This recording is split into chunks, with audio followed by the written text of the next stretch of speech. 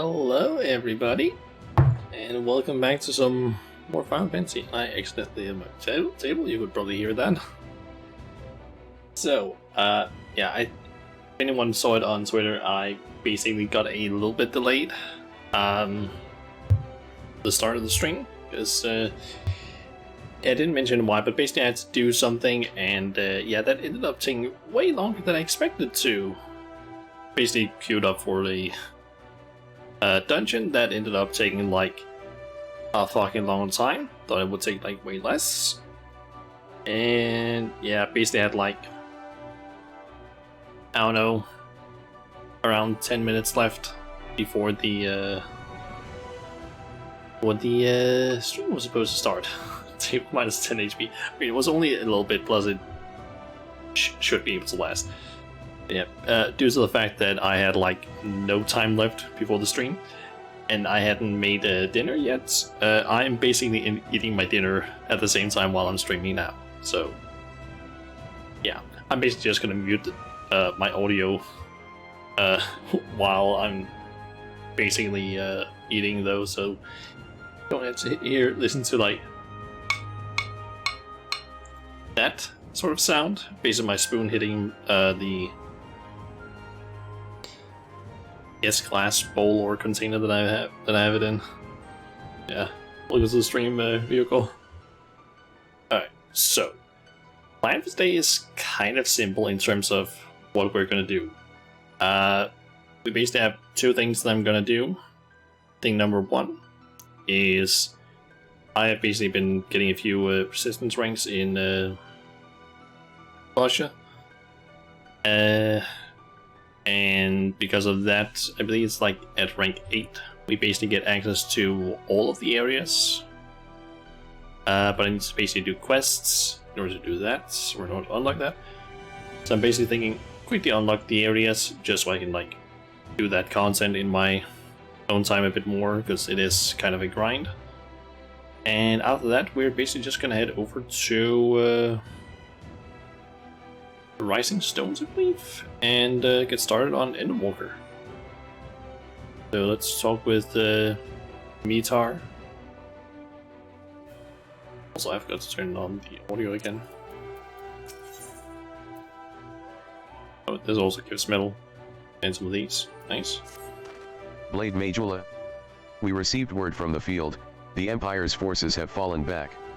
In fact, our troops have pushed forward far enough as to claim an enemy encampment near the southern entrenchment. My commanding officer has instructed me to give you a brief tour of the site at your earliest convenience. I will await you there.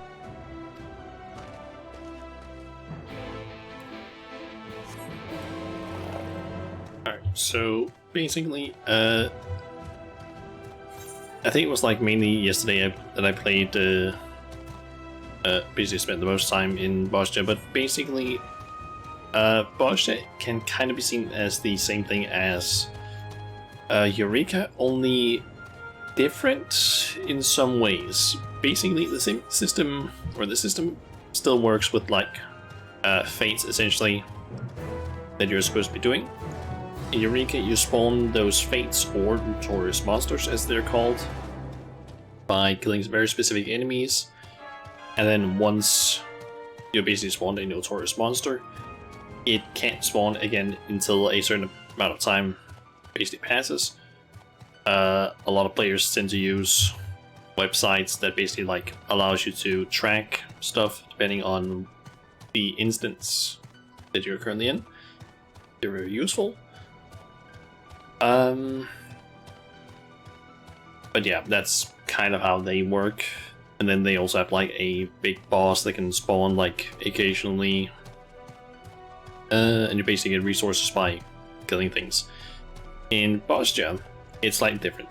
You have a bunch of enemies that are just like around the place, like Legion, Roaders, Nimrods, Slashers, so on, that have these like lines. I believe the more lines they have, the stronger they are. And if they have a star, they are a special enemy that it's very hard from what I have experienced. Killing them, like killing the normal enemies, doesn't give you any metal. which can kind of be seen as the XP in the area. Well, they do have a chance of dropping Bosnian clusters. I think the enemies in the skirmishes, which these fates are called, can also drop those. But the main reason you want to do skirmishes is because it gives metal, and it also gives the I don't have any of those on me. Basically gives the like these sorts of shards. The ones here and down in the southern entrenchment only give up to only give the low level ones. You're seeing the ones in Old Bosnia give the level 5 ones probably, and the ones up here probably give the like higher level ones. I don't know. But yeah, basically doing Notorious or doing the skirmishes gives you metal, gives you those things, and depending on which skirmishes you do, you can also trigger a critical engagement, where if you basically were one of the people participating in making the critical engagement appear, you basically get priority access to it, which means that you don't have just a chance to enter it, you're guaranteed. And those are basically like small raid boss sort of encounters with like a bunch of mechanics and so on. To beat those, you basically get the lockboxes for Bosnian Southern Front, and you can basically open those at like different places. In terms of unlocking this quest, you need to be rank 5, and in order to unlock the next area, I believe you need to be at rank 8. So I specifically tried to basically get to rank 8 during today, or earlier today basically. Welcome to Olana's stand. If you wish to travel between here and Utizigis, feel free to use that Aetheriot chart over there. I would suggest attuning to it before you leave. And one last thing, while we've made great strides in our fight against the Empire, there's still much to be done before we can retake Castrum Lacus Literi. I expect the enemy will only grow more determined as we advance forward, but we must press on. For Bosnia.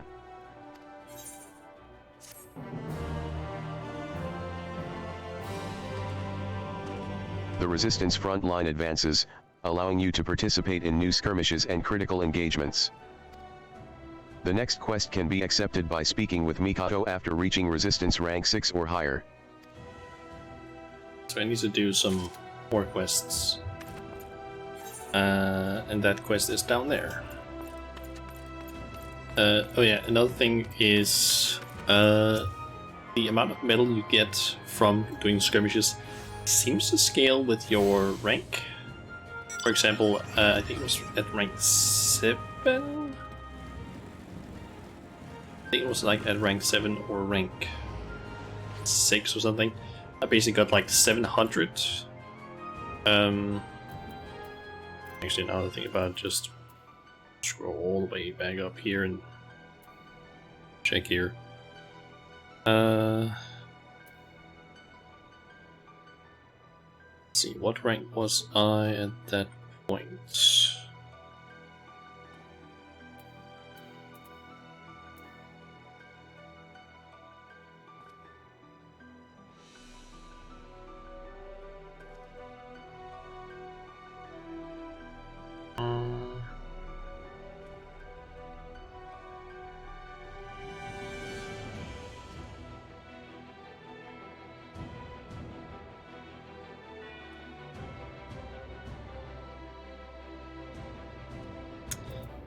I don't see.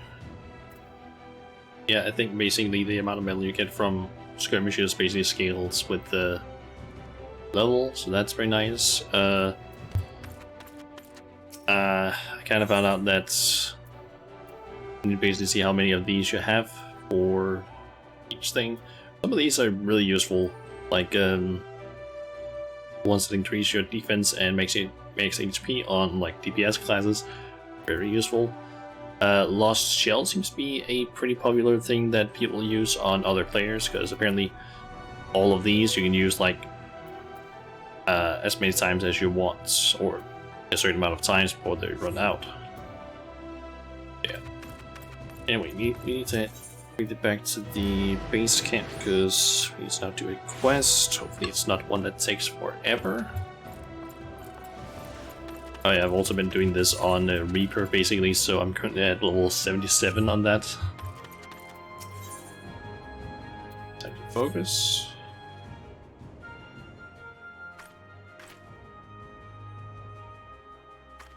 Apologies for the delay, but as you can see, the ether monitoring devices have finally arrived.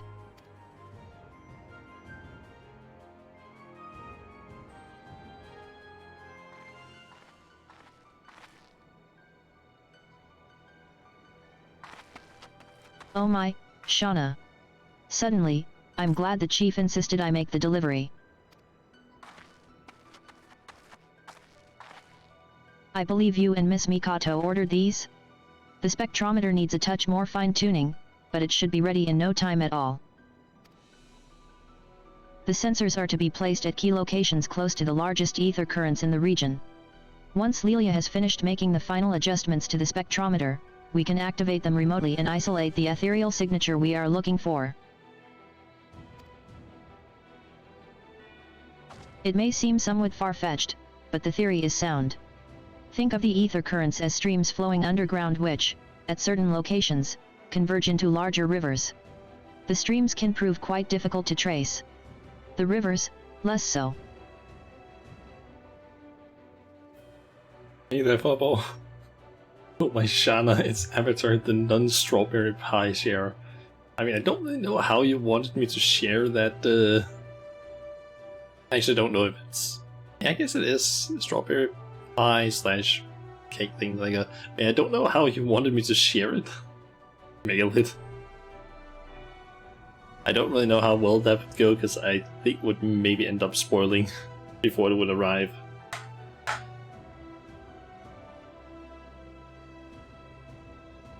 I think maybe I don't know, maybe just on the roof? I don't know.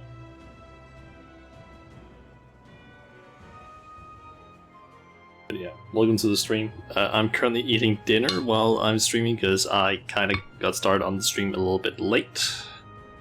So, yeah. How are you two? I'm personally doing fine. Ended up finding out yesterday that a local store that I have tried basically applying to a few times that then ended up getting, I think it was basically merged with another store, but then apparently like a month or two ago, I guess stopped being merged or something. I basically found out that they were basically back. So I basically went ahead and, mainly because last time I tried applying at that store when it was merged for a job, they basically went like, oh yeah, how about you come down with a printed out job application and we'll see about it. Because I couldn't really send apparently a job application to them. But because they now have switched back to the old store brand, they basically have an email that is specifically dedicated to that. So I basically just wrote I would personally say decent job application and sent that off twice because apparently their website isn't fully updated because on their, like, they basically have a page regarding like jobs, so they basically would post any full-time positions there and basically say that, hey, if you want to apply for a part-time or an internship position, feel free to send something, like send a mail on these emails. The only problem is just that the email for the store that I tried sending it to, that I'm trying to apply for, I literally, as soon as I sent the mail, got a mail back saying like, oh yeah, like I think from Outlook basically saying, oh yeah, we could not send an email to this address because it apparently doesn't exist. So I basically had to like try and look through the rest of their site in order to try and find an email. So I found one that's meant for like job stuff.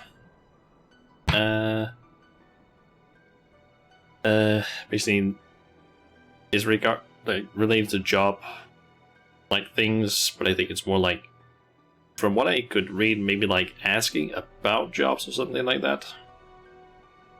But I basically sent them a mail on that one, and I'm thinking that if I haven't heard anything from them at like maybe like halfway through next week, there is another mail that is also related to the store near me, or the one that I'm applied to at least, that is different to the one that I first sent the mail to. So if I don't get any reply, I'm thinking by Wednesday next week, I'm gonna send a mail basically to the other one and hopefully get a reply, because I gotta say, it might only be like a part-time job that I would get there, but it is a store that I've been very interested in basically getting a job at, because it's very close to where I live. It's like less than 30 minutes. Like, it's less than a 30-minute walk for me to get there. It is a store that deals with stuff that I'm interested in. And the work hours are not bad, to be honest. Part-time, how many hours are we talking here? I don't fully know. It is meant for like 18 or older, so I'm assuming it's a good amount of hours. I don't really fully know how they do it. It might be like they assign some hours, and or maybe you can like write down when you want to work, or maybe it's like you work it out with them. I don't really know. At least I haven't seen anything written on their website around that. So I just got the message of like, hey, you've been inactive 5 minutes. Crossing fingers for me, thank you. As you might imagine, because these rivers are a confluence of myriad streams, it is no simple task to filter out and extract ether of a specific frequency. Which is why before anything can be done, we first need a thorough analysis of the ether flowing through these larger currents. Once the signature we're after has been isolated, we can then trace it back to its source. One current flows here under this very camp. After setting sensors at 2 additional sites, we should be able to gather enough data to isolate the desired signature. Once traced back to its source, we should find something of a reservoir, hopefully with suitable stores of ether to charge the crystal focus. Unfortunately, the 2 remaining sites where we intend to place sensors are presently points of conflict with the Empire. Might we ask that you go and set them?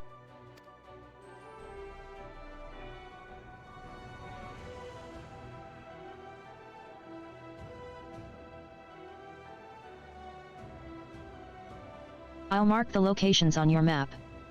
Once the sensors are in place, use this link pearl to contact us. I know this all sounds rather hazardous, but if anyone can make a success of this plan, it's you.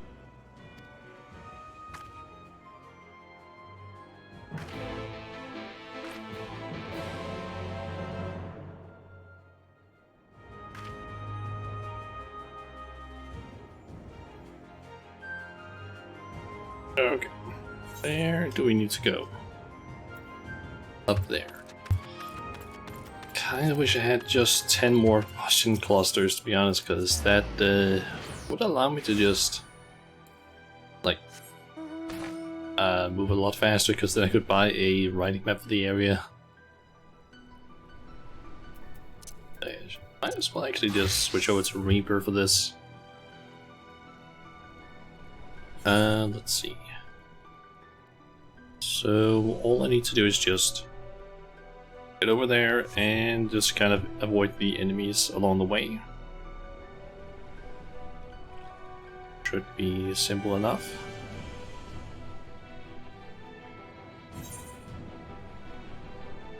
So some of the enemies do have a... there are some of the enemies do seem to have a semi-long like radius in which they can like notice me, but it's not that bad. You didn't know I was the son, bro? Did you see that? I mean, I have played through all of the Dark Souls games at this point. I think multiple times. I don't even remember how many times I've played through the different games on stream.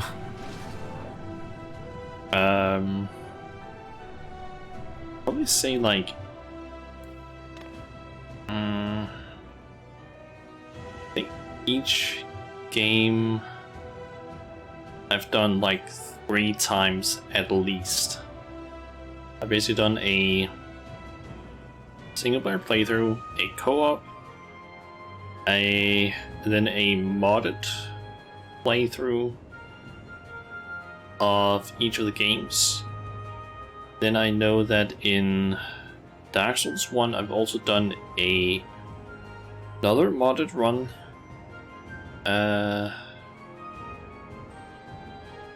Dark Souls 2 I've also done a pacifist run, which was honestly kind of fun, but I did have to like use some glitches in order to actually do it, because otherwise it is an absolute pain in the ass. And I don't remember if I've done a 4th thing in Dark Souls 3. I know I played the Cinders mod for Dark Souls 3, but I don't remember if I've done any other mods. Remembering the co-op marathon we did, yeah. That, I feel like we definitely needed a break from Dark Souls after that. But yeah, I basically played through Dark Souls 1, 2, and 3, and but yeah, Dark Souls 1, 2, and 3, and I've also played Sekiro. I own Elden Ring, but I can't run it on my PC. Well, technically I can run it, but it's like, as soon as I exit the cave with the, as soon as I exit the cave from like the tutorial area, my PC's like CPU and GPU basically just shoot up to like 100%, and otherwise it was like at around a 70 or 80%. So yeah, I can't run it on my current PC, unfortunately. I haven't played I'm playing on that now, Demon Souls, and I also haven't played Bloodborne, but I have seen playthroughs of both games and speedruns and a bunch of other content from it, but I think I would like both of those games as well. You just saw a Dark Souls 1 to 3, 100%, which is the Sunbro title. You had they've done Dark Souls 1 to 3 plus DS2. You get the Lord of Cinder title. If you do all 5 games, you get the Dark Sigil title. Okay. But yeah, basically Dark Souls 1, 2, and 3 I've basically completed in terms of achievements 100% as well. Don't remember exactly, like, I think 1 and 2, or 1 and 3 I basically did, or 1 I did off, like, without any recordings of it. Remastered or Prepared to Die Edition. Prepared to Die Edition, because honestly, in my opinion, fuck the remastered version of Dark Souls 1. It is, in my opinion, not worth it. The only big difference is that, oh, you get a bonfire near Vamos. That's not worth buying an entire new game. I can just find a mod for that. Like, in my opinion, the remastered version of Dark Souls 1 is a rip-off for all of those who basically had the Prepared to Die edition. Especially because we didn't get it for free. We had to basically buy it if we really wanted it. So I just kind of went, nah.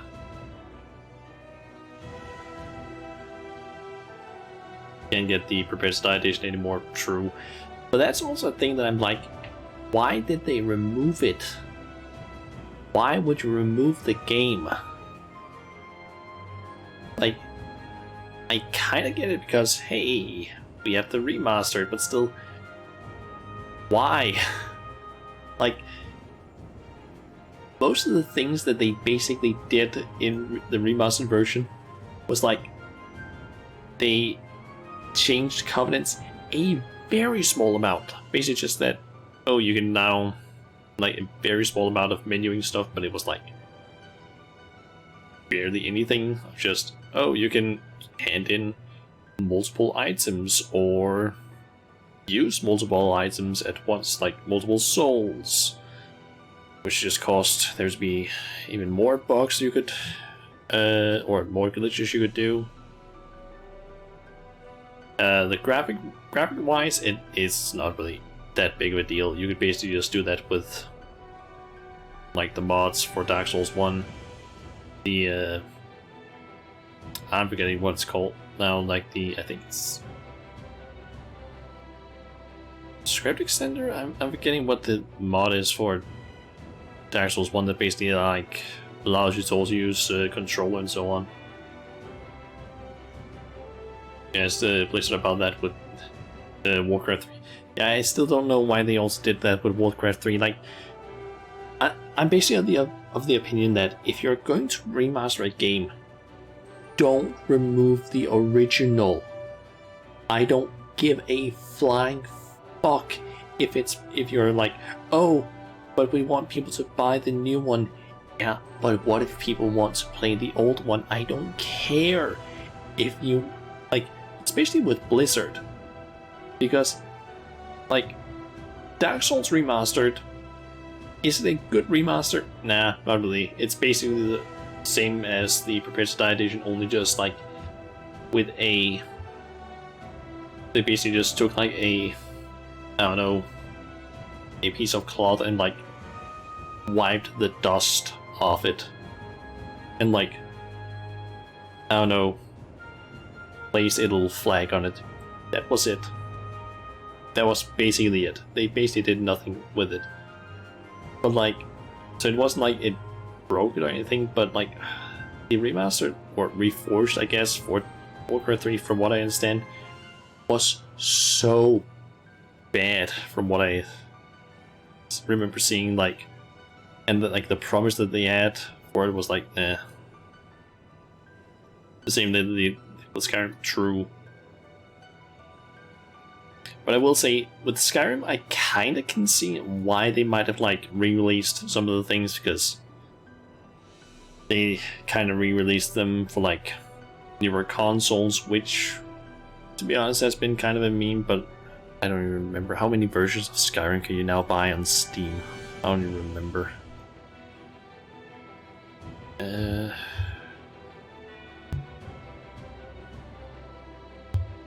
Looking up Skyrim on Steam, because I don't remember.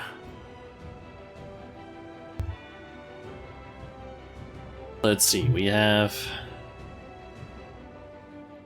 Skyrim Special Edition, we have Skyrim Anniversary Edition, and we also have Skyrim VR. I guess they removed normal Skyrim and probably replace that with Special Edition, which is, I guess, just the, I guess you can call it updated version with, I think, all of the expansions, if I'm not mistaken.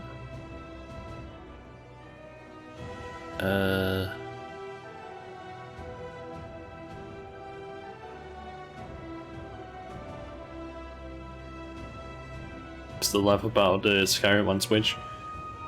Did they do something special with that one? Or what?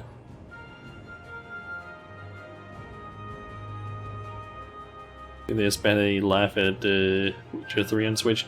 Did they just like run really bad or what? Ah, downgraded graphics. Hmm. Okay, so from what I can see here, the only version you basically have now of Skyrim on Steam, because I guess they removed the original one, which I can kind of see why they did with like the special edition, because that's basically the base game with the DLCs for it. And then they have the, I guess, anniversary edition, which I don't even know. Was all it did just like oh yeah, that just added all the Creation Club content, which is kind of like eh.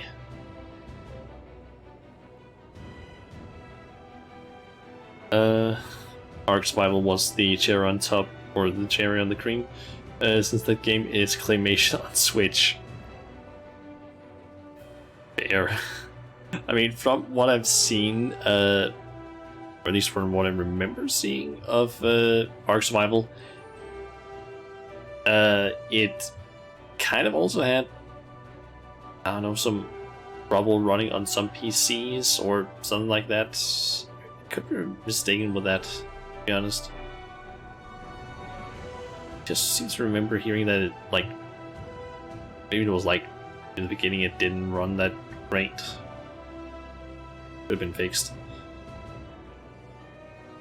But yeah, like the Switch, as you're basically saying, the Switch is not the most powerful piece of software or hardware you can get. Still has problems, but you know, fix that. New game Ark 2. Yep. Anyway, I should probably use this thing.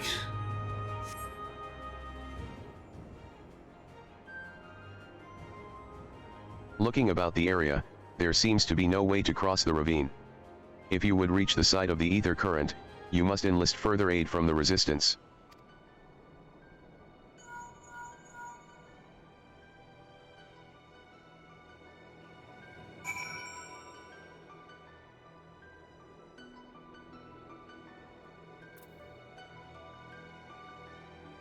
So sorry, mate, so sorry, don't worry. Basically just kind of also got distracted on, like myself. I could just like progress the story a bit while we were talking.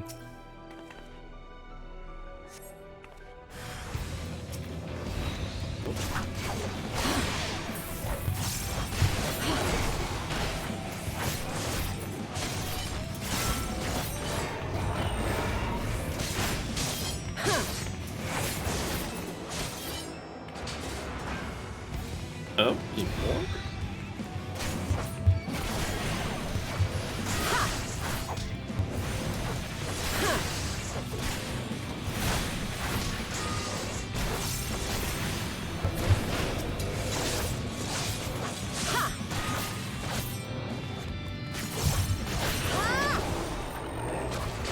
Okay, more enemies? Nope.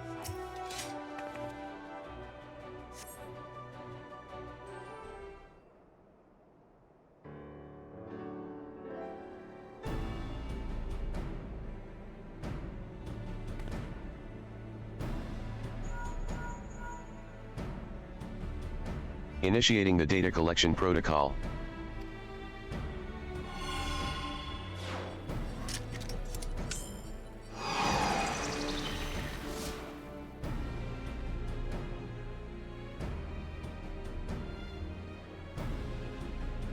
We've confirmed activity on our end.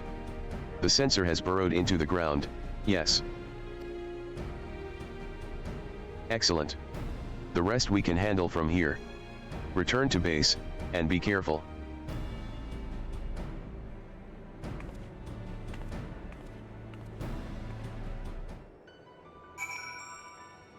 Hey,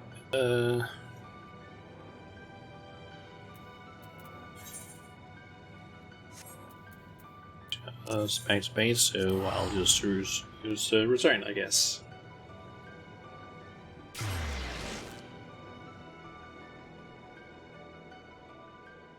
I wonder if there's a quest for level 7.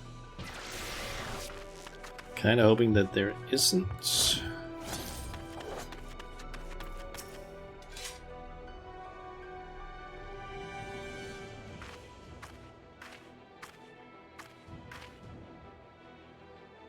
Welcome back, Shauna. With the first sensor in place, message can begin. Wait, where did she?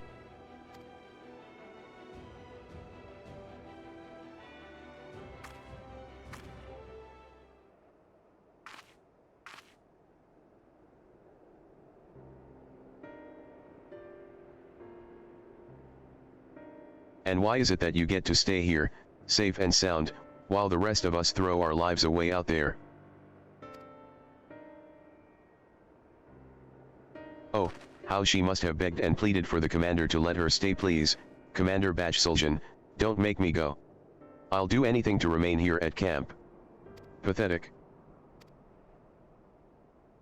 Though I suppose you've never been one above begging, have you? We'll see who's begging when I got you like a fish. That's enough. All of you. Our fight is with the Empire, not our brothers and sisters in arms.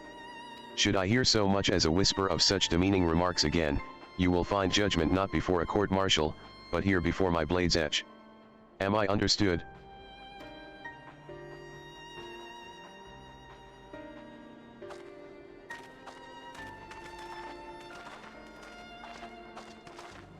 Messager.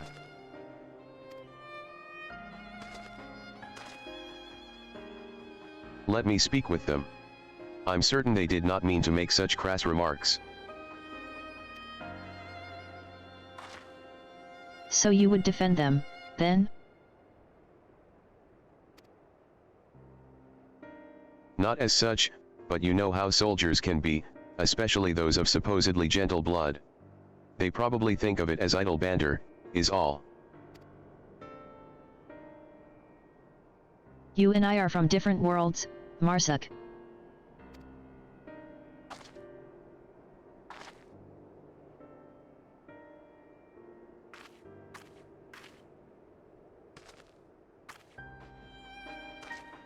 Overhear them, did you? What an embarrassment.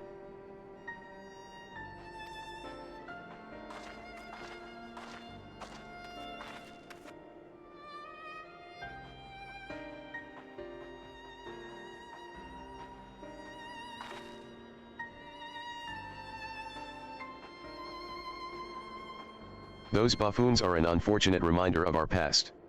You see, Bosja rose above its humble beginnings to become a prosperous nation, due in no small part to contributions of the nobility. To outsiders, it exemplified the qualities of an ideal republic. Appearances can be deceiving, however. The disparity between nobles and commoners proved a chasm that could never be filled. Even under imperial rule, vestiges of that great divide would remain. I wished to believe everyone shared my vision of a unified Bosja, where all are equal in dignity and rights. But there are those who long for the status and privilege of that supposed golden era, when wealth and power were one and the same. And for every one of the haves, there were 1,000 have-nots. Misage's family was of the latter. As a child, she walked for hours each day to and from school in the hope of a better life. The Imperials recognized her dedication, and saw fit to educate her. Her talent has earned her no small amount of envy from her peers. Nevertheless, she is a faultless example of what a good soldier should be. That anyone would take her being lowborn as justification for ridicule is absurd. I will not stand for it. Might I ask that you keep this between us? While I am loath to sweep such matters under the rug, to address them here and now could very well undermine all we have fought so hard to achieve.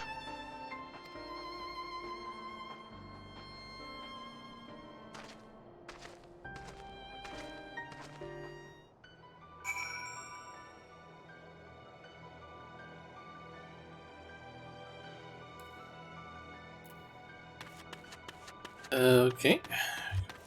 Quest. Also, I don't think I've seen that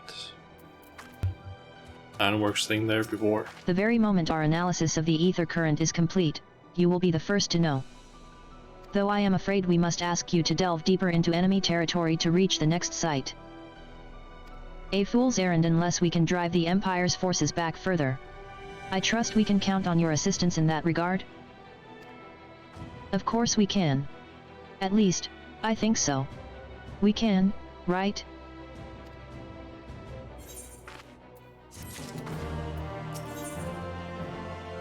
Okay, third time's the charm. Your timing is perfect as always. We've just located a third current. I'll mark the destination on your map. This third site should provide us ample data to trace an ideal ethereal signature. I should also mention this site is host to ancient Bazjan ruins. Our data suggests they date back to the Third Astral Era, but I cannot say for certain. What I can say is the undead are known to roam the lands there at night, so stay on your guard. I wish I could accompany you, but I would only slow you down. Please, be careful out there.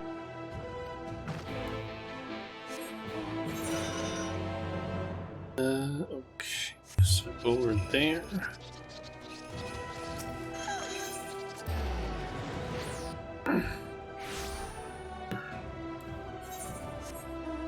Okay, I have no idea if just go that way, but I'm guessing that is something I can do.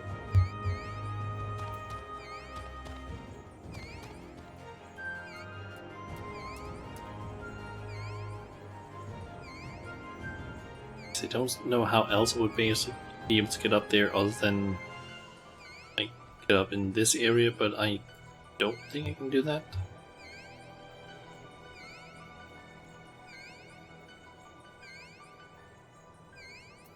Oh, there's red chocobos here. I remember hearing horror stories about those.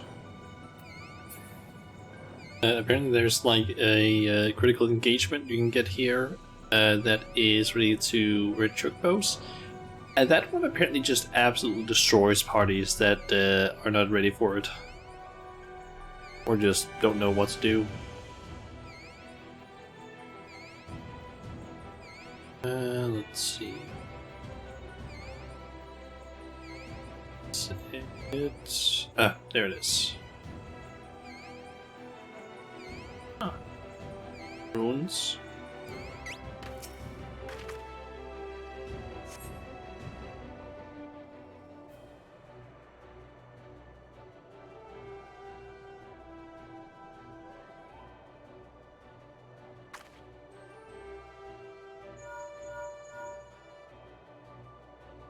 Very good.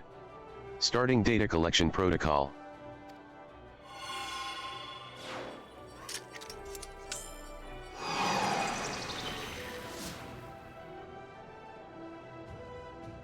All systems are fully operational. You're free to return to camp.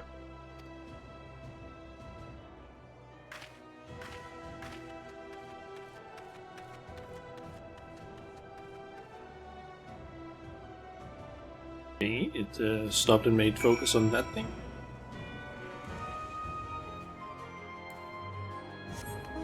Oh, nice, I can just put this back here. Makes it a lot easier to get back.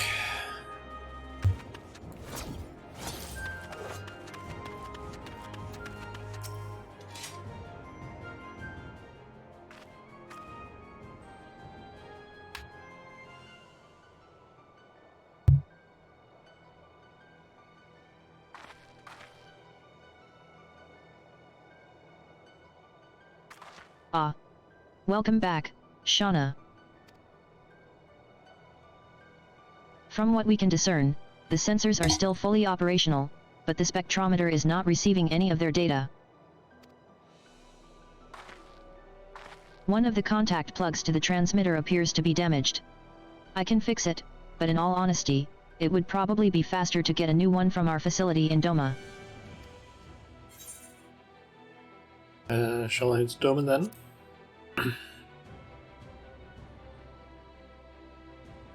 I'll hear none of that. Running errands is my job, not yours. If it's all the same to you, I think it best if I go. There's still work for you to do here, Lilia. Are you sure? So long as the control panel is broken, there is naught else I can do. What's more, this affords me the opportunity to finally see Doma. Well, who am I to deny you your first trip there? I'll let Jessie know you're on your way.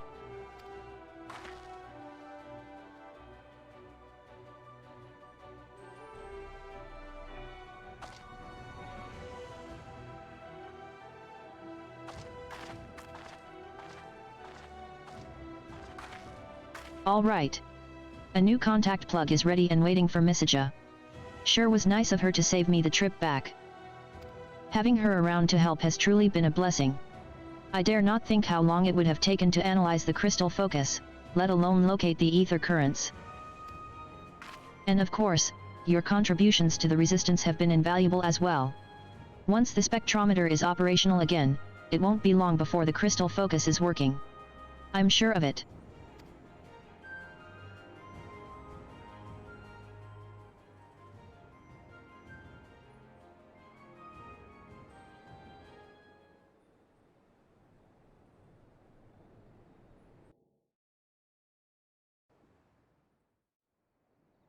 Another cutscene. Meanwhile, in the ruins of Bastia.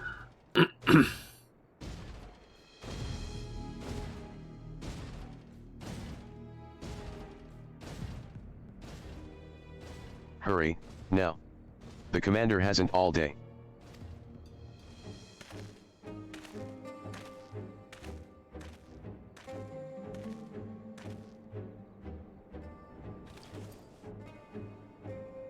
At last, the Lady of Blades.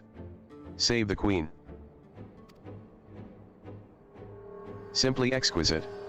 Time has done little to mar her beauty. What is it?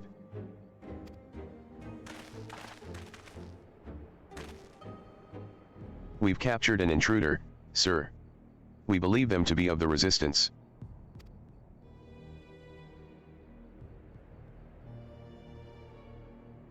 Why are you there? You were supposed to go to Doma. Stand aside.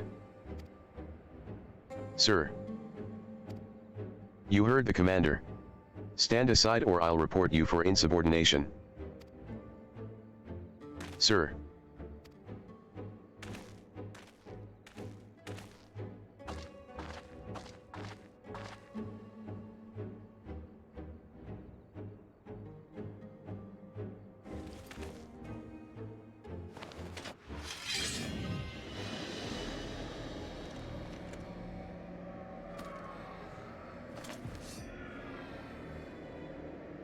Is this indeed the blade we have been searching for? She's working with the Empire. Yes, there can be no doubt. Only the blade of the Queen herself bore these inscriptions. Then our plans proceed apace. Excellent.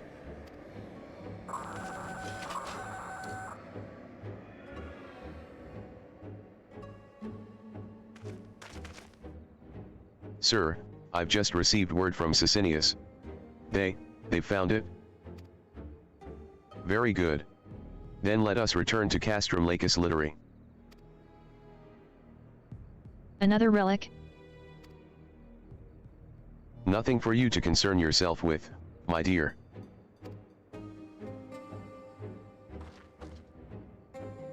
Yes, of course.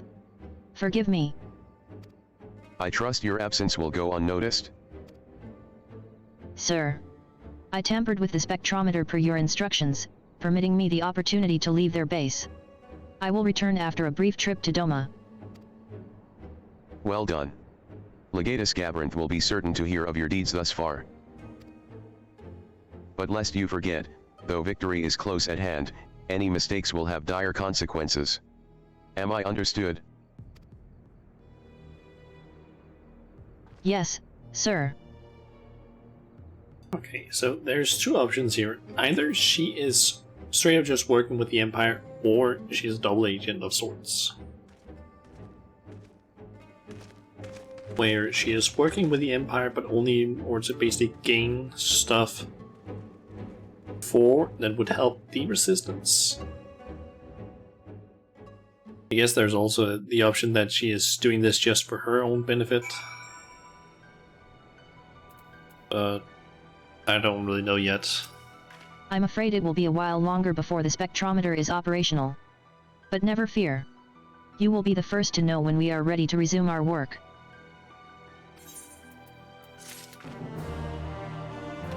And that guy has another quest. I think that's the one that's gonna unlock the next area. Pressing forward. I am happy to report our soldiers have dealt another heavy blow to the Empire's forces. Our front line has again pushed forward, and seized another outpost at Old Bosja. My commanding officer has asked that I take you to the site. If you would follow me.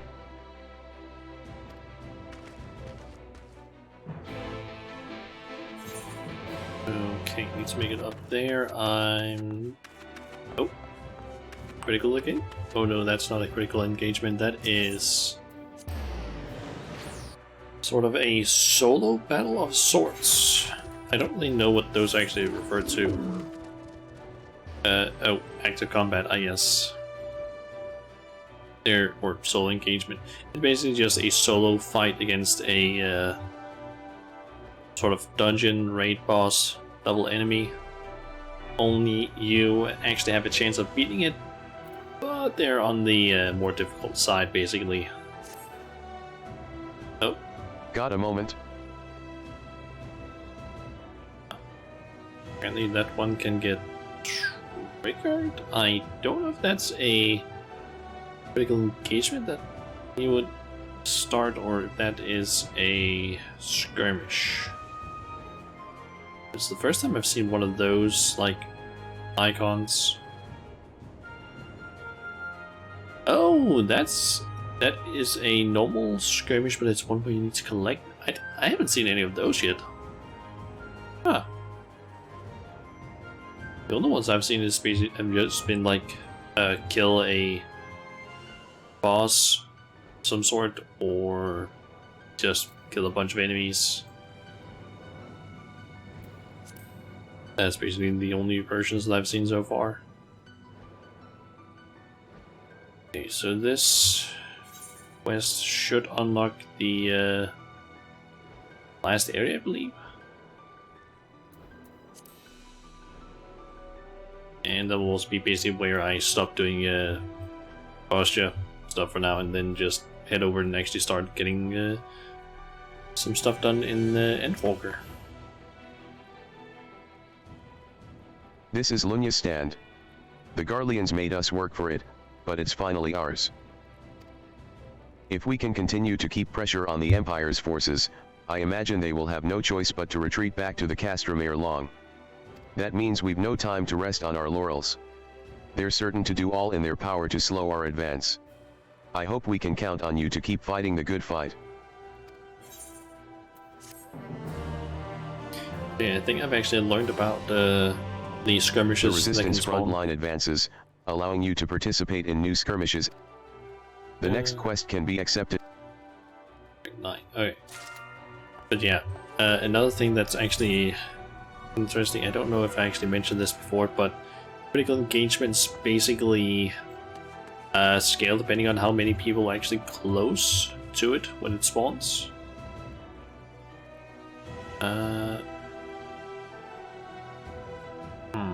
Maybe this one is not available yet.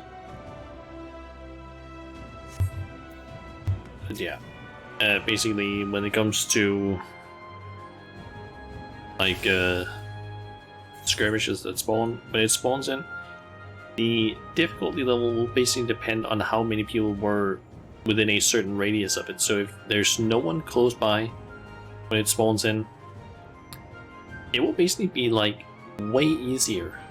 And it does like scale up when there's a bunch of people that then show up to do it, which is pretty nice. I guess I can go ahead and like appraise some of these.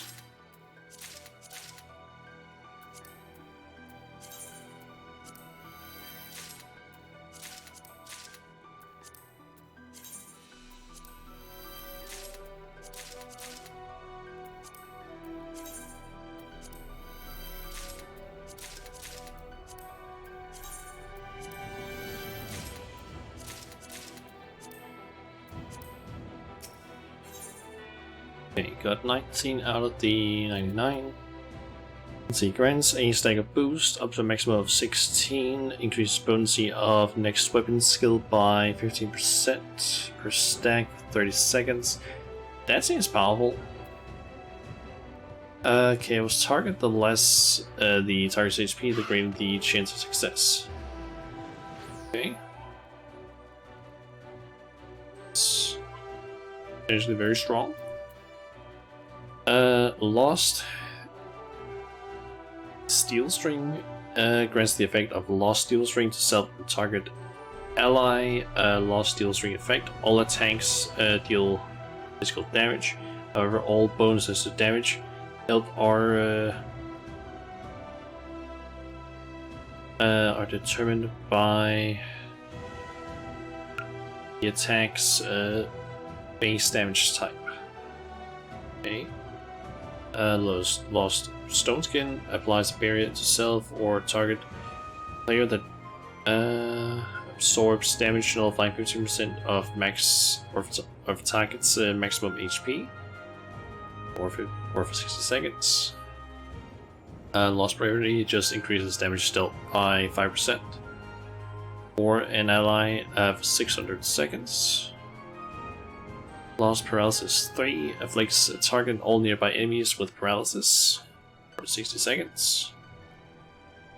Ether Kit grants Auto Ether to self, restores MP automatically, and when MP falls below 20% for 600 seconds when triggered, there is a 50% chance to affect the effect will end. Okay. Spirit of the Breathtaker effect. Chance for Auto Ether effect and is reduced by 10%. Okay. Essence of the Guardian increases defense and maximum HP by 10% for the tanks. Uses maximum HP while increasing evasion by 40%. And reduces healing potency by 70% while increasing damage stealth by 100%.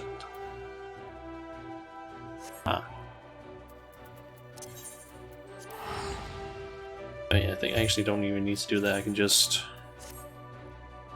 leave. Because, yeah, we're done with that. I basically need to just get more levels in there, or higher ranks.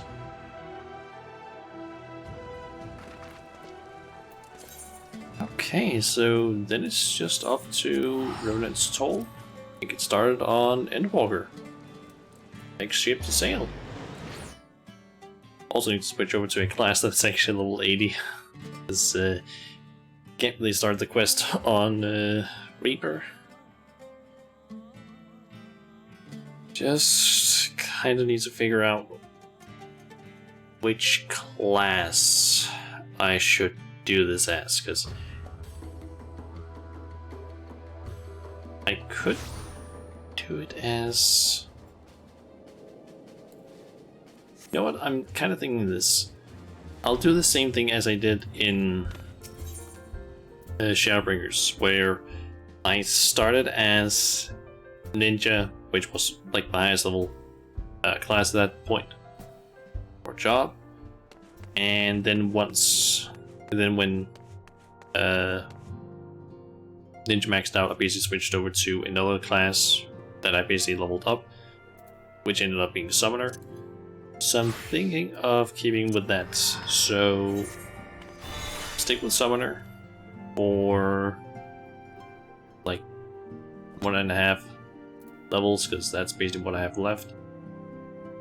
And then I basically need to just make sure that I get another class up to a high enough level.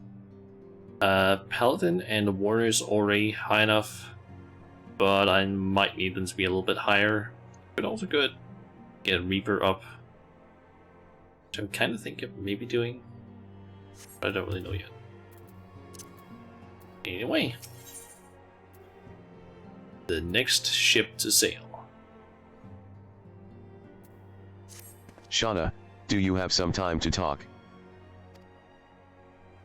I would like to gather everyone in Dawn's Respite and together assess the situation in which we find ourselves.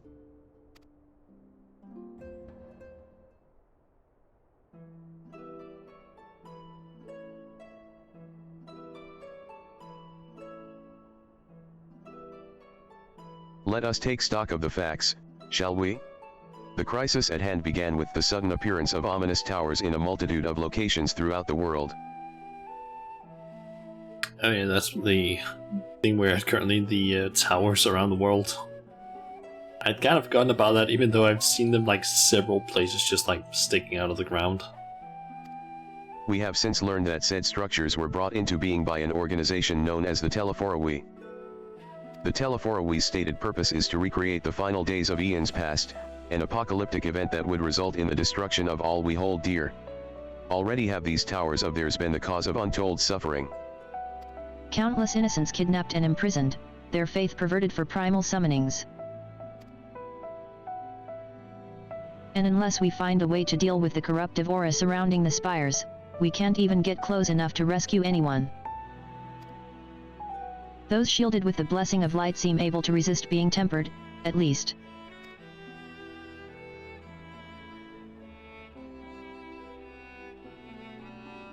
Okay, and that doesn't want to keep going with reading.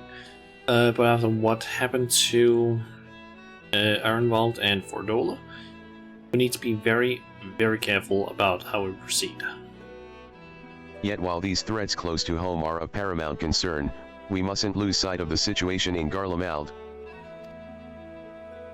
As you know, the Teleforawi are under the leadership of Fandaniel and one other delightful fellow, Xenos Galvus, the Crown Prince and our dear friend. To date, he's reclaimed his old body, murdered Emperor Varus, and plunged Garlemald into an even deeper pit of chaos. The capital has probably seen the worst of it. For a good while there, it saw the bloodiest fighting in the War of Succession. But that has since changed, and in troubling ways.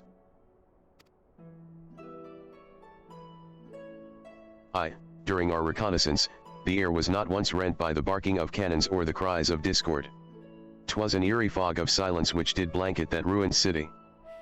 The inhabitants appeared to have been tempered, and with nary a word spoken did they labor to transform the palace into a soaring edifice born of nightmares. If they were indeed made thralls, it seems safe to assume that these events, too, were orchestrated by the Teleforawi.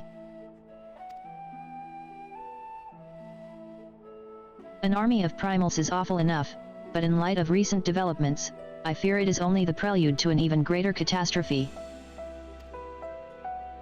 We need to devise a means to counter this threat, and quickly, before our allies are overwhelmed.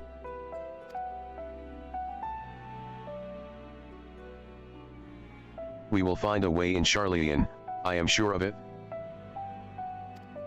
Master Forsheno's comments regarding the final days were curious to say the least. The forum knows more than it is letting on. Sorry to interrupt. We've just received word from Mistress Kryl. She says that arrangements for your visit have been finalized. You're to head to Limsalominsa and board the next ship bound for Charlian. And on arrival, present yourselves as associates of the students of Baldessian, come to assist with the Order's restoration.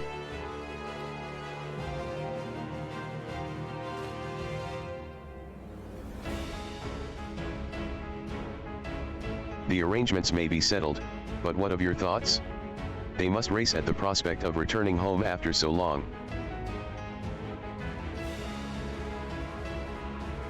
I am eager to see it, of course. Of course. Ahem. We should set off at once.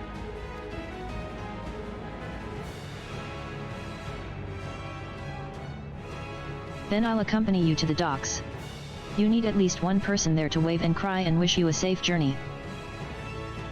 Gotta be kind of honest, kind of surprised that this cutscene is not like voice acted, because it is the first one.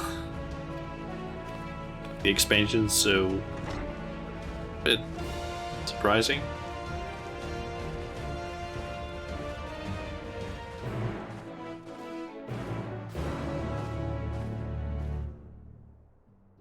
Okay, I gotta say, the quest accepted music.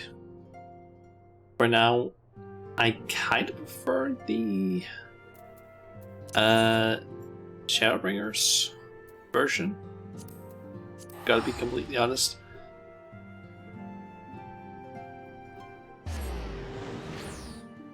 But who knows, maybe this one will grow on me. It's just, for now at least, that one wasn't as memorable or as exciting, I have to say.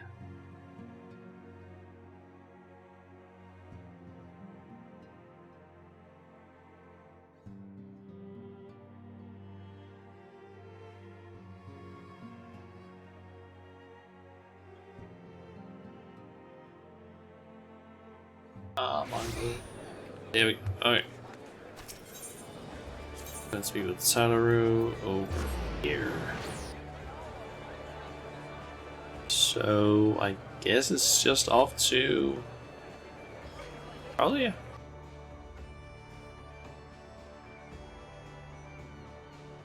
Also, this is God, it's taking a long time for me to teleport over there.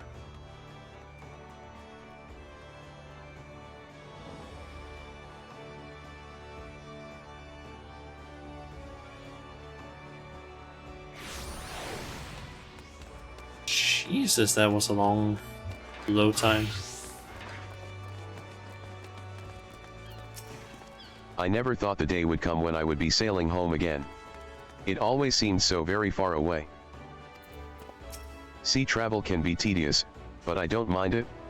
'Tis a rare experience for most Ishgardians. I shudder to think what manner of truth await us beyond the Indigo Deep. Still more do I dread the prospect of discussions long overdue. Now that I think about it, me and Justinian are the only ones who have never been to Charlotte, because Grazia apparently, like, all the others are like from Charlie, I believe, or are there at least have studied there. So I'm pretty sure that Gistola is also one of them. They grew up there. Riage, like, studied under Louis Sois, if I'm not mistaken.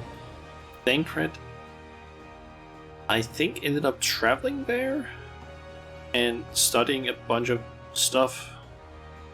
Well, I don't really know about Grazia, but he apparently, like, was also from there, so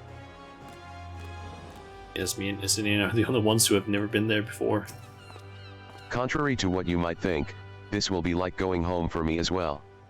I may have learned how to survive in Limsa, but it was in Charlian where I was taught, quite relentlessly, I might add, the skills to properly live. Though a part of me looks forward to returning home, I've not forgotten that my father stripped us of the privileges of our family name. I hope it doesn't cause trouble with the officials upon our arrival. What a grim reason to bring you to Charlian. Not much to be done about it, I suppose, but I would have liked to give you the grand tour under happier circumstances.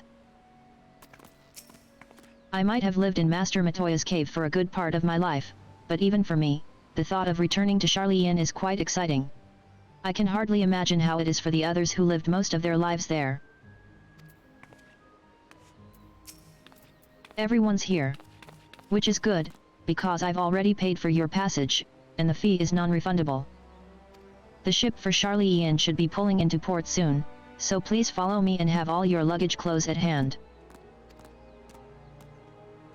So I'm guessing that Charlian might be kind of like Ishgard, where it's like the first place we go to, like a big city, and basically just get an either right there.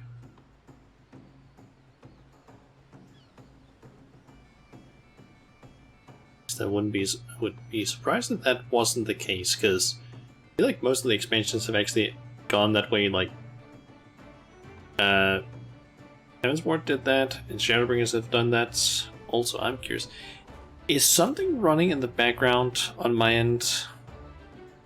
Because my god, some of these cutscenes are taking forever.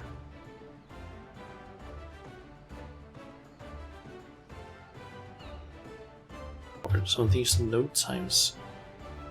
Something running on my PC that's just draining shit.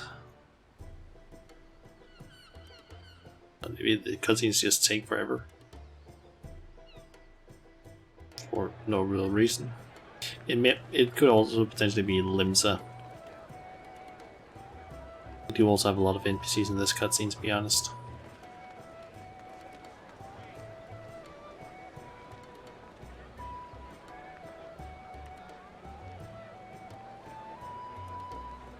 They've almost finished loading our cargo. We should be ready to depart right on schedule, or so I'm told. Excellent. 'Tis nice to have a smooth beginning to one's journey, at the very least. It's funny.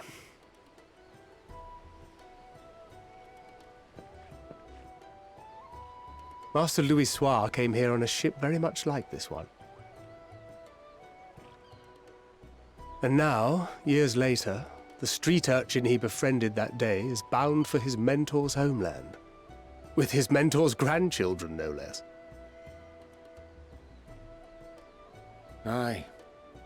'Tis upon reflection that every twist of time's river and fate's whims are brought into sharp relief. Thou hast matured much in the intervening years. Wert thou not caught attempting to relieve Master Louis Soir of his purse scant moments after he made landfall upon this dock?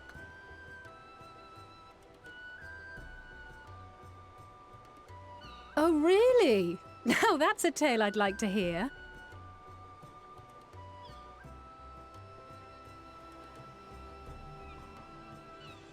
Will this be your first visit to Charlian, Sir Estinian?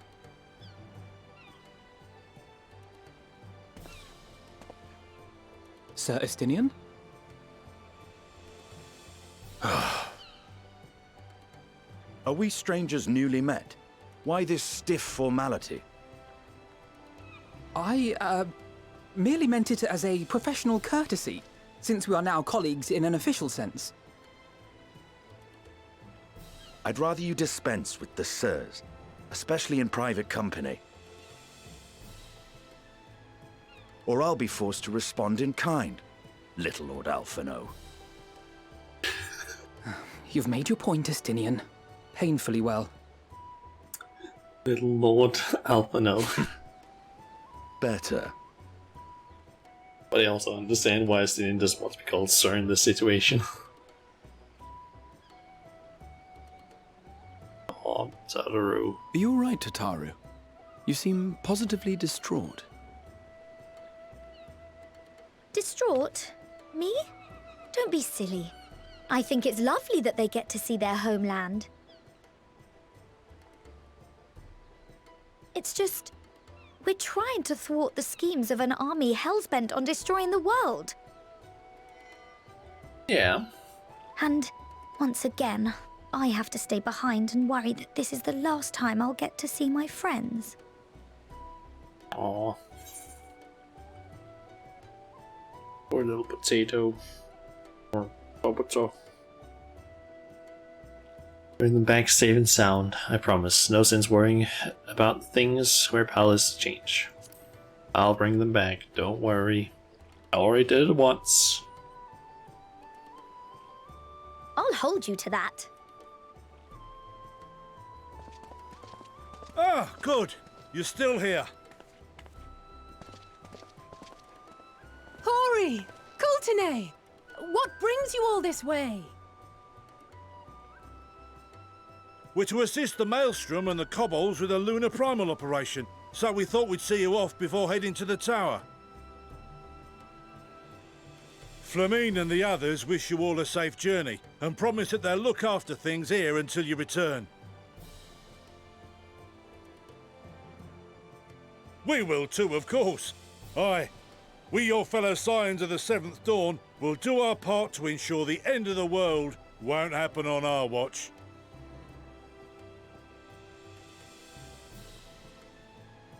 We're set to sail!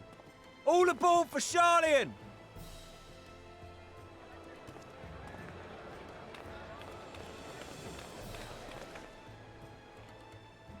It's time. Then we must delay no longer. We will contact you the moment we learn aught of value. Wish us luck.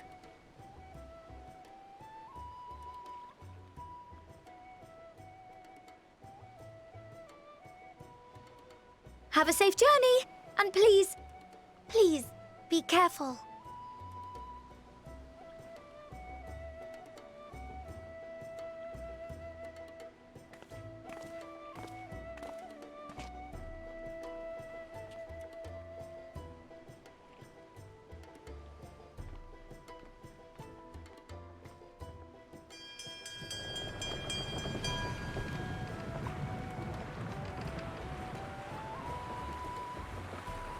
And so you venture forth unto the unknown.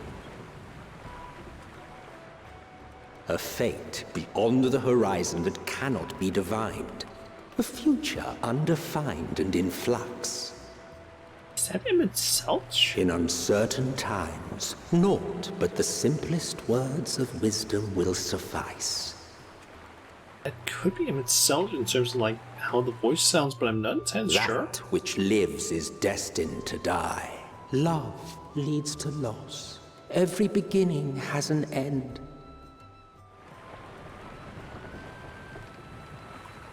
Treasure every moment, every step of your descent.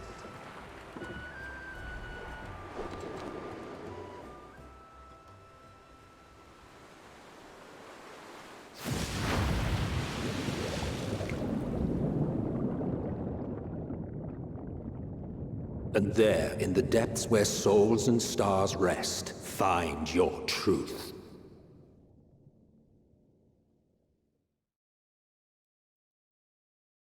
Also, I just realized I have not watched the trailer yet for Endwalker. We should probably do that. I think once this quest is over, once this first quest is done, we're gonna quickly jump out of the game, watch the cuts, like watch the trailer, and then we'll jump back in. Because, yeah. Completely forgot about that because I basically did all the stuff with the... why am I blanking on that? With Bostia. We have arrived at a new stage where you're going to the chat.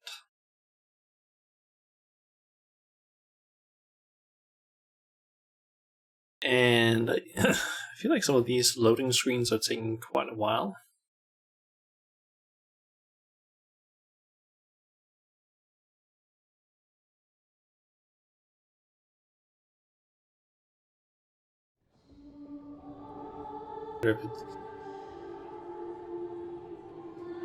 Oh. That is the music from... Here. Oh.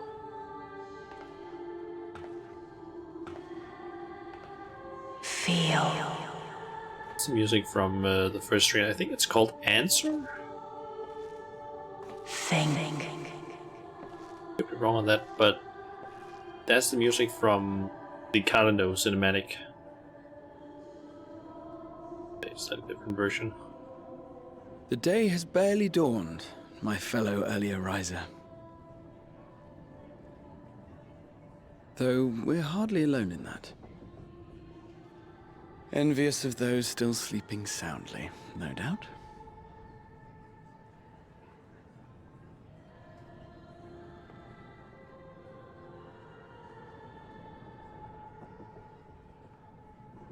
Called out to you, you say? I've heard nothing myself.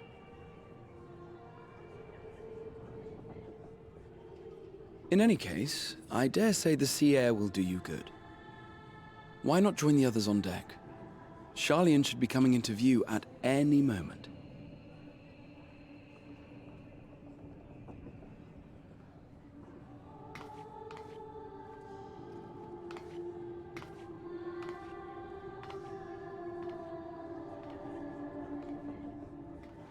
Kids.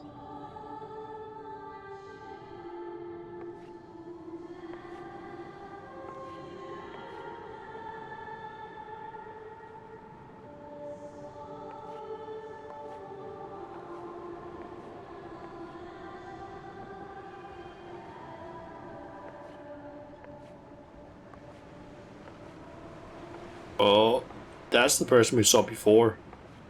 At the end of Shadowbringers.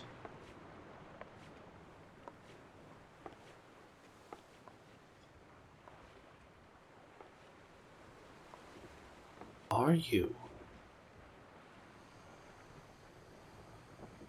My voice yet reaches you. I am glad. Hear, feel, think. Idol?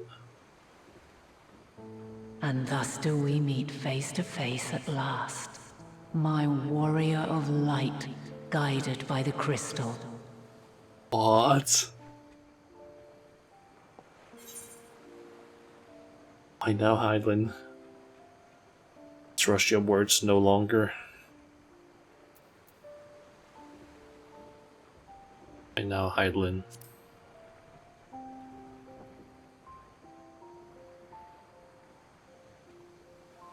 After your sojourn in the First, I believe you have your answer. You have gained an understanding of what I truly am, what Hydaelyn has always been, a primal.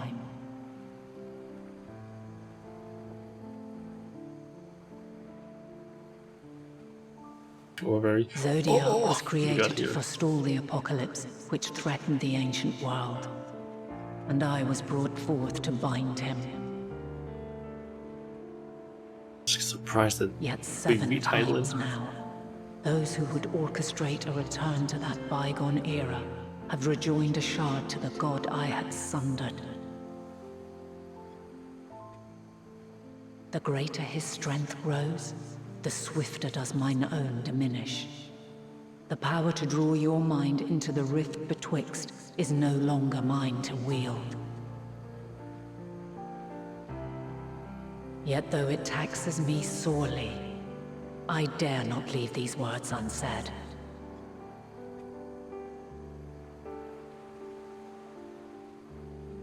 Even bereft of my guidance, you and your companions have accepted the burden of this star's troubled past. A conjunction has begun to form, an intertwining of your time and mine.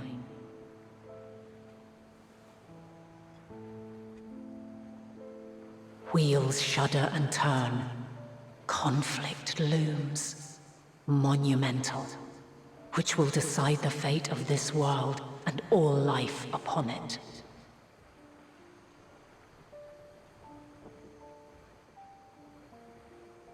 When you truly understand what is at stake, and your journey has prepared you to surmount the insurmountable, then shall I honor the promise made in another time, another age.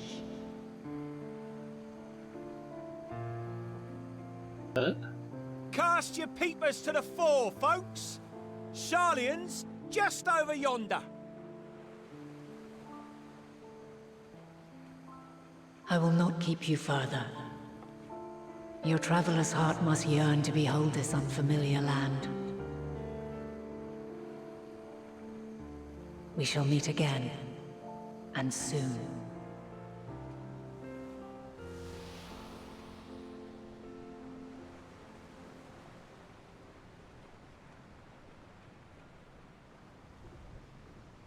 Ah.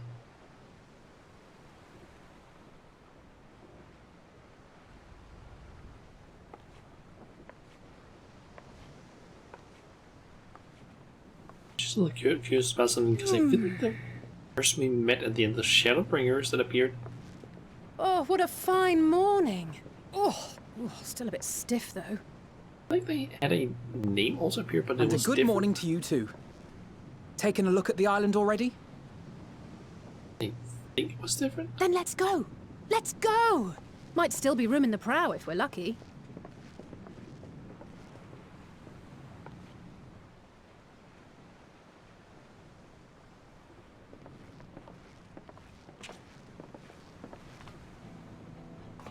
Ah, the sleepers have arisen. There she is. Good old Sharlayan. Oh, I see it.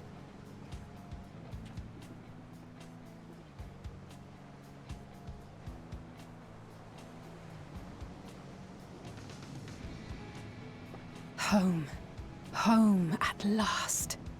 Well, maybe not in Father's eyes, but we'll manage on our own, if we must. You do know you're not alone in this, don't you? Indeed. 'Tis as Sir Estinian saith. Forget not the comrades who boarded this ship at your side, I prithee.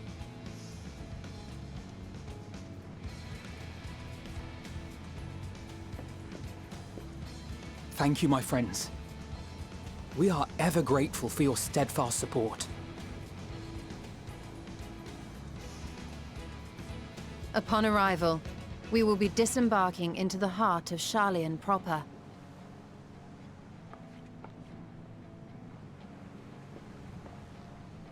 There is no greater concentration of wisdom in all the world. I am confident that somewhere within that center of knowledge and learning, we will find the answers we seek.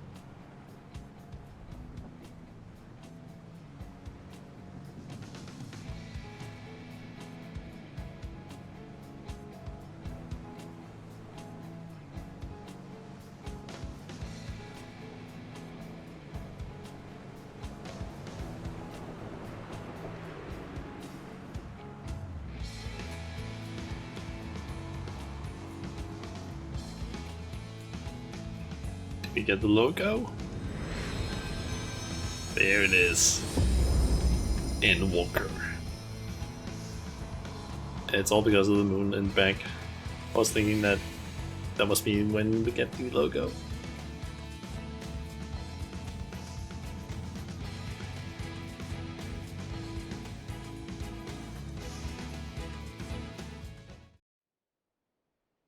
Sharlayan, the solitary island nation of the northern seas. Where under the watchful gaze of Thaliak, patron deity of scholars, academics hoard all manner of knowledge and secrets. Once, they deigned to accept foreign students into a distant colony maintained in the Dravanian hinterlands. How swiftly they abandoned it once the first Garlean boot set hostile foot on Alamegan soil. So averse to the prosecution of war, these men of wisdom, your would-be allies.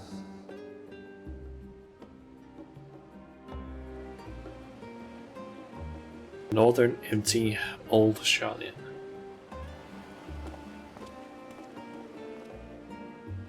I thought they'd never let us off the ship.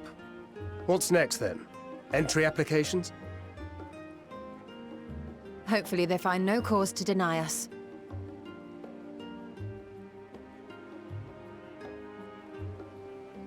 Hasn't Sharlayan all but severed relations with foreign powers?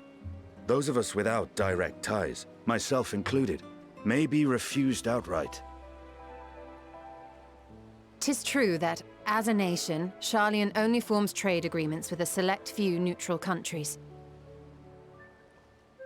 But from a practical standpoint, an island cannot afford to be overly strict with its borders, especially not if that island's people are wholly devoted to the accumulation of knowledge.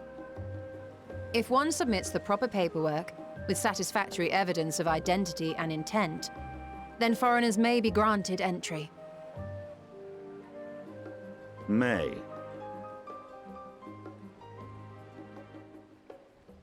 Quite. So let us be absolutely clear on these points before we proceed. The immigration officer will ask for your affiliation and your purpose of visit.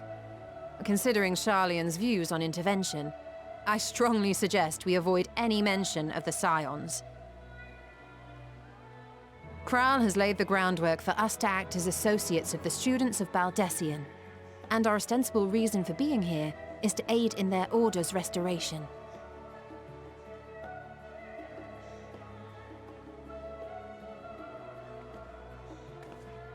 Grahatir, It might expedite our progress should an actual student be seen at the head of our little group. Would you mind leading the way? Of course. The immigration offices were this way, as I recall. Shall we?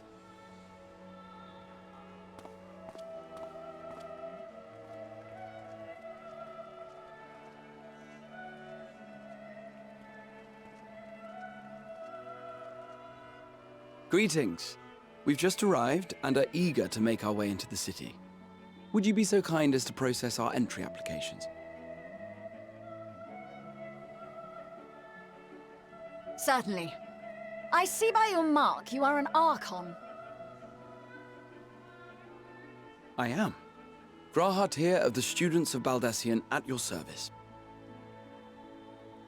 I was assigned to an Eorzean survey team, but have returned to assist with the reformation of my order. My associates here will provide additional support.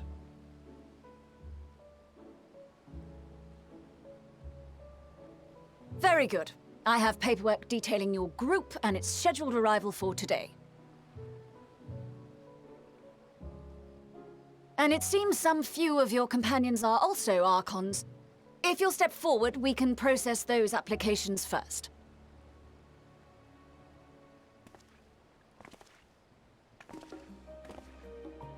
Ishtola rule.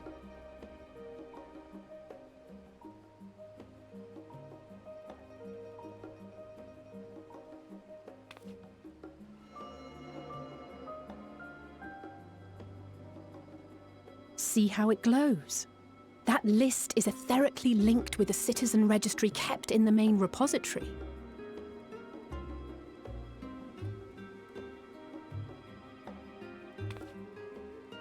I've confirmed your status as Archons and amended your travel records accordingly. Welcome home.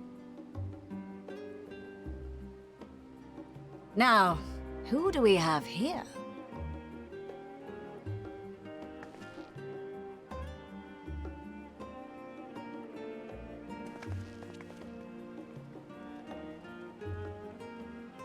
Alphino Leveilleur. And Alize Leveilleur.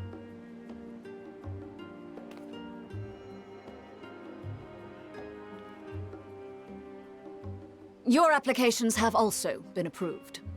Having said that,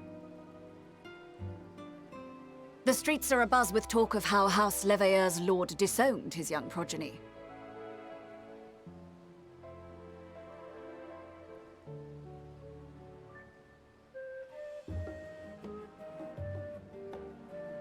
And while such personal circumstances constitute no reason to deny you entry, I urge you to avoid exacerbating your present situation. Times are quite troubled enough already.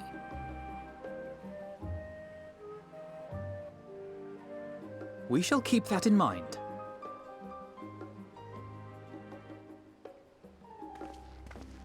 These last two are not Sharlayan natives, but you will find their credentials are in order. An application was made in advance.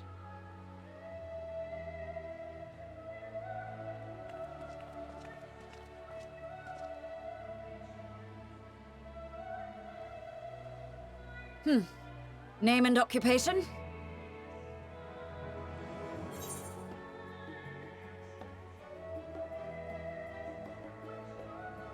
Shana Majula, adventurer by trade, artisan, or champion of Eorzea. I feel like champion of Eorzea might be a bit too much, so let's just say adventurer by trade, because that's pretty much what it is. Also, I'm seeing a weird glitch there. I think maybe because of the angle or something, like some skin might be going through.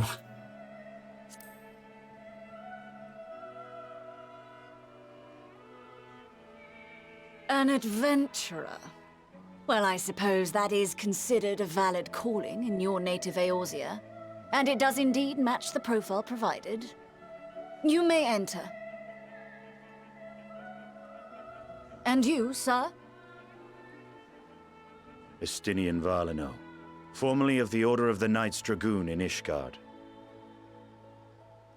Formally, at least. And what, pray tell, is your profession now?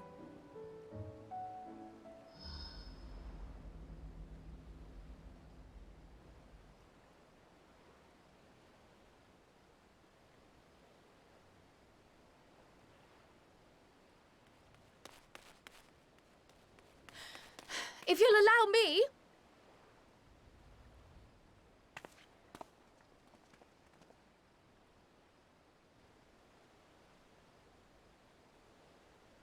My associate is a mercenary, hired for his strength at arms. Surely you are aware of the dangers we often face on our forays into the wilderness. Mistress Baldessian, if you insist on sponsoring his entry, then so be it. But while I appreciate that desperate times call for desperate measures, I find your choice of company concerning. Be advised that even a single misstep may have severe repercussions for your organization. I have every confidence in my chosen company, dear and trusted comrades that they are. But I thank you for your concern. Asked him in Japanese is interesting. Okay.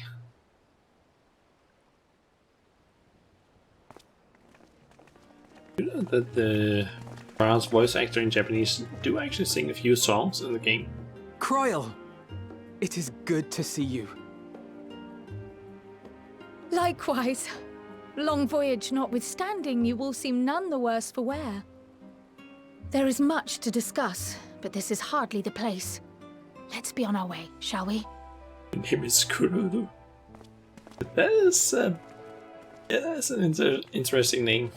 Oh!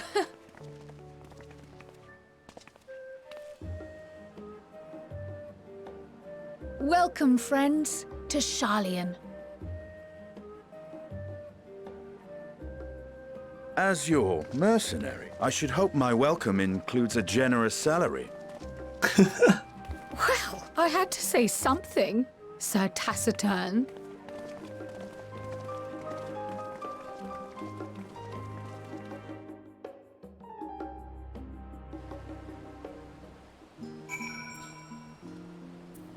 Okay. We're in Sharlayan. Or old Sharlayan, at least.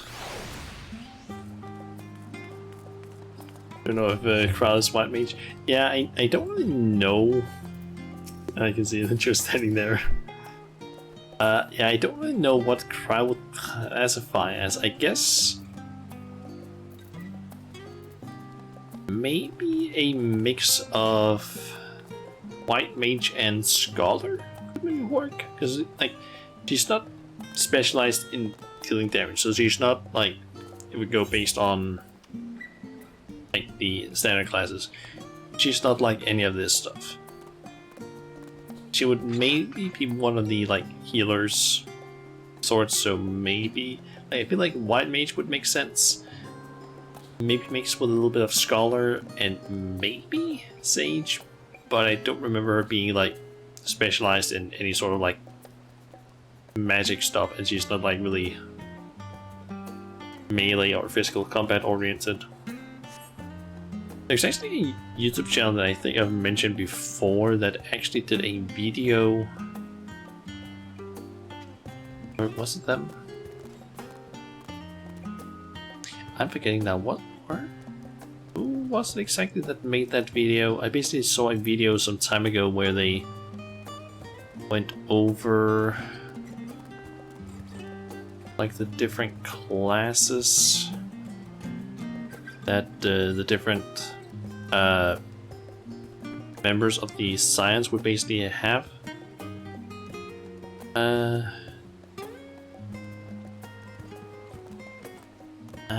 I guess it was not the Ocean Archives after all.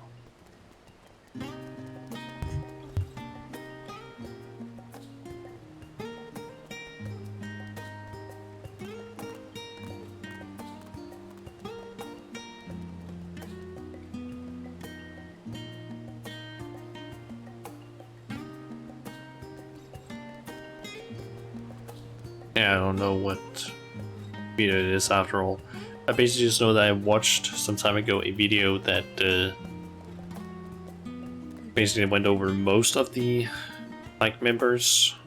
I don't think Ryle was part of that video though. I think it was basically just Alphino, Alice, Orange, Tancred, Justola.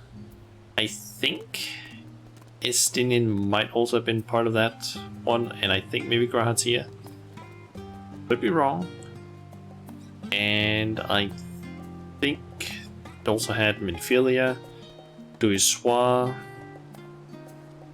Moonbreeder was also part of that list. But I honestly don't remember what the video is called, and I don't really know what to look up for in order to find the video. Okay, let's complete the quest. I'm glad I spotted your ship coming into port. The officers are born bureaucrats and sticklers for detail. In any case, you may relax and take a moment to get your land legs back.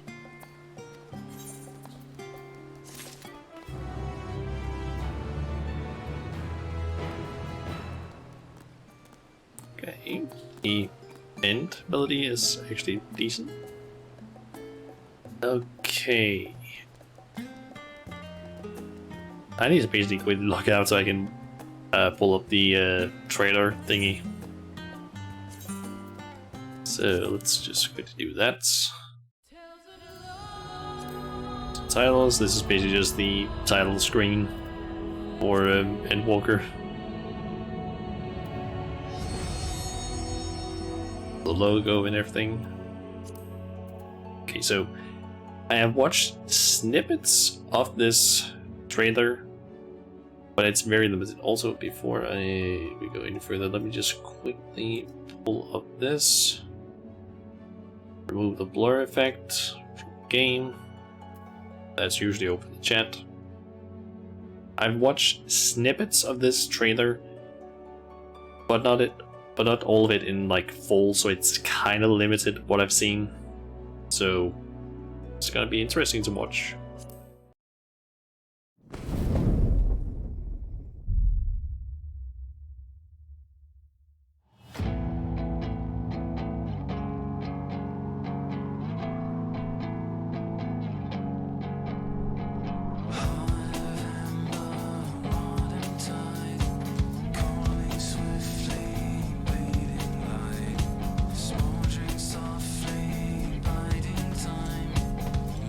Light, I'm assuming.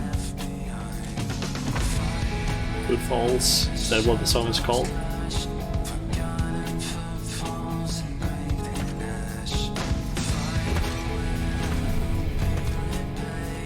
There's some weird boosts if they used to have the Square Enix name on front of them.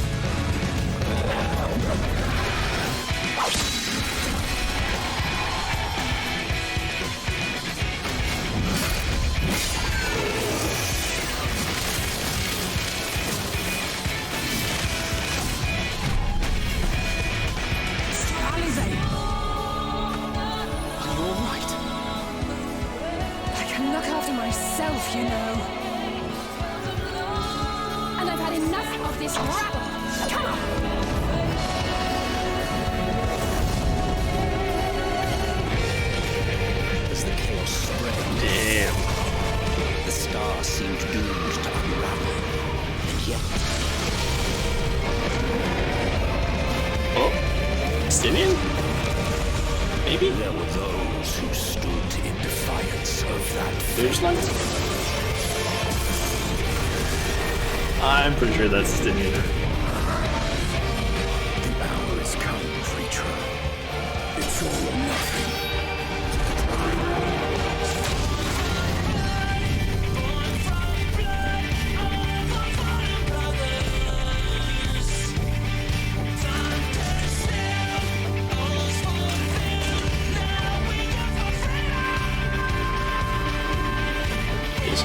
let's see what's this place. Perhaps. Damn.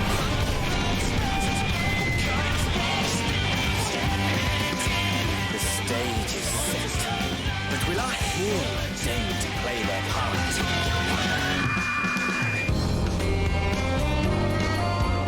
You took your time. 'Tis as we feared. The respite afforded this land was but fleeting. The end draweth nigh. I feel like the voice acting is kind of low for some reason.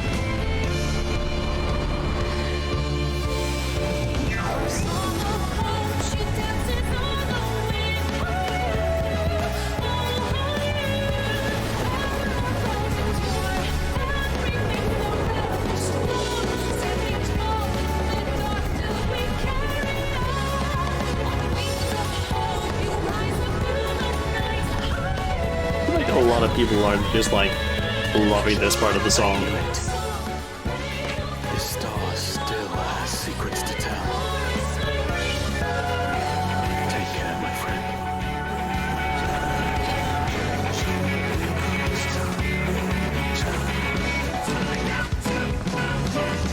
So, Charlian would keep its counsel while the world is lost to ruin. It would. Come what may, we shall live on. We must. Do as you must then, but we scions will fight until the heavens fall, until our last breath.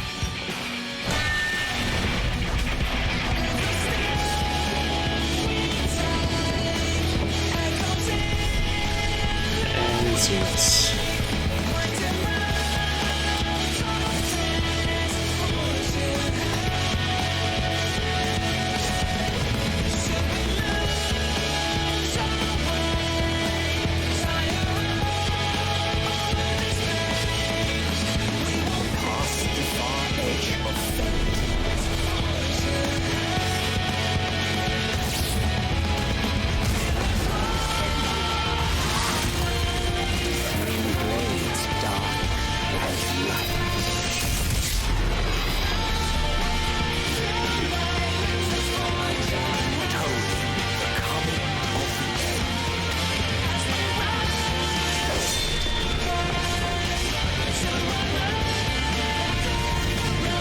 Beyond the movie.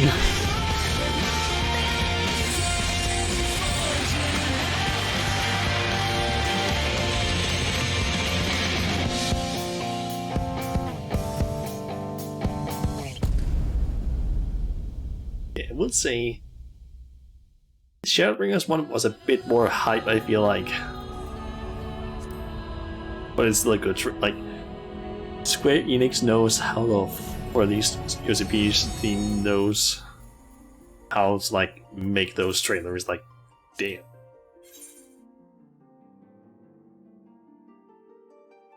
Just don't think they're gonna make a jump you'll never get back down. True. Unless you basically make sure you jump in direction of the source, in which case you can maybe hope to basically like just float the swords over to the source and then just like crash right into the ground. Probably won't survive, but still. I don't know why the audio or like the voices were that low, because that seems kind of weird.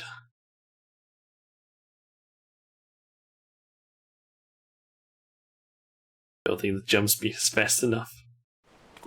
Yeah. Like if we like in terms of audio, I don't get why the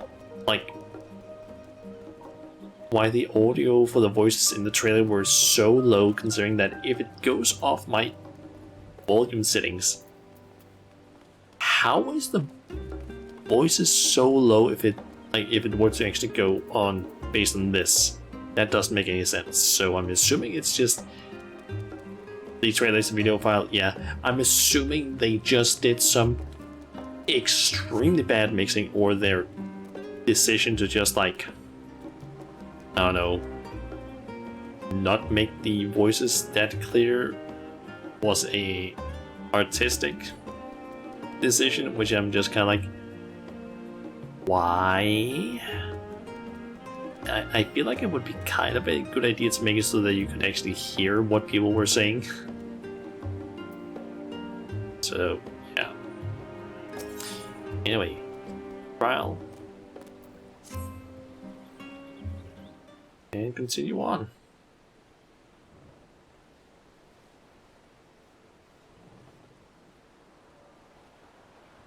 I had thought to launch directly into an explanation of what I've learned and how we might proceed. But this is Shauna and Estinian's first time in Charliean, and for the rest of you, a homecoming that was long overdue. You must have places you wish to visit, and people you are dying to see. Therefore I propose we postpone our agendas so that you all may have sufficient time to recover from your journey and get your bearings in the city. Once you've settled in, we can reconvene at the Baldessian Annex. How does that sound? 'Tis a fine suggestion. We may not be welcome at the Leveler estate as such, but I should like to nose around the neighborhood all the same.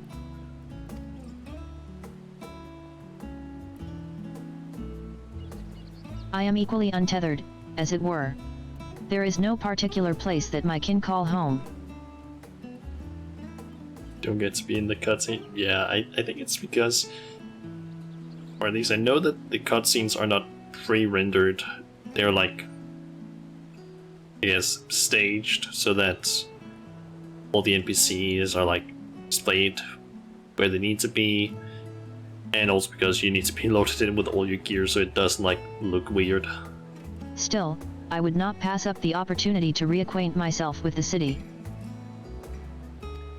Likewise. A quick tour of our old haunts might even yield some useful gossip. The annex was west of the Aetheride Plaza, wasn't it? I shall join you there anon. Yes, we'll see you there. Maybe not other players running all over your face cutscene. Yeah.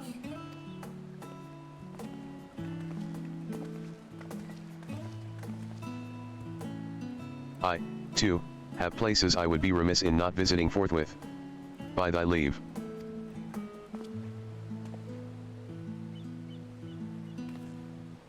What of you, Estinian? My services as a guide are yours for the asking. That won't be necessary. Until we reconvene, I prefer to wander as the wind takes me. But, I could. Oh. Oh well. Well, Roja, would you like to join us, then? You've been gone for quite a while, and this would be the perfect way to refresh those dusty old memories of yours. Oh. Of course, if you will have me. Come, Shauna. Charliean awaits. I guess we get the good old introductions to stuff. Remember when you were doing the MSQ on the day it came out, so many players everywhere almost couldn't find Kral for the quests. Yeah, that's what I've kind of heard, that some of the, when it's like launch days, doing certain quests can be an absolute pain in the ass. For example, I know that in Stormblood it became a bit of a meme, like during the start of it. There's basically a point where you need to like talk to Rauban and basically do an instanced duty, like a solo duty. But players could not join because so many people were basically just doing that one at the same time. It basically ended up becoming a meme of being called Rauban Extreme, I believe, or Rauban Savage. After you, my friend. I am more than content to follow your lead. Grahatia is now accompanying you. Keep him at your side in order to proceed with quest objectives. In the event you use the Ethernet, Grahatia will catch up to you so long as you remain in the same area. You can leave Grahatia behind, however, by entering a different area. You may also speak to him and select the option to part ways. If you wish to have Grahatia accompany you again, return and speak with him at the original location. While Grahatia is accompanying you, next try speaking with Kryle. Ah. Also blue heavy armor Popoto. Yep.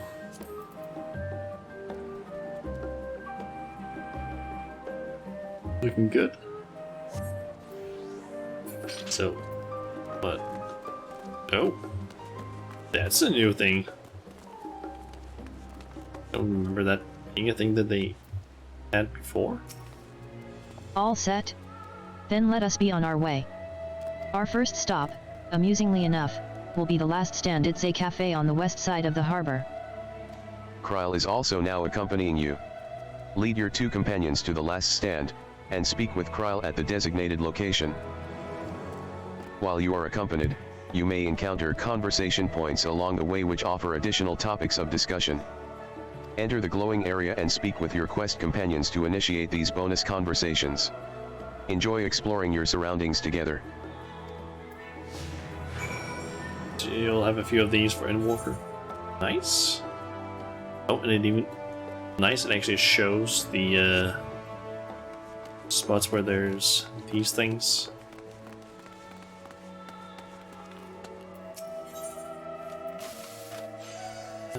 I'm grateful to have Kryle's help in reacquainting myself with this place. It's almost as if I'm seeing it all with new eyes, as you are. Oh, I need to pick the top one. I thought that was like something else. With all the unusual wares coming and going at all hours, I expect the assistance of an intrepid adventurer would be highly appreciated. I see no reason why you couldn't undertake any tasks which pique your interest.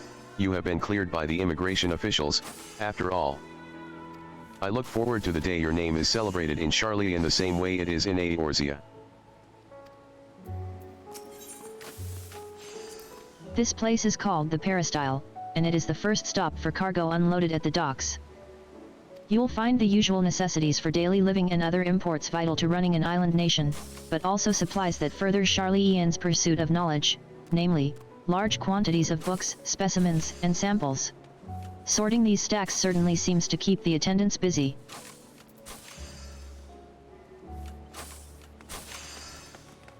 I have some meters. My apologies, but I can't serve anyone. In order to be eligible for the quest The Hunt, you must have completed the side quest Elite and Dangerous. So I need to have completed the current one in order to start doing hunts. We'll also just get started on at the tuning. Let's see. Probably gonna end up over in Tranquility, Archon's Sign, and Journey's End. Throughout this, Scholar's Harbor. Okay. I'm probably gonna get sent to places around here so that you can basically interact with the Rights. Okay, so what did they say over here?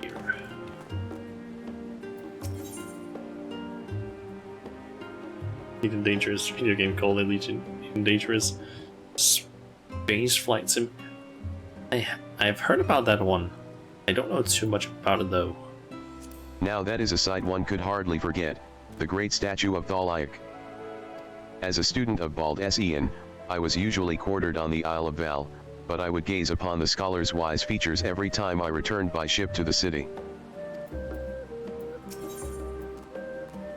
This path leading out towards the sea is known as the Thaliak Stoa, so named for the statue of the scholar which stands at its end. As you know, the Charliean people prize the accumulation of wisdom above all else. Thus when Thaliak was chosen as our patron deity, it was more a matter of pragmatism than belief, an alignment of principles, as it were.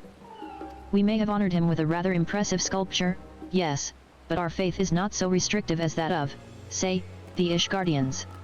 Individual Charlieans can, and do, worship the divinities of their choosing. Play for, what's it, 1800 hours. Oh yeah, I actually remember that now. Let's see, I guess just head over here. And here we are, the last stand. I may have mentioned this before, but although our research into nutrition and food preparation is quite extensive, the average Charlian tends to regard seasoning and flavor with a certain indifference. How can I put this? The food is, it's bland. As encapsulated by our infamous Archon loaf, the prevailing sentiment towards cuisine is dietary value first, and taste a distant second. There was one pupil at the studium, however, who could stomach the school's insipid meals no longer. So he quit his lessons and poured all his savings into building a proper eatery. And so the last stand came to be. It is, as the name implies, the sole dedicated outpost of fine dining in Charlian. The one and only bastion of the culinary arts in an isle of otherwise mediocre fare. I seem to recall their burger being hailed as one of the more impressive items on the menu. Not that I ever had the pleasure of eating one myself. Because you were a typical Charlian when it came to cheap and convenient, Ruha. But surely Tataru has since taught you how to appreciate a well-prepared dish. We should all stop in when time permits, and sample the cafe's delights. Shall we press on? The stairs to the side of the cafe there will take us up to the Aetheraid Plaza. Okay. And seems like I need to make sure that I specifically go to those talking locations, because otherwise they disappear after pressing the quest. That's a big, kind of unique looking Aetherite.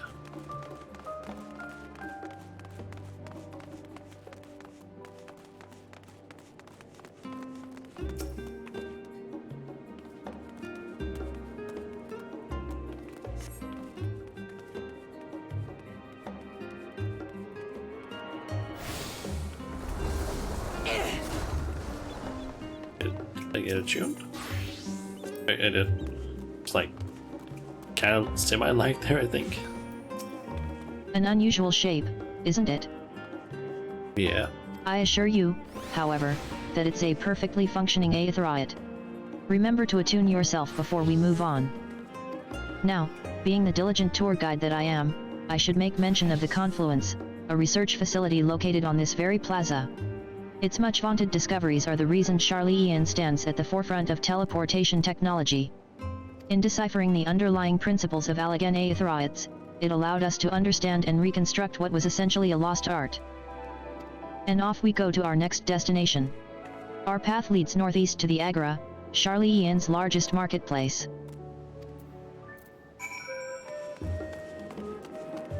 And there's its own location over here. Speaking of Aetheriots, those teleportation fees do add up after a while, which is why I tended to rely on the far cheaper ferry services.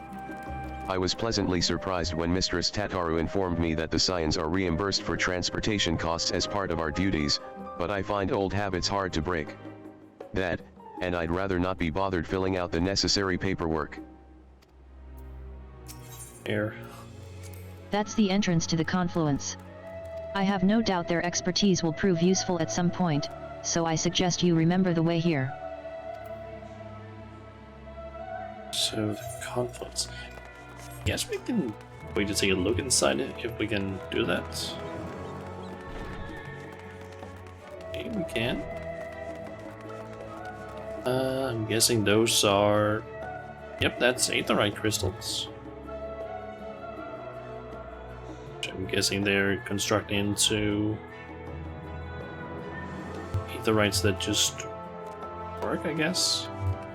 I actually go downstairs, I'm doubting it. Yeah, I've had a feeling it couldn't.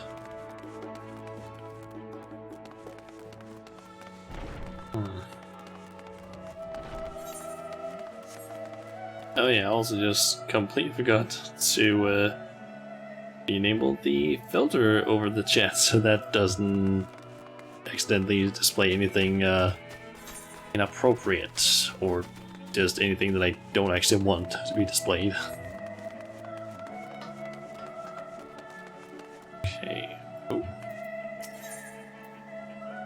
These little Bookstalls. open-air bookstalls are so uniquely Charleyan. I'd always thought them a common sight until I visited other nations. Do you mind if I browse the shelves for a moment? There might be some hidden gems I've yet to read. Only a moment? How optimistic. Feel free to browse all you like, but we won't wait around for you. Ah. Perhaps I'll return here later, then.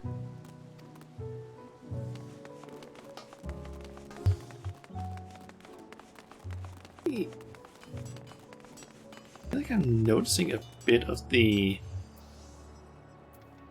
theme song that, or the song that played during the what's it called? The trailer, like a few times during the background music in Charleyan. Welcome to the Agora, where you can find wares made in Charleyan, as well as a wide selection of imported goods. They also used to sell questionable prototypes from the various research institutes, but I think that practice has thankfully died out. For the most part. Otherwise, I can think of no better place to stock up for your next big adventure. Am I overselling it? Ahem. On a more serious note, the next stop on our tour is one which has particular relevance to our ultimate purpose here. We must head back to the Aetheraid Plaza, follow the path north, then climb the stairs up to that imposing building at the very top. So up there, I'm guessing that might be where they, I don't know, store a bunch of information. Since it doesn't quite look like we're necessarily gonna go over here, so... Oh, that's the leveler. We're probably gonna go there after all, but might as well just quick get the rights, I guess. So this is a housing district, I guess, for the Aliens. And from what it looked like, the place appears the Leveler Estate. I guess where Alphino and Alizé grew up.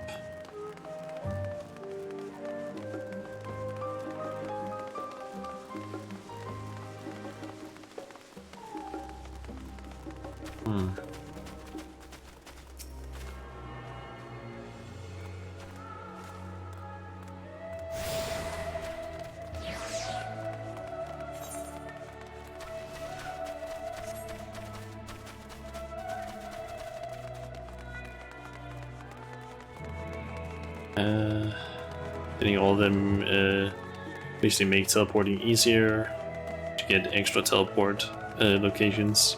Alright. So this is get some more dialogue.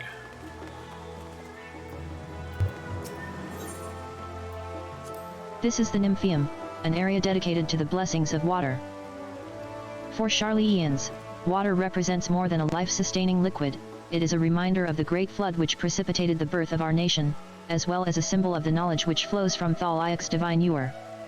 This is the reason you see an abundance of fountains throughout the city, and a propensity for utilizing water as a decorative feature in our architecture.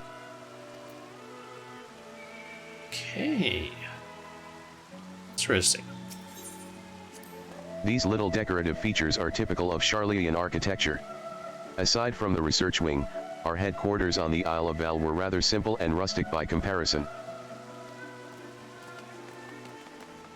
Okay.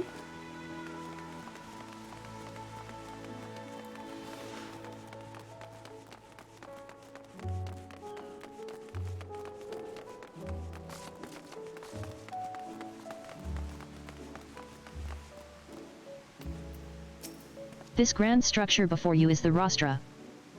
The name refers to the original public platform erected here, upon which a forum of elected representatives would deliver orations and debate policy. Although the stage has since evolved into council chambers, the nature of the forum and the duties of its members remain largely unchanged. Am I boring you, Roja? You seem awfully distracted. My apologies.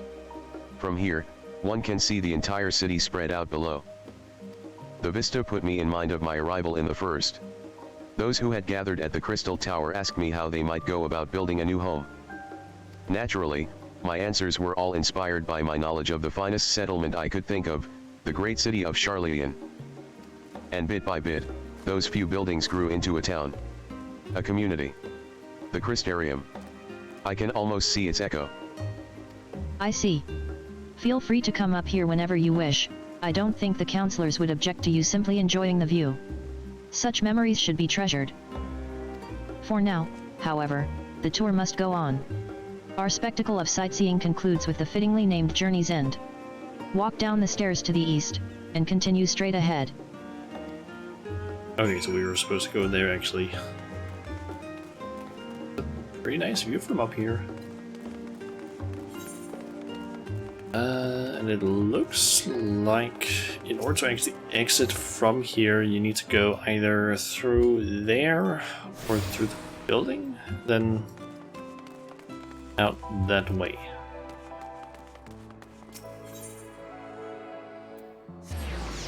Okay, let's teleport down to the Leveler Estate.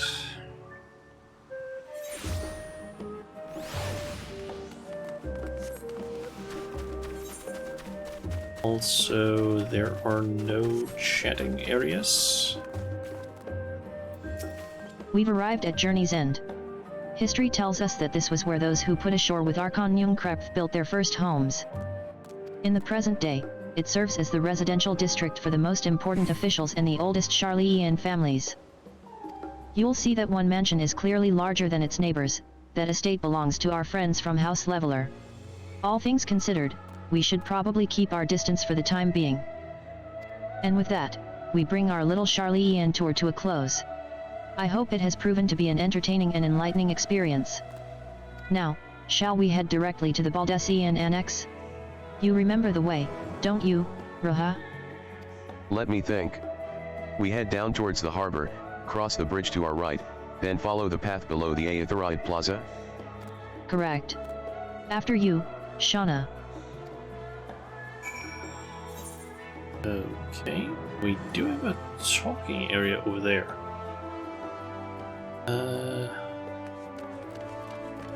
Sit down there.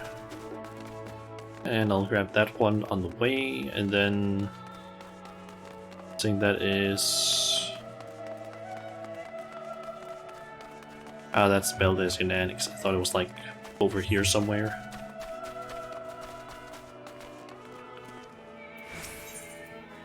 Charlene is full of educational and research institutions, but there are still professors who prefer to establish their own private practices. Not that I ever attended the exclusive schools they run in these residences. Perhaps the twins could tell you more about them. Right, we cross this bridge here, as I recall. Stick to the path, and be careful not to end up back in the Aetherite Plaza.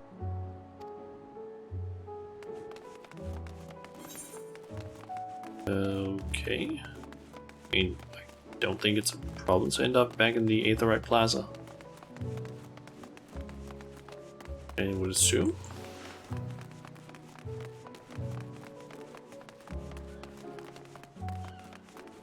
I guess he's probably talking about just staying this path.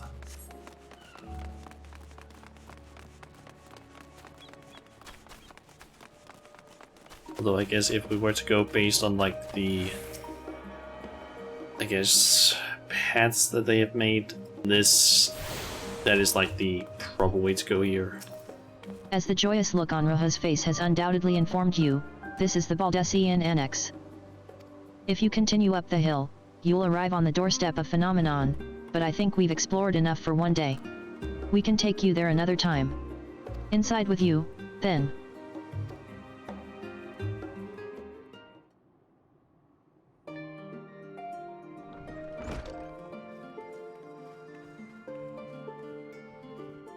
I'm back. And I've brought Shauna and Raha with me. Ah, you were right about the ship, then. Hello, Graha, it's nice to see you again. And it's a pleasure to finally meet you, Shauna. I've heard many a tale of your exploits. Ajika. Ajika Tsunjika. It has been an age. Allow me to introduce Ajika Tsunjika, Administration Officer for the students of Baldessian. He oversees the day-to-day business of the Annex. You may recall meeting his cousin, Ahika? Oh yes, Eureka. I've read the initial reports, quite a shock to hear what's become of the Isle. Do take care if you have the opportunity to rejoin the expedition. Okay, so they actually mentioned that we have done a bit of stuff with Rika. Nice. This place is like a second home for the students. The Isle of Val served as our main headquarters, of course, but we often had occasion to visit Charliean. I wonder if you have actually completed all of the questline regarding Eureka, if they actually have different dialogue. I'd be surprised if that is the case. Whether to make use of the city's research facilities, attend conferences, or procure supplies from distant shores. And the annex here was built to provide lodgings for our members while we engaged in such activities. Ever since our former headquarters, along with the Isle itself, vanished, the annex has served as our base of operations. And yet it feels so empty. With so many lost to us, our organization is a shell of its former self. The day will come when we will see the students rise again. But first, we must ensure that the Telephora we fall. Through that door on the left there is the main hall, where we can discuss our options moving forward.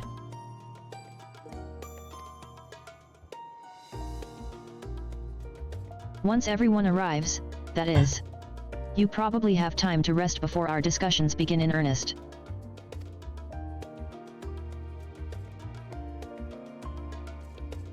I've had private quarters prepared for you in the Andron, so please, feel free to make yourself at home.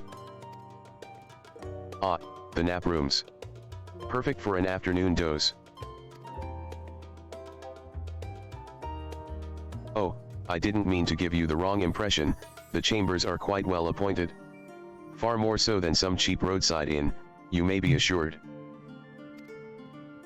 'Twas simply that we were often so busy with research, or exhausted from journeys abroad, that we would slip into the Andron just to steal a few winks. And thus they became known amongst the students as nap rooms, even if many such naps might last well into the following morning. Say the word, and I'll be happy to show you to your chamber. Okay, so that's Hopefully the others won't be too long in coming. I'll wait for you all in the main hall.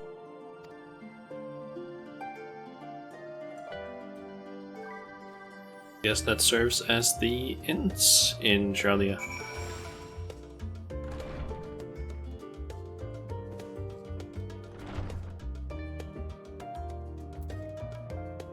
It's administrator. Got a mender over there. Do you have papers pasted on the walls of your room? 'Twas not unusual for occupants to pin up notes or documents and such, and then forget to take them when they went on their merry way. Sometimes it was quite deliberate, though. You might see complaints addressed to other members, or a thank you card for the engrossing literature someone left behind. Beloved traditions, that I should know better than to dwell upon. If we are to create a future for the students of Baldessian and so many others, we must look to the days ahead. Yes, enter main hall. Speak with the crowd.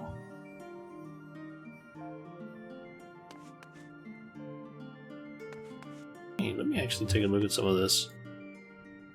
Got Muggles. I'm guessing that's a Good King Muggle log that's relating to.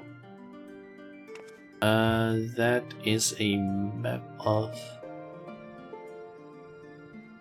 I am unsure. I think that might.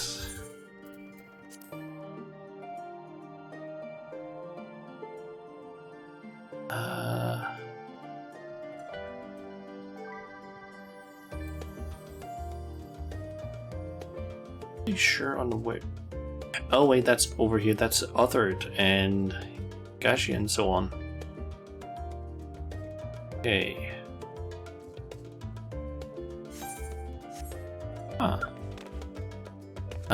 Those are... I don't really know what that thing up there is, to be completely honest. I don't really recognize that. That is like an elegant thing from Dalamud, I think. That is the research area in Mordona, I believe. That is an elegant cube of some sort. I don't really know what else to call that.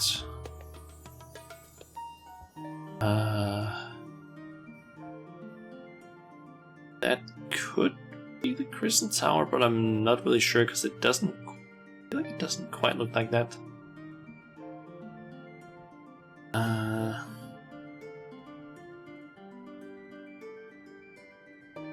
Don't really know what these two things are, to be completely honest.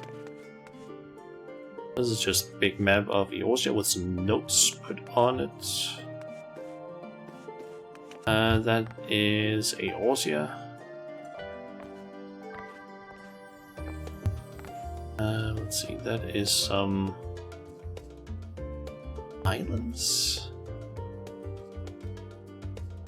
Don't really know where it's from, where that is. That could be a fairy that you summon.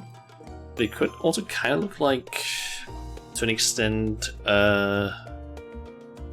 Garuda.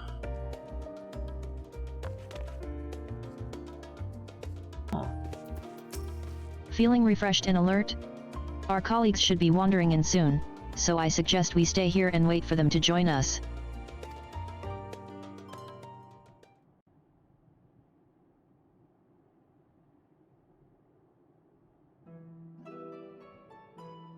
That kind of looks like a voice cutscene, perhaps.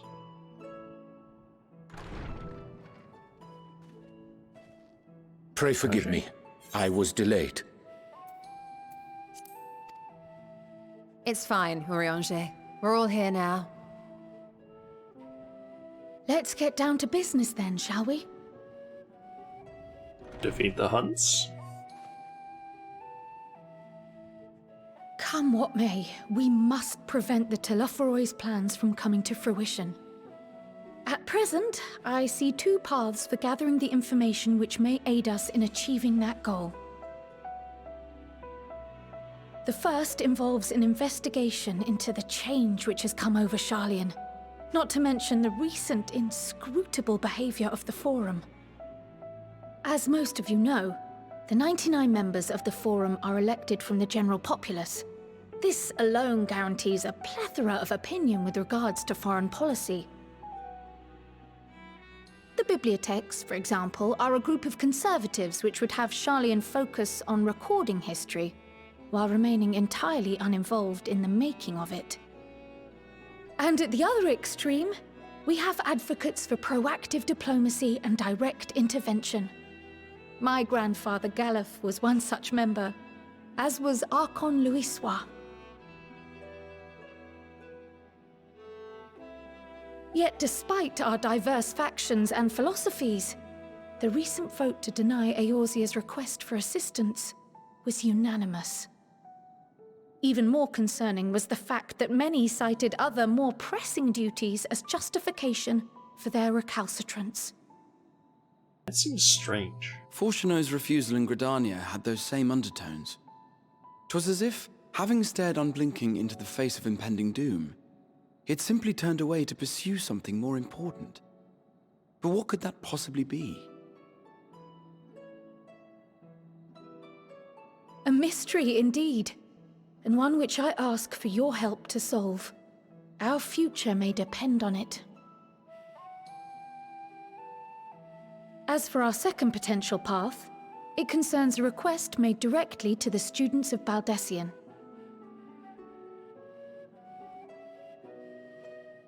Our organization was founded primarily to study strange and unexplained phenomena the world over. Mysterious relics and ruins, arcane disturbances, and so forth. Compared to our more isolationist Charlian colleagues, we have strong connections overseas, namely with scholars and academics who share our passion for the unknown.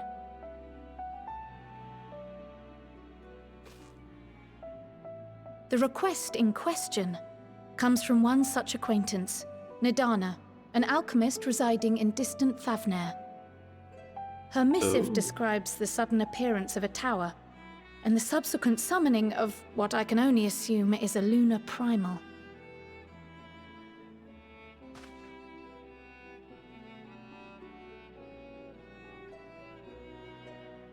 In response to this threat, the satrap of Radzat-Han, the individual who governs the city-state, has instructed the alchemists to find a means to deal with the spire.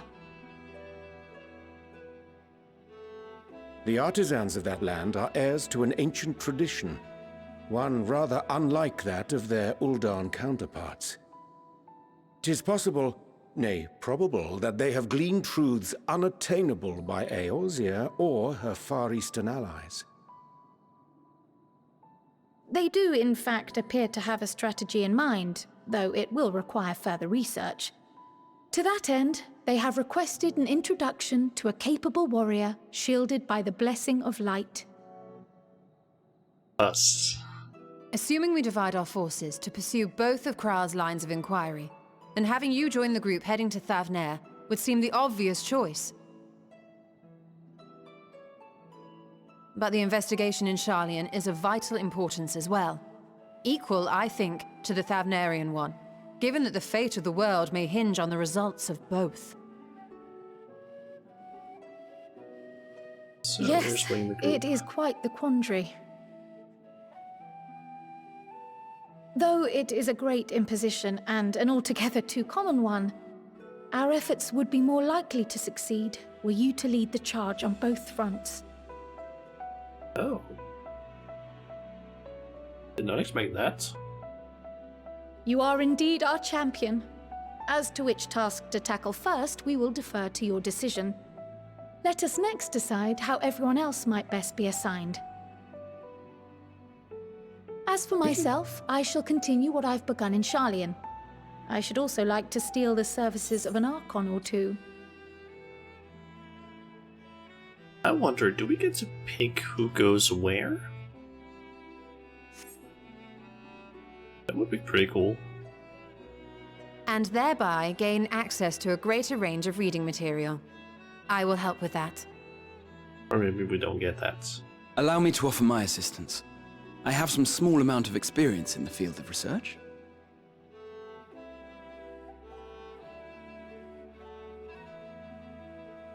Alize and I would also like to help, if you would have us. Anything to understand even a fraction of what our father and the Forum might be thinking. Of course! The more the merrier. So... Right. The rest of us will make the journey to Thavnair. The three that are combat focused and Thoughts? a healer. Objections? I passed through Thavnair on my way to infiltrate the Empire, and though I'm not qualified to give a guided tour, I did gain a sense of where things lie. Good. I'll be happy to have you along then. So for this group, it will be you, me, and Urianger. Give me a moment afterwards, and I'll supply you with all the details of Nadana's request. Consider this hall our rendezvous point once our respective tasks are complete. May our investigations prove fruitful. It's gonna be where we slowly progress both side quests side by side somehow, or is it kind of like where we are just forced down one path all the way, or it's gonna be like Kevin's work where it's like go a little bit in two like directions and then we basically get put on one. There's two quests. Getting the books. And for Thavnir bound. Ah.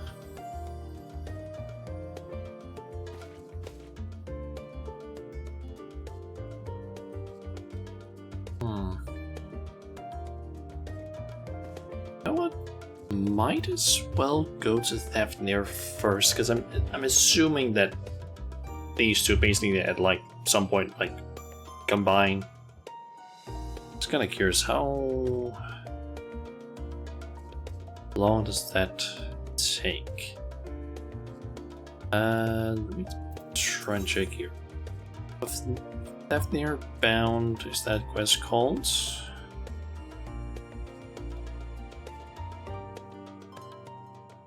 Let's see, Thavnir bound.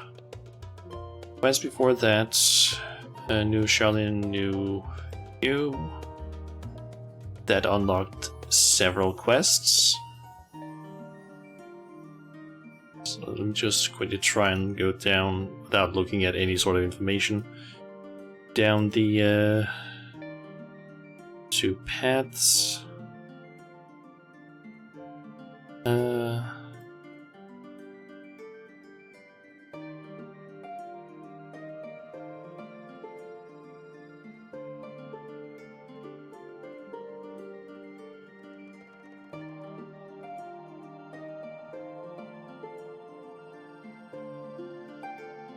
So from what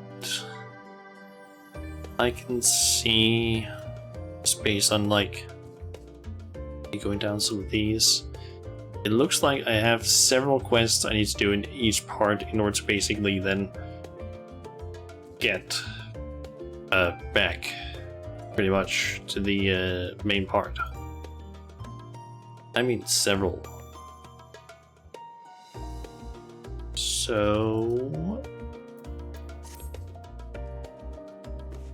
kind of thinking that how I want to progress this is probably going to be pick one of the paths, focus on that one until I basically hit the end point, and then do the other one afterwards. Which is just which ones should I start with. I'm kind of leaning towards Thavnir simply because it would allow me to unlock, at least I'm assuming it would allow me to unlock Ratzadhan. So where's this? Thus. Can't select that one yet. Can't select the Elzabard for some reason. Oh, that's because that's where this is also located. Thavnir.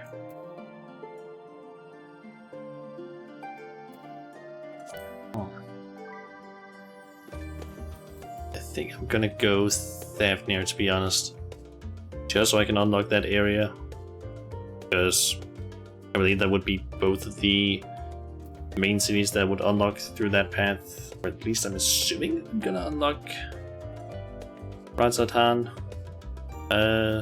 during this one. Yeah, or Thavnir bound.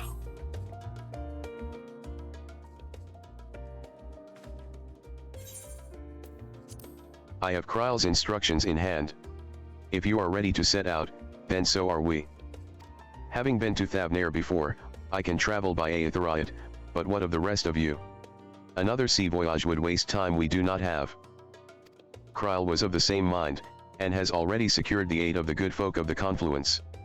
We'll take ourselves there. The Confluence, thou sayest? I'm afraid so, my friend.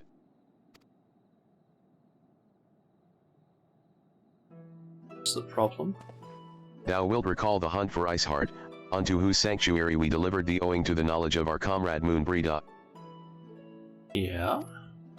Moonbreda was an authority on etherology, a field of study she did embark upon in pursuit of her parents' example. Both are authorities in their own right, and both are researchers at the Confluence. Oh. Haven't you gone to see them yet? I attempted to do so earlier, but to my shame, my courage failed me at the last. As it hath the many times I thought to reach out to them after sending that fateful letter. Neither time nor introspection have revealed unto me the words I should speak, and thus have I kept my silence. Whether you come with us or no is your choice and yours alone. If it is too difficult, we'll manage. Thou art kind to say so, but I have no intention of forsaking our cause. I shall go to the confluence, and I shall face that which hath long been overdue. If it's settled, then let us be off. When we arrive, we should look for a researcher named Kit. Okay.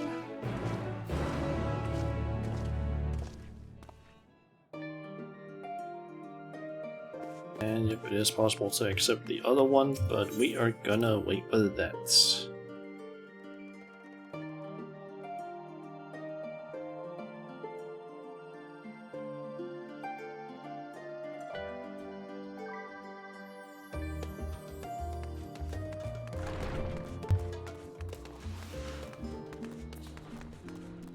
So, what's the conflicts? Let's meet with Guide? Or however you pronounce that.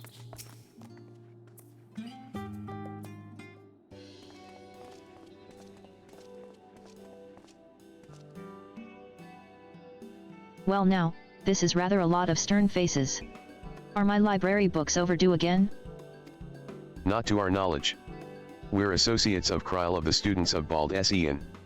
We seek passage to Thavnair, and understand that you can assist us.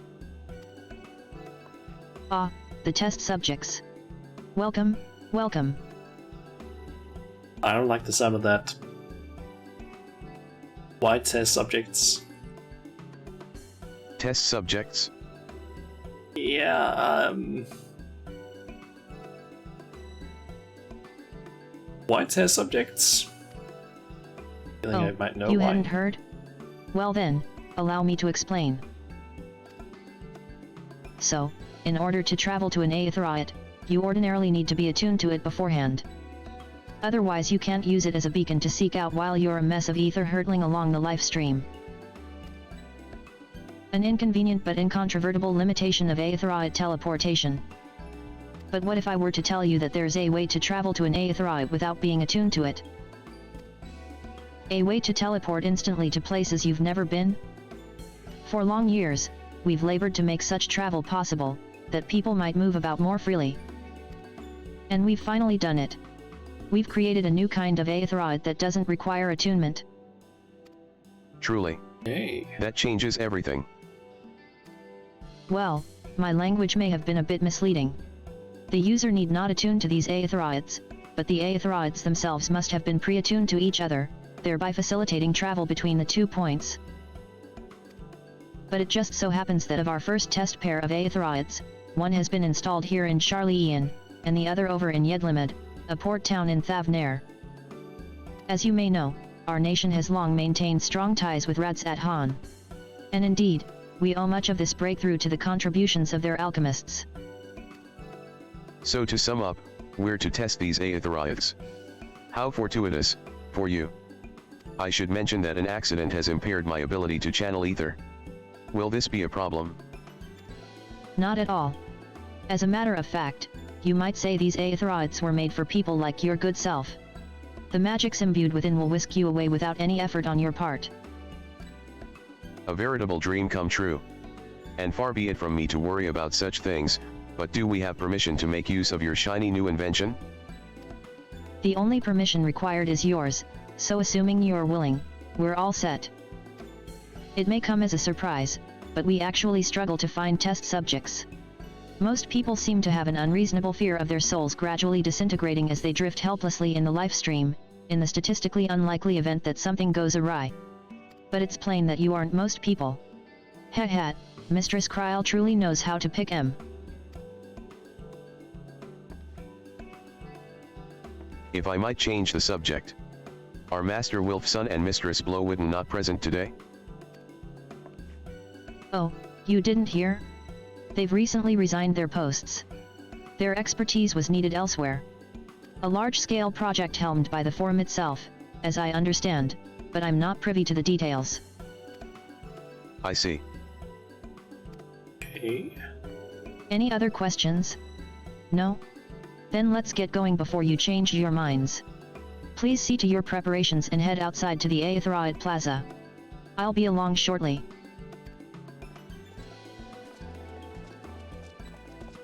Okay.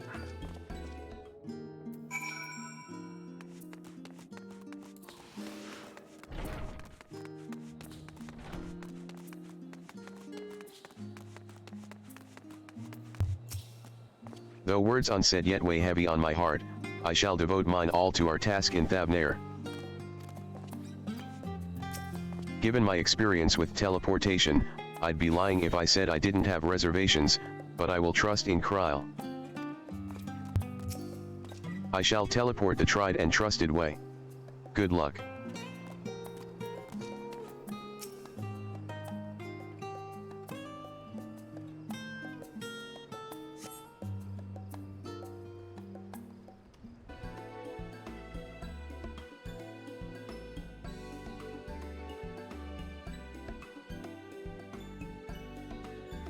Is this a voice cutscene? Right, we're all set. Yes.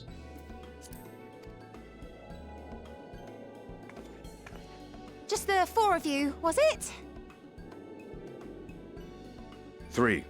I'm already attuned to the crystal in Thavnair. You are? Oh. I would have preferred more test subjects. Of course you would. Oh, well, never mind. If our 3 travelers could line up here, please. Gonna go wrong or what? Like we don't show up exactly at where we're supposed to be.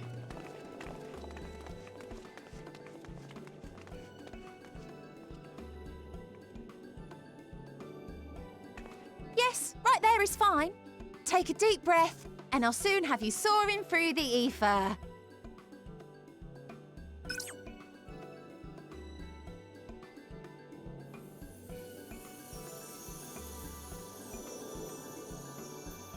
Oh, and one last thing.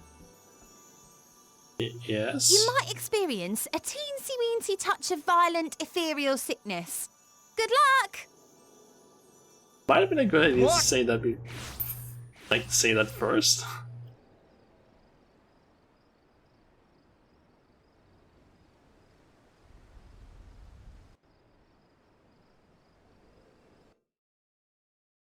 I wonder if that's gonna affect Thancred heavily due to his condition.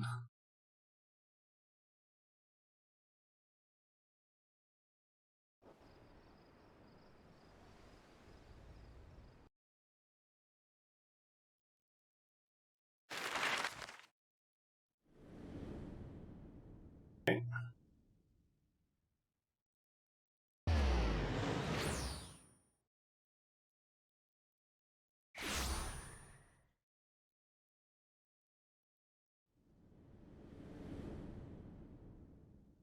We're in here.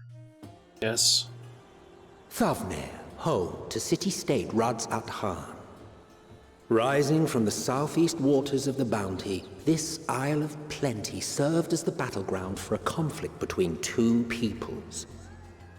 Their cultures bled into one another until a unique amalgamation was distilled from the chaos, in a process not unlike their precious alchemy. Once solidified as a single nation, an adamant stance of neutrality would hold invaders at bay. For a time.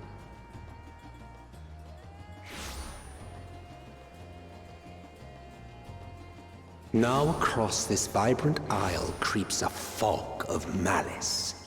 What choice do you have?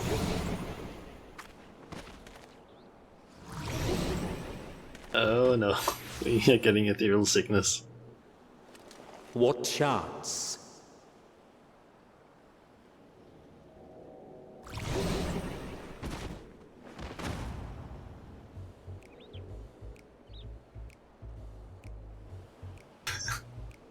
against such like, an insidious foe. It's just like, God damn it.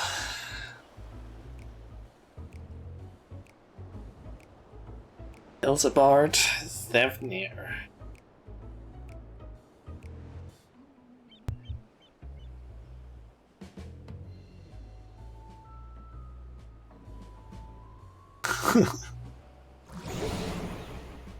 Oh.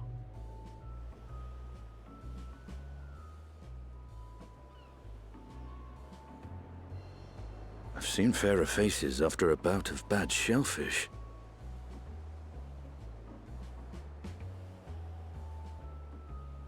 We're just dead. Let me bring you something to drink. That should help settle your bellies.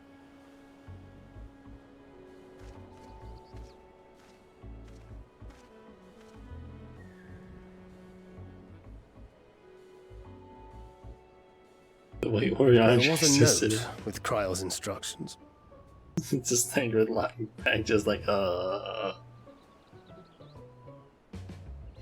Don't let Estinian roam the markets alone. He's alarmingly bad with coin.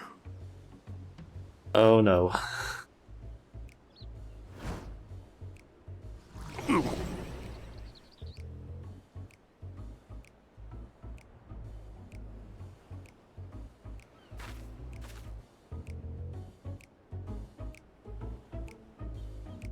Okay.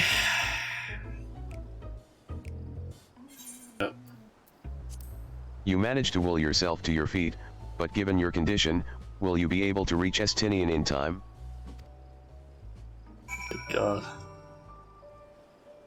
Search for Estinian. He's down there. Guessing alts. Oh. Oh.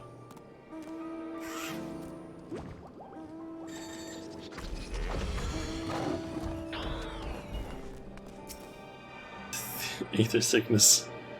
Your nausea using your movement speed.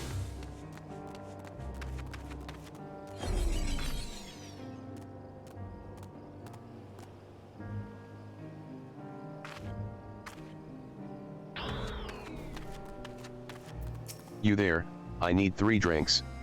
Something that helps with ether sickness. By the Manishya, a traveler. I mean, greetings. Greetings and welcome. You are wise, good sir, to come to me. My special Amro lassi, made with only the finest and freshest ingredients, is famed for calming unruly bellies. By way of a warm welcome to Thavnir, I'm pleased to offer it to you for the low price of 19,800 gil.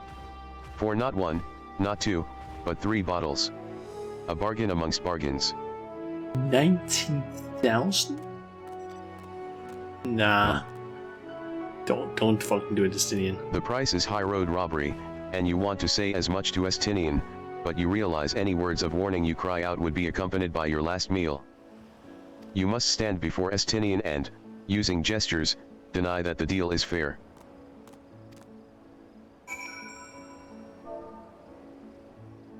Okay, deny. I thought you could barely stand. What do you need to tell me that's so urgent?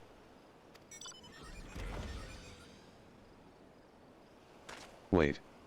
I shouldn't buy the lassie. This merchant is swindling me. But why? Sincerest apologies, sir, but I appear to have my prices confused. It's actually 1,890 gil for the 3 bottles of lassie. That seems a bit more fair. That confusion would have been quite costly. For both of us.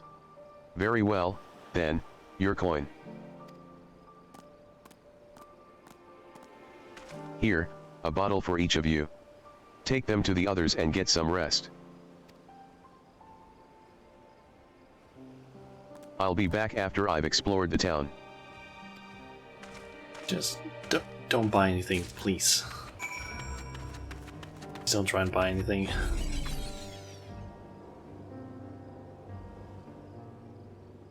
We'll say this is a kind of annoying mechanic thing that's happening, but I kind of understand why it's happening as well.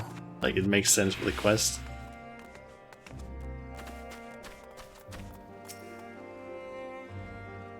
Raja is just like not saying anything. Special Amra lassi made with only the finest and freshest ingredients. This Amra flavored lassi is boasted to sell unruly stomachs. Praise be to the 12. My stomach doth loosen its death grip. My heartfelt thanks to thee and Estinian, and to the fine fruits of this land.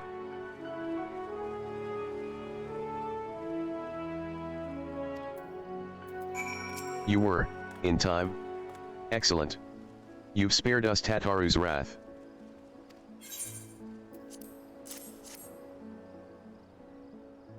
Sweet release. If you haven't already, you should have yours too.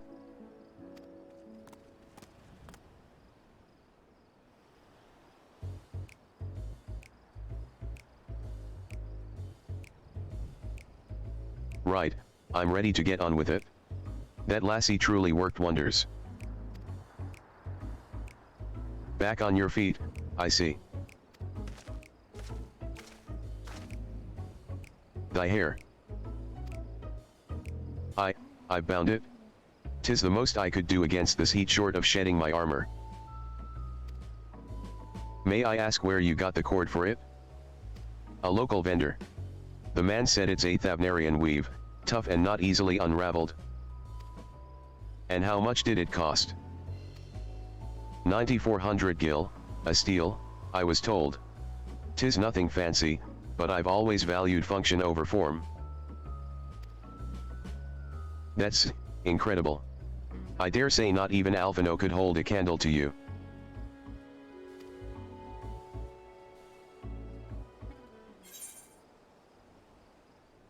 It's not uncommon for merchants to set their prices high, but doesn't it seem excessive here?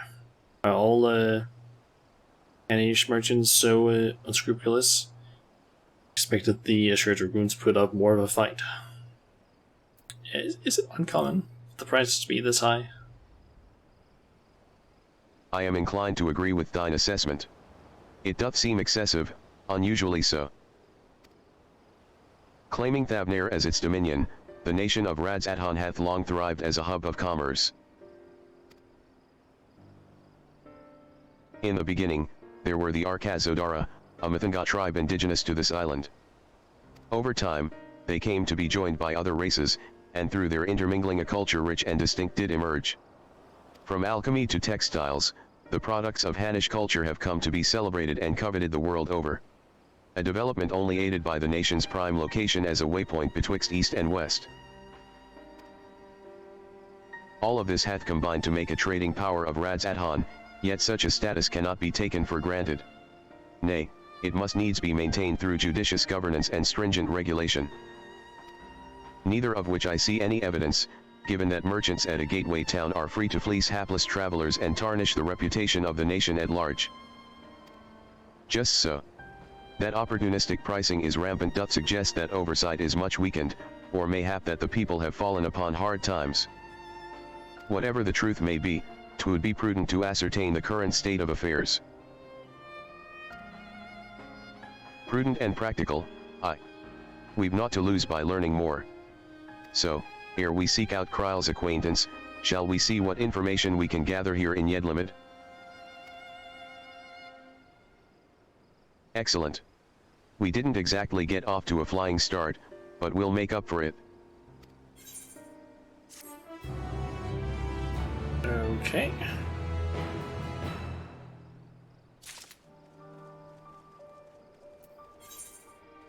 And that's Gemstone Trader.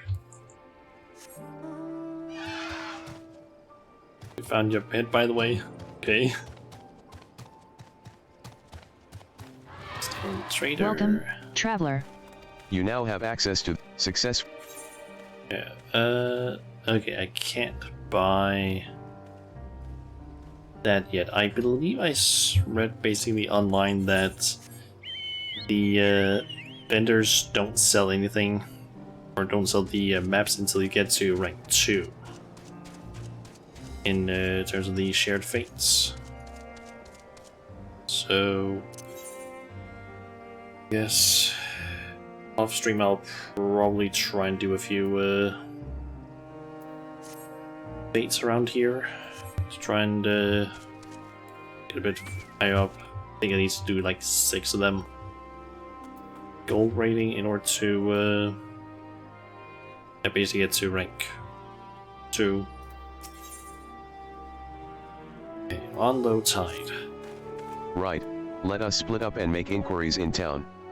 Shauna, the pier is yours. Once we have learned what we can, we regroup by the Aetheriot, off-putting though the mere sight of it may be.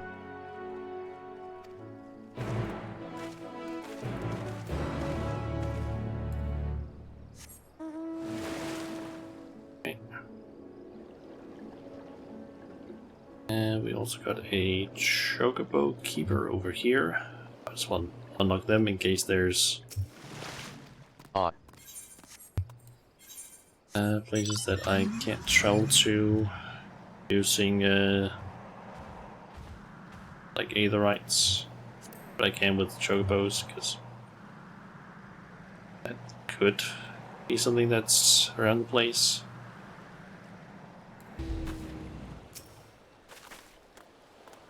The crate is laden with fruits, but they are on the verge of spoiling, as if they have been left too long.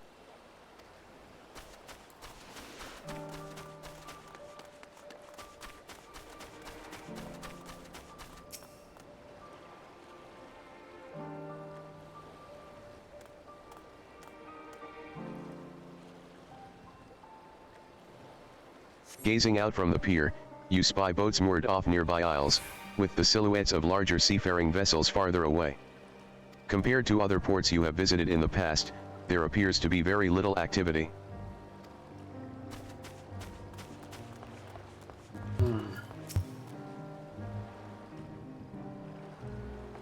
What am I doing? Oh, recording my sales. Still do it daily out of habit, though I don't know why I bother. Hardly sell anything these days. Business has never been this terrible, but I suppose things could be even worse. I could have a consortium to keep afloat, like Council.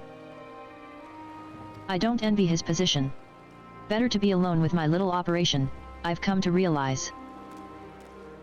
You're a traveler, by the looks of you? If you have a moment, perhaps you could pay Council a visit. He'd be glad for tidings from abroad. Like as not, you'll find him at the Salt Winds Sails, the Harbor Guild building across the water from here.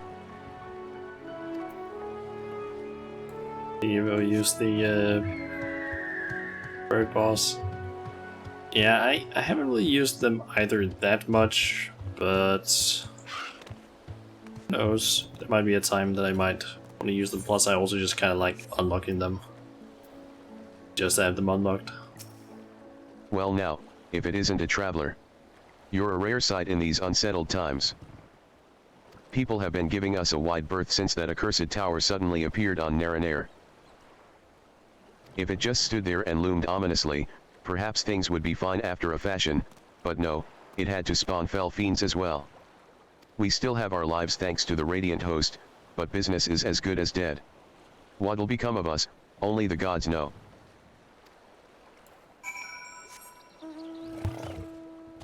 Okay. It's over here. Here's... I can't go down there, it seems.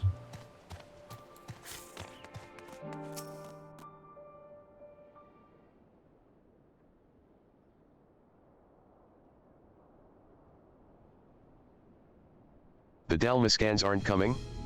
But we already have everything they ordered. What are we supposed to do with it? I don't know, but yelling at me isn't going to help. All I know is that their plans have changed, and that's that. Look, you must have known this might happen.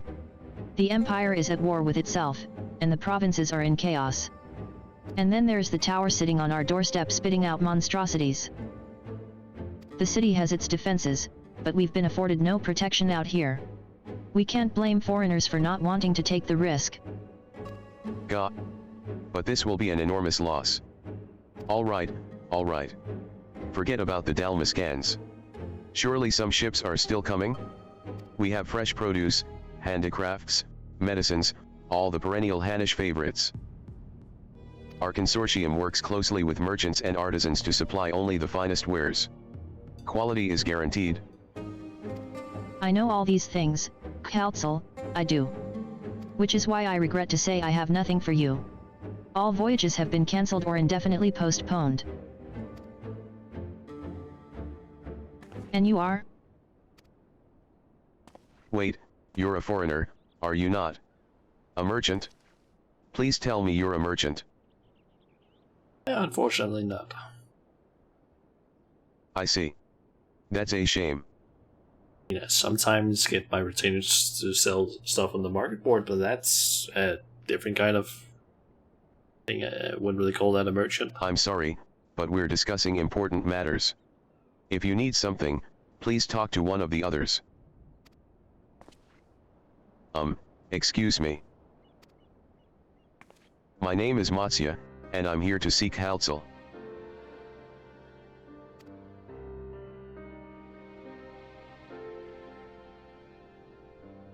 Oh, it seems he's busy. I'll come back later, then.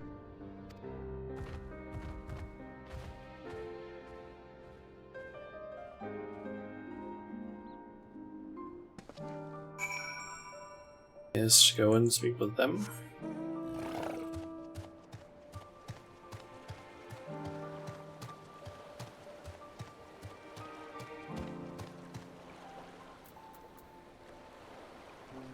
Apparently over in the area there's a I guess raid?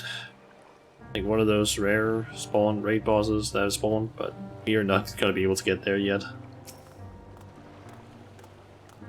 Yes. Can I help you?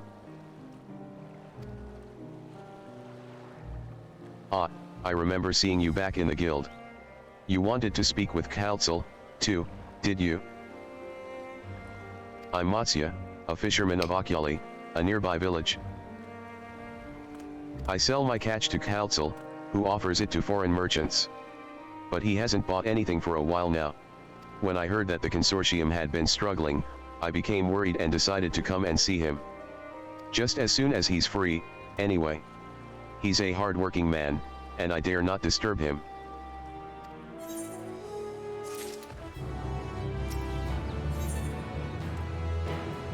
Fisherman's friend. If I may ask, what is it that you do? An adventurer, you say. And you travel the world, helping people. Then, that must mean you're great at dealing with strangers. Please, won't you teach me to be like you? You see, I brought some fresh fish with me, the portion I couldn't preserve, and I want to sell them. The problem is, I'm terrible with people.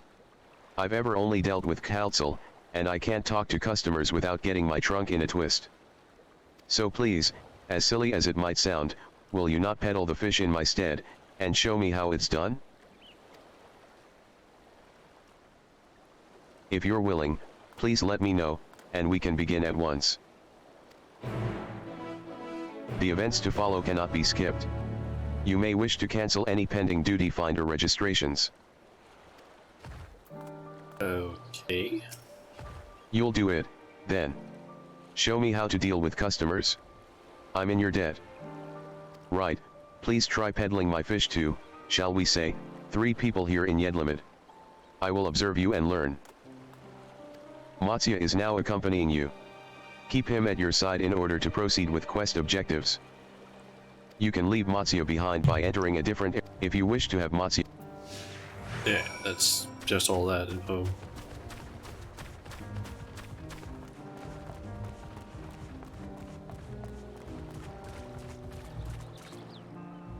Yep, seems like I can go in the water.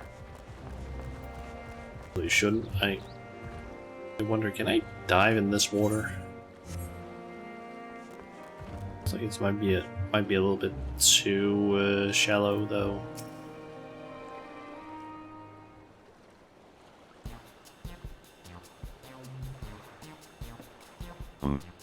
Yes.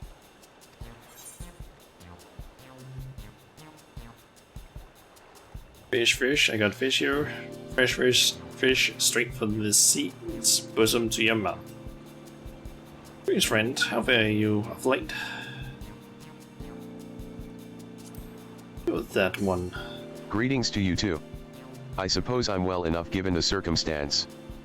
Things have settled down somewhat, but it was utter chaos when that tower first appeared. Everyone grabbing whatever they could, trampling over each other to get to the city. Many remain there for now, but I could not stay away. Had to come back, continue with my life, such as it is. Whether or not it was the right choice, only time will tell. There's no place like home, but don't do anything dangerous, eh? It's too risky out here. Maybe you want to move to the sea too. Let's go with this one. Oh, trust me, I don't. I make sure to keep well clear of the tower, and when more monsters emerge from it, I heed the Radiant Host's instructions. I hope they deal with it soon so we can get back to our normal lives. To the days when you could earn as much as you gave, and tuck into a meal satisfied that you did good work. Those days will come again. We know it. Wednesday, so we got meals. Why not have some fresh fish today? Fresh fish, you say? Oh, you're a fishmonger. Heh, when you bait me like that, how can I not bite? Very well, give me some of your fish.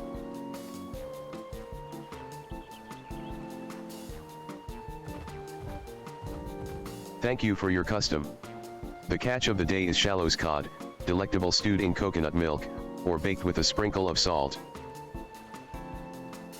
You succeed in making a sale.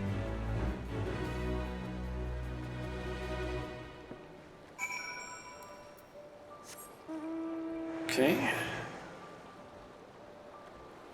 Another person in order to try and make a sale.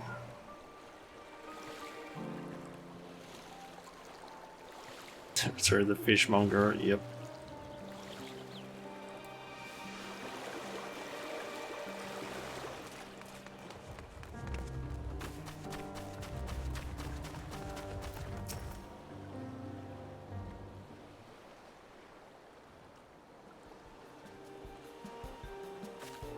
Hey hawker, are you? Do you sell fruit, by chance? If so, I want to buy some amra. Let's say a dozen. They don't need to be export quality. Amra shmamra, and my fresh fish is the only thing you need. What do you need so many amra for? Why, for eating, of course. It may seem like a lot, but of late, I go through that much in no time at all. I am a stock taker by trade, but with no vessels coming these days, the wares are beginning to pile up. By the same token, nothing is coming in from overseas. But not a day goes by that someone doesn't come asking when the next shipment is arriving for this and that and this and that. All of it wears me down, and I find myself feeling constantly hungry. I know how you feel. Are you sure you're actually hungry?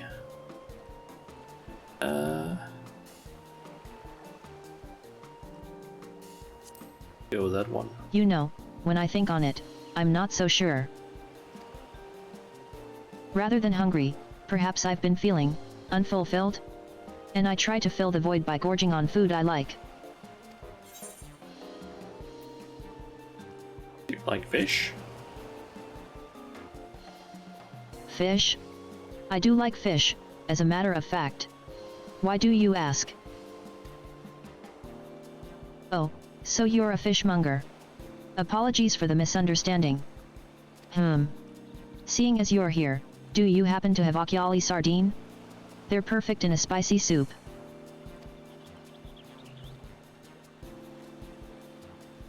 We certainly do, madam.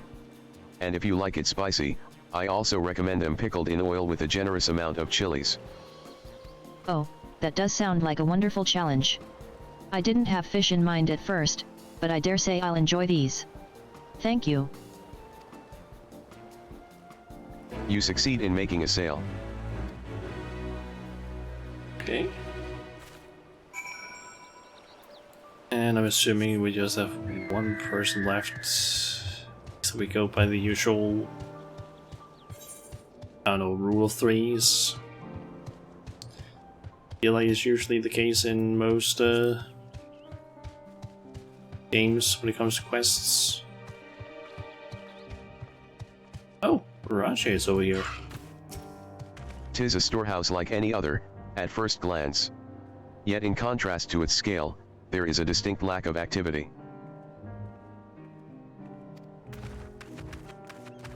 Okay.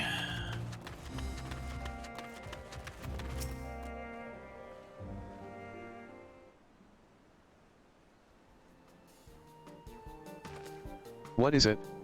If you don't mind, I'm rather busy. Oh gods, my stomach. On. Ether sickness? No, nothing so unusual.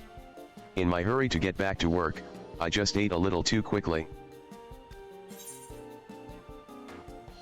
Some fresh fish will sell your stomach, and mine are the freshest of all.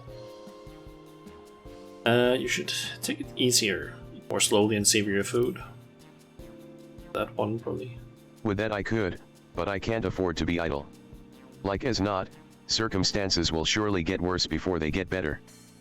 And so I'm working as hard as I can while I still can, the better to be prepared. How do you intend to prepare, or what an industrious young man you are? Let's go with number 2. By stockpiling supplies. For that, I need to earn coins so I can buy food, medicine, what have you.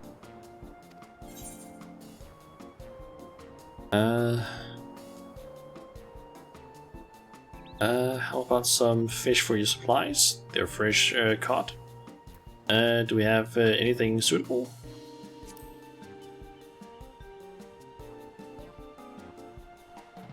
Oh, we do have some dried products too, Thavnarian cucumber and papaya fish. They're the last of the batch, so if you're interested, you can have them for a discount. Truly. By all means, I'll take them all.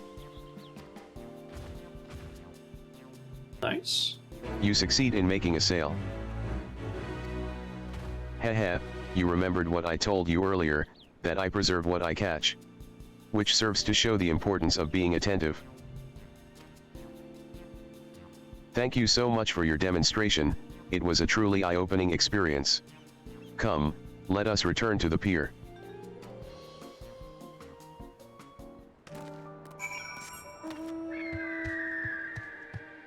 Okay, back to the pier.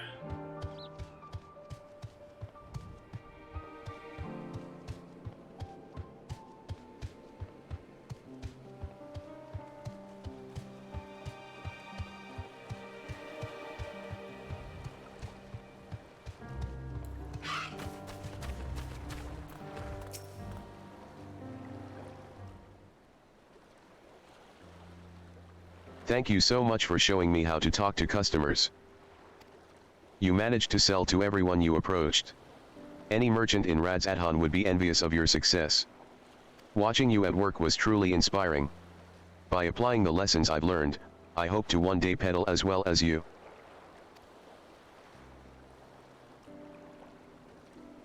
Still, there's only so much I can do alone. I hope that things will return to normal for Kaltzel soon. I thought I heard a familiar voice, and who should it be but Matsya?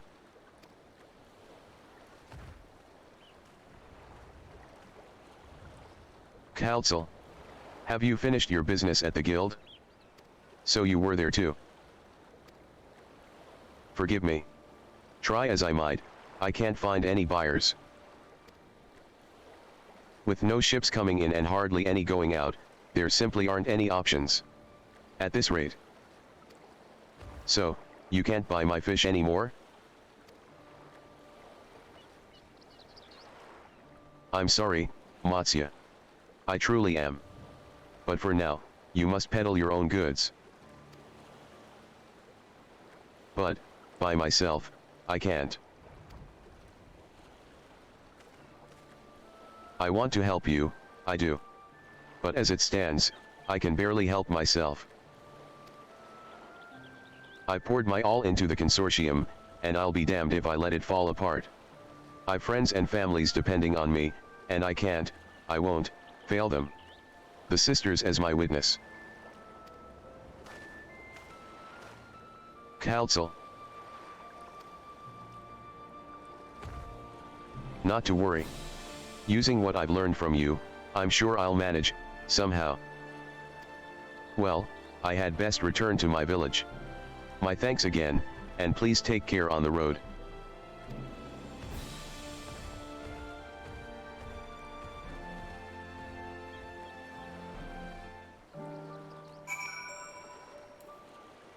Okay, speak with Thancred.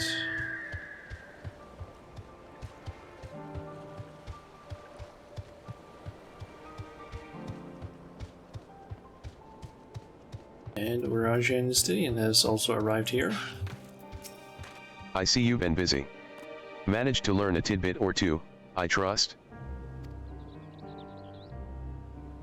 Sold some fish. I see. We also heard that the tower is affecting many locals' livelihoods, but to think that it would be to such an extent. For another notable, if not wholly unexpected, discovery, disappearances and kidnappings are disturbingly commonplace. As before, the culprits are almost certainly tempered Imperial soldiers. And as before, they mean to use the faith of their hapless thralls to call forth a lunar primal. Business as usual for the Telephora.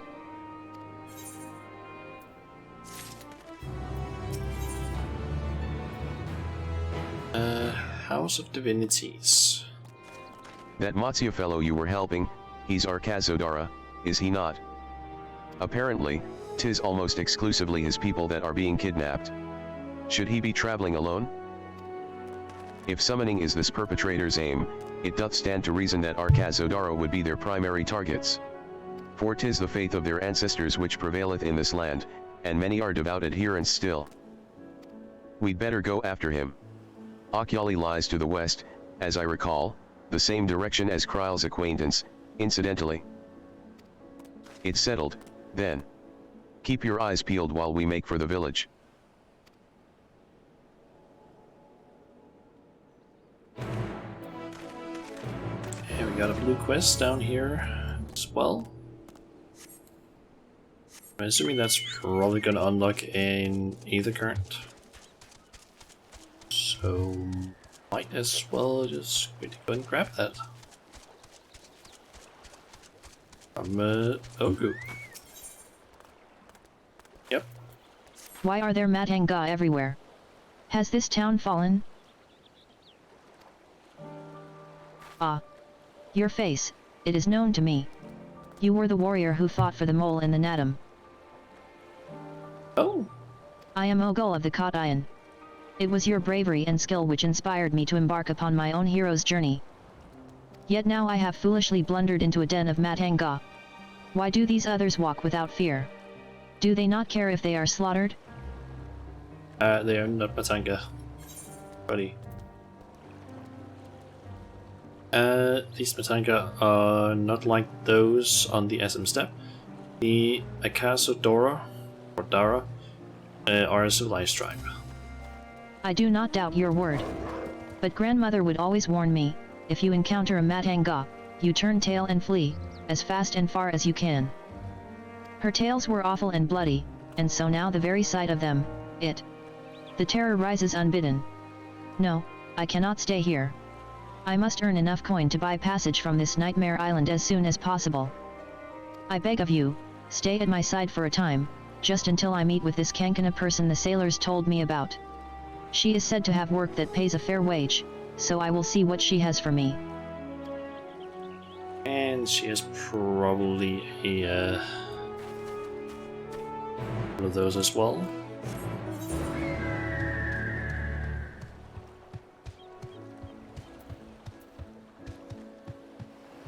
I believe that we already have one tribe unlocked at this point. And I think it's... or there's like patches. There's one tribe currently available. I'm guessing we're probably gonna need to do a lot of quests before we can unlock that.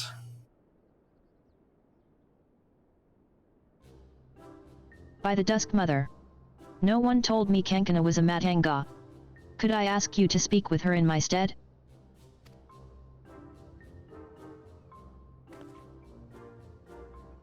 Welcome to Yedlimid, traveler. I am Kankana, and it is my job to assign the right work to the right workers. Might I have your name? You mentioned they do a mean punch, but they're not quick to anger in any way. Yeah. Seem pretty peaceful and calm. Shauna, and Ogul, was it? Let me jot those down. Oh, grandmother, why? Why did it have to be a Matanga? Is your companion quite alright? Ah, an understandable reaction. The Gajasura tribe have done much to stain the reputation of our people. You are looking for work, though, yes. Many have been forced to take what they can get since the troubles began, so I'm afraid all the simple jobs are gone. As for what's left, I only have tasks fit for seasoned fighters. Does that sound like something you could do? Fighting? I can fight. Lest you doubt, my skill is likened to that of the Dragonbane, the legendary Chukazo herself. I'm not familiar with the name, but you sound formidable indeed. Why don't we start you out on escort duty, then? A group of artisans set off to harvest materials, and ask that I send any prospective protectors their way should I happen to enlist any. What? They already set off? Is our duty not to escort them? There's to be a ritual dance performed in Katja's footsteps. They'll need incense, and costumes for the dancers and such. The entire thing was decided rather suddenly, so there was no time to waste.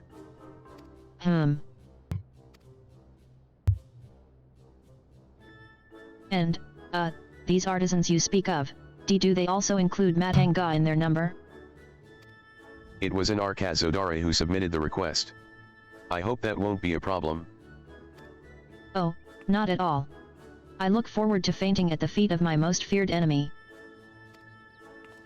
Shauna, I cannot do this alone. Pray lend me the strength of the victor of the Nadam, and half the reward for this task will be yours. The artisans didn't plan to venture far, leave Yedlimid to the west, and you should soon come across your employer. Then that is where we shall meet. You will find me there, yes? Sure.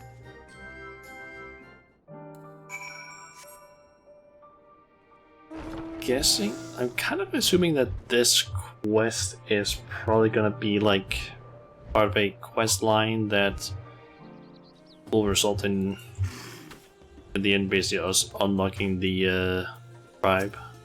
Ah, you must be our belated escort, yes. Glad to have such courageous, is your companion not well? She seems a touch shaky. Of course, I should have thought of it before. I shall harvest the necessary ingredients while the artisan stays here. That way I have no need to fear him, being harmed. Perfect. I must say, this is less than ideal. My people are already scattered across the wilds, and I wanted someone to roam around and ensure they were safe from attack. Is your friend perhaps frightened by Arkazodara? I have met such travelers before. Well, no matter. If you could patrol the area as I asked, I must attend to my own harvesting. Ogul has run off into the wilds alone. Keep an eye out for her as you continue your patrol. Okay. I'm basically thinking we'll quickly just do this quest. Then we can continue with the MSQ.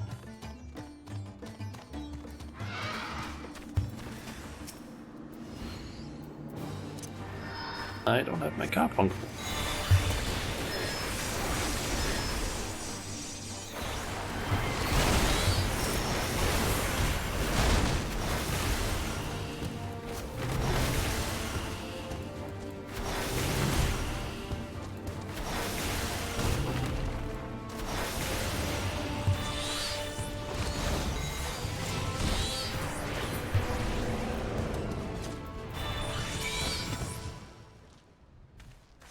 You must think me foolish.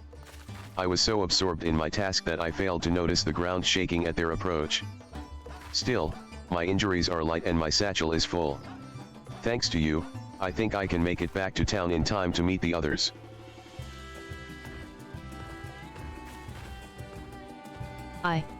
What happened? Did you slay the beast? That was a near thing. I took the first one by surprise, but the second. Knowing a Matanga stood at my back, my mind froze and my body refused to obey. Grandmother taught that we should let fear wash over us like water, but to my shame, I could not have failed her more thoroughly. Not to sound ungrateful, Shauna, but why did you follow me? We were to patrol? Forgive me. I should have waited for orders, instead of running off alone and putting lives in peril. Come, we should return to our employer. I want to be sure that the wounded man reached safety.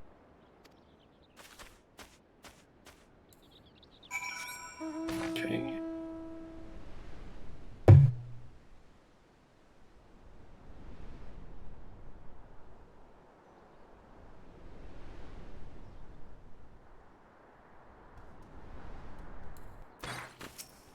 My colleague told me of his rescue. Although we had hoped for an escort from the start, imagine if you hadn't come at all. I've sent him and the others back to our workshop, so consider your duty with us complete. You have my thanks. As for your payment, that you can collect from Kankana. Right. I suppose we report to Kankana, then.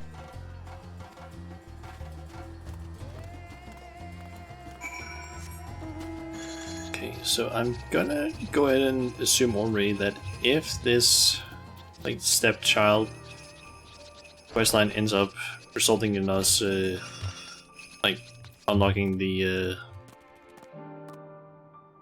keep forgetting what they're called.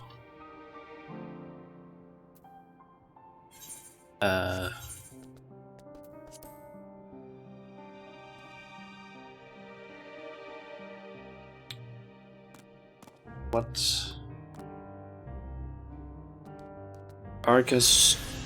Akasodara. I'm assuming that the Akasodara, that is a fucking name and a half pronounced. I'm assuming that that tribe might deal with maybe Ogul basically being part of it and us slowly getting her to basically, I don't know, not fear the other tribe. Ah, there you are. Your employer expressed satisfaction with your work, so congratulations on a job well done. As a response to the recent chaos, the upcoming ritual was hastily planned to say the least. As a consequence, the artisans have been hard-pressed to make everything ready. But when times are hard, the people of Thavnair rely on such traditions to renew their faith and bolster their hearts with the teachings of the divine. The death of an artisan would have thrown the whole thing into disarray, and thus your rescue was timely indeed. Please, accept your payment, half each, as agreed upon. Are you interested in further work? I may have something for you, if so.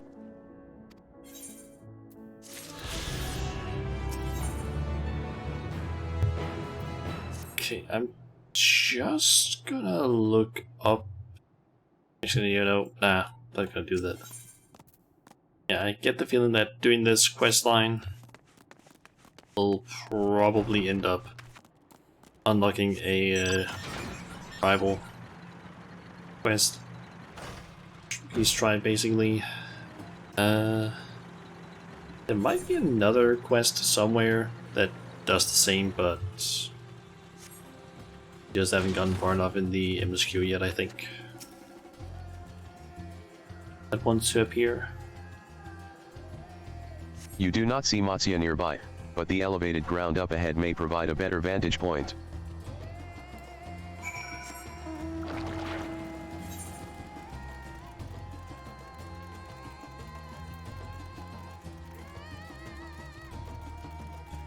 So we got the Great Work and Palaka's Stand. That's a that's an A rank at least. Hot Park.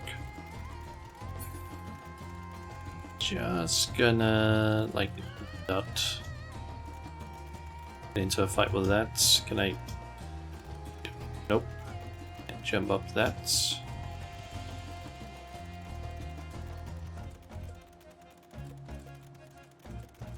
I also just remembered I have not been using my Aether Compass. Aether Current Compass. You do not see Matsuya from here either. No. Leave me alone. Help. Somebody, help. Matsuya's voice, and it came from the north.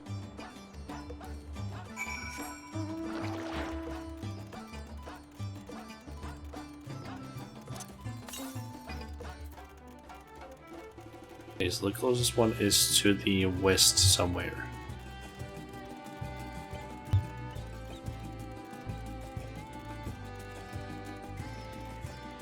Oh, down here.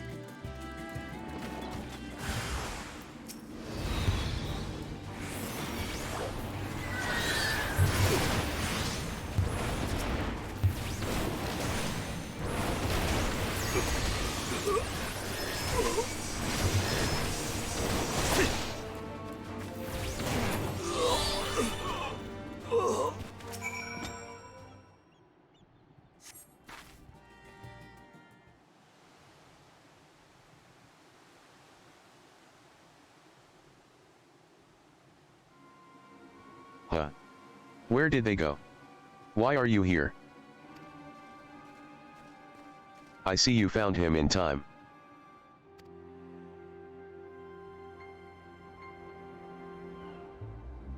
You and your friends came to look for me? I don't know how to thank you. On my way home, I took a moment to stop and rest. Think about what to do about, well, everything. And then those men came. Kidnappers. We'd heard that the Arkazodaro were being targeted. Surely you have as well? Perhaps it's best if you took refuge in the city. We've considered it, me and the others. But fishing is all we know, the ocean all we have. Could you help with the hunt thing? I think we might need more people because I'm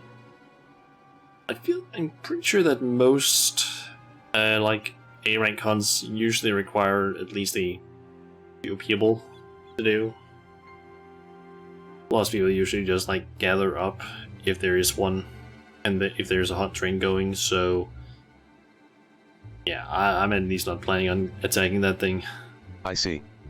That's your decision to make, but you should take care not to travel alone.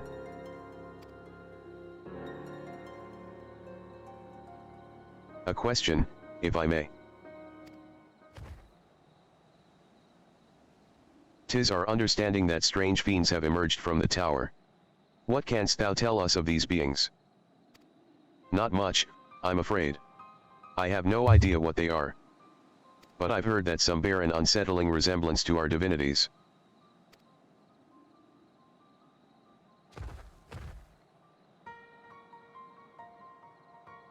For that reason, some have taken to calling the tower Zot. House of Divinities in the old tongue, it means. But they're not true divinities. They're monstrous imitations that bring only death. To have one's faith so twisted is a grievous indignity, and full justified art thou in thine outrage. Know that 'tis for no other purpose but to neutralize the tower that we have journeyed to this land. In time we may be forced to contend with these false gods, and thus we would learn all we may about them. Wilt thou not tell us of thy divinities and their true nature? You've come all this way to save us? Really? To think I had you peddling fish. But to answer your question, yes, of course. We would gladly tell you about our gods. We, I say, because I'm a terrible storyteller, and I'd ask my fellow villagers to do it. So please come to our village. We're good, God-fearing folk, all of us, and we'd be honored to share our knowledge. And fish. What sayest thou? Shall we pay visit to Akyali? Wonderful. Just follow the road west and down the hill, you can't miss it.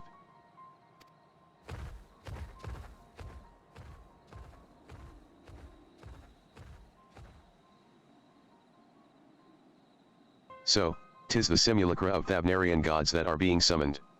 If any doubt existed before, there can be none now. The kidnapped Hanish are imprisoned in the tower. I pray that we will be able to save them. Though indeed, saving them will mean confronting their false gods, like as not. As you said, we'd do well to study their religious traditions. To Oculali.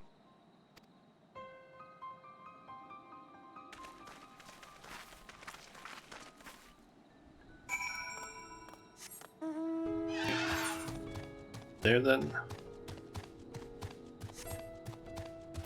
And southwest around 200 ish, so I'm assuming down here-ish. Ah, yep, there it is.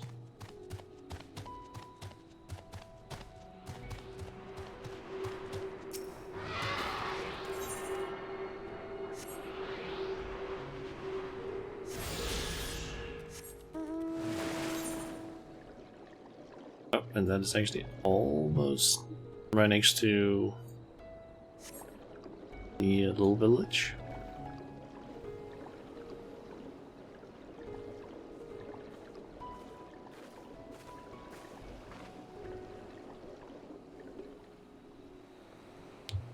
Destiny is down there, okay. Welcome to Oculali, my friend. The name means white beach, and there isn't much here save that, but please make yourself at home. Your companions have already begun talking to everyone. Feel free to show yourself around and do the same. Any one of us can tell you about our gods, but you could do worse than to start with Kanga and Old Hasveda. They're free at the moment, as it happens. Okay. You wish to know about our gods? What a curious visitor you are. Most want fish. In any case, I'm happy to oblige. Now, I don't know how it is whence you hail, but our isle is home to many gods. They can be divided into two groups, the Manishya, beings of wisdom who assume the form of men, and the Mrga, beings of might who assume the form of beasts. Together they are divinities, their forms and personalities many and varied. Some are kind and gentle, others stern and temperamental, just like we mortals can be. All are possessed of great insight and experience, and by heeding their teachings, we strive to be better people and live better lives.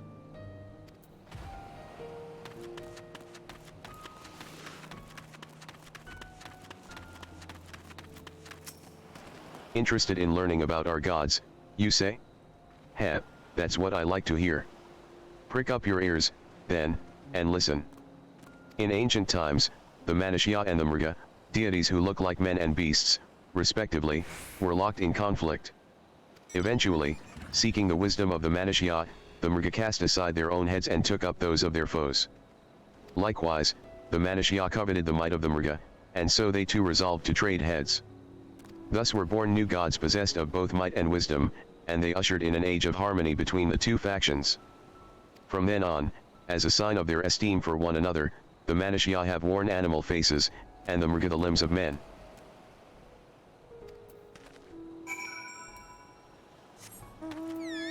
Okay.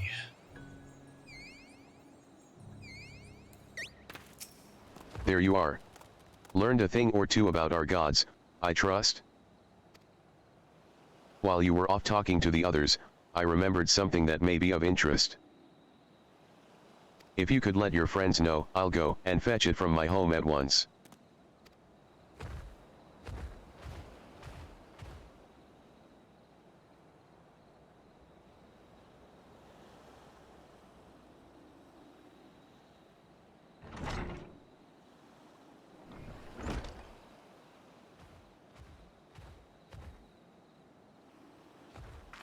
Apologies for the wait.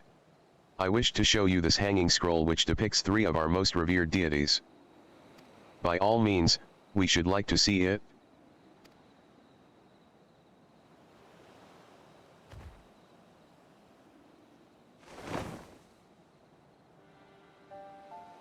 They are Manishya, you heard about them already, yes.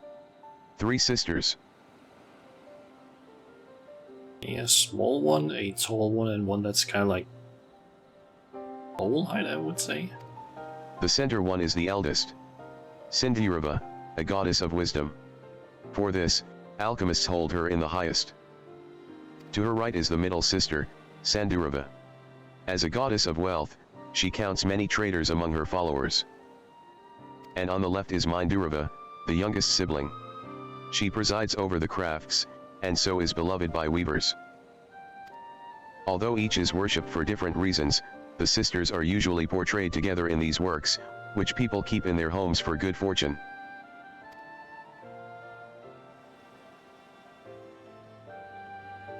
In like fashion to the Manishya, the deities of A or Zia preside over myriad aspects of life.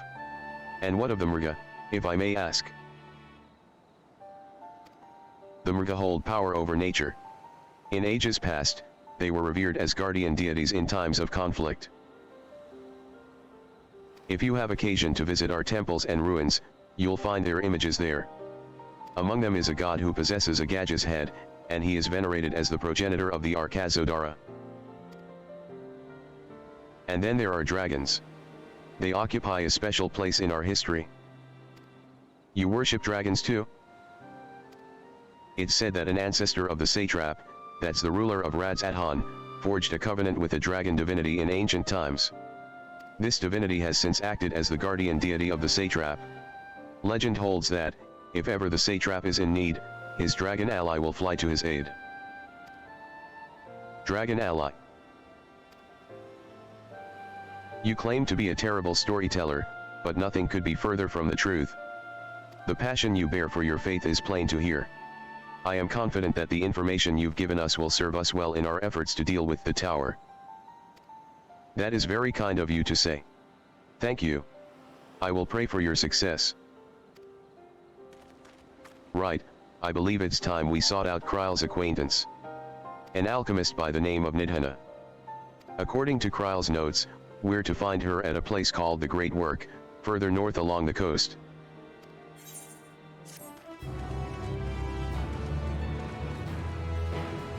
Okay.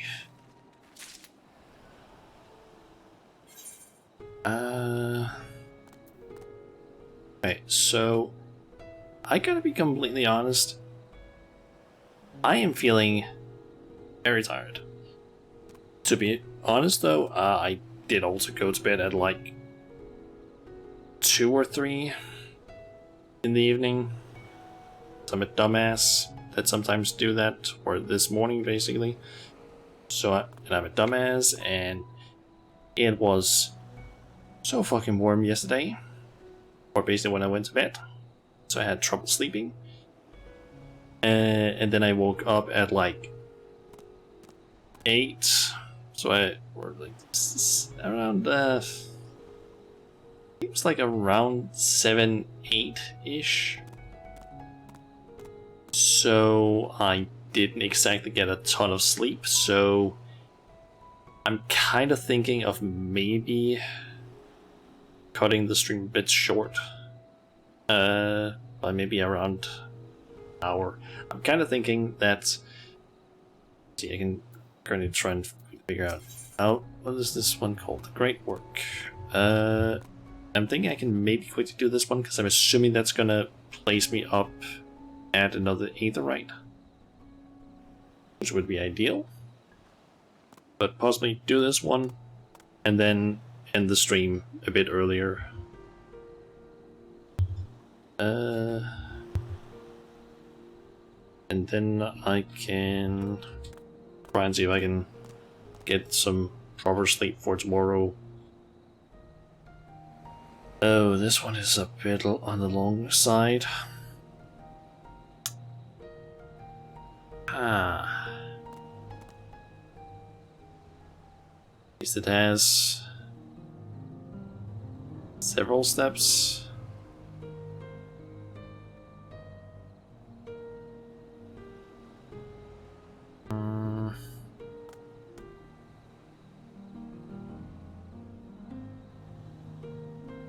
Sure, let's do this. Did you one say quickly. you're going to see Nidhana? Oh, how I envy you. She's brilliant and beautiful, kind and understanding, And did I say she's beautiful? I could stare at her dainty ears and adorable trunk all day. And those eyes. When you meet her, take care you don't drown in them. Yeah, I'm assuming we are going out to the great work. And apparently this quest also allows us to use the Aetherite, because otherwise we couldn't. What I could see online. What's this place called? How the fuck do you pronounce that? Jinana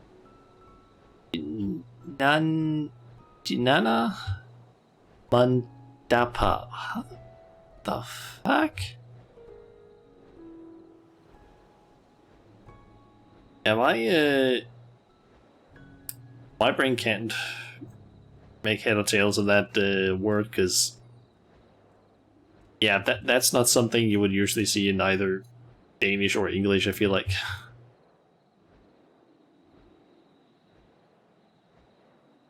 I'm gonna assume that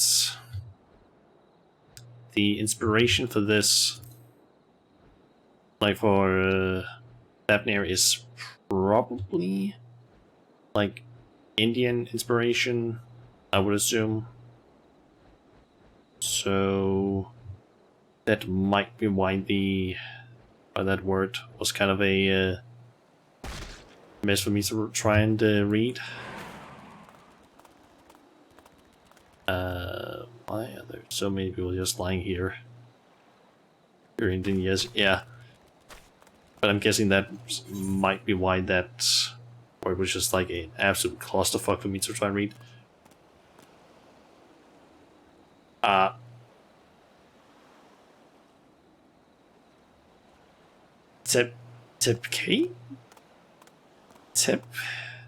Tepkeik, I guess.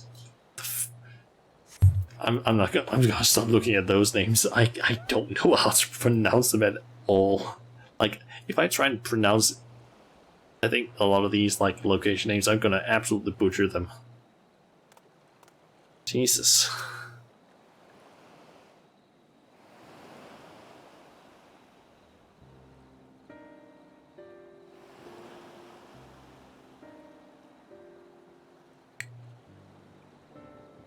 What exactly has happened here? Oh. She is still alive, it seems. What happened here?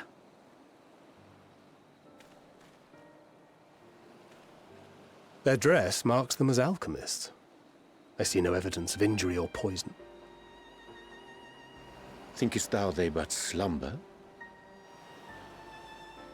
I believe so. Whether it is by choice is another question entirely. Oh, we have guests. You must excuse the poor welcome. Long days and longer nights have taken their toll, as you can see.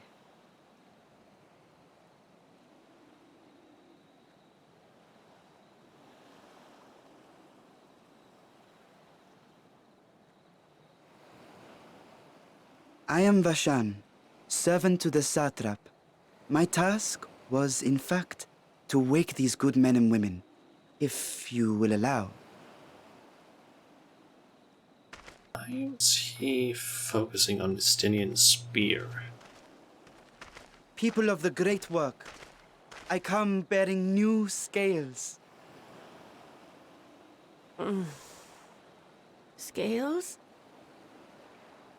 We have new scales?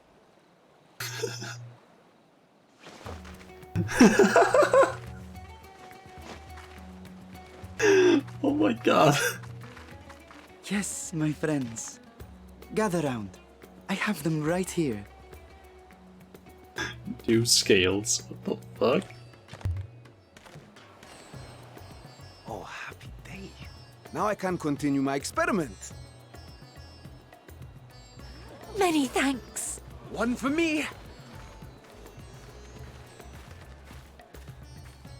Those are dragon scales. Yes, such materials are vital to their most pressing research. But we are fortunate to have them. Our experiments are so close to bearing fruit.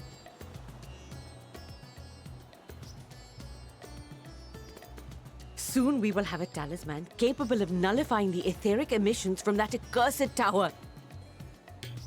Oh. Did I say something wrong? Are you not here with Varshan? Wait, who are you people?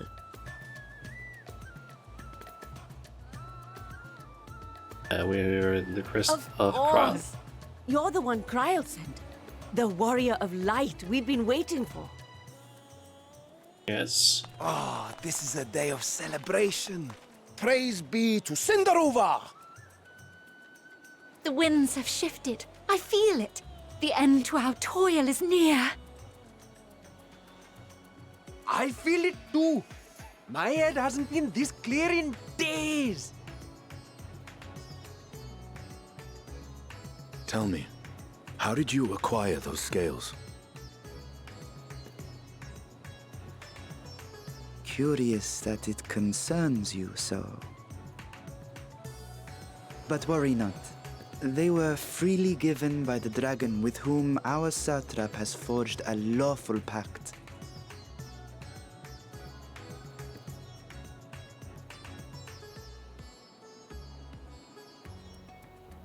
That is well. You must be quite familiar with Dragonkin, yes?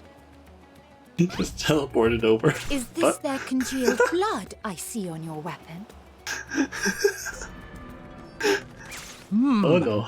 Speaking of dragon blood, you yourself have been infused with it, have you not? Oh no, I should like to draw a file or two, if so. Oh no. Now, see here. Come along, come along. I must insist that you visit our laboratory. Oh no. Cease your shoving, or so help me.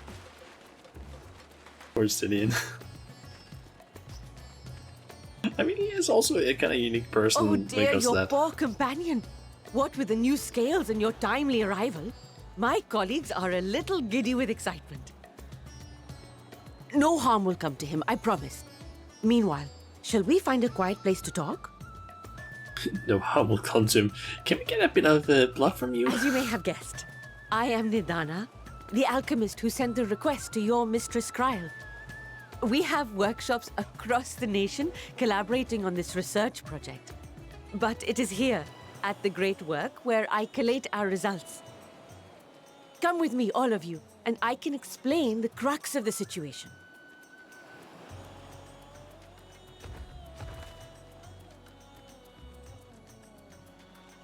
Okay, so I believe he said a pint or two of blood. I gotta quickly look up something.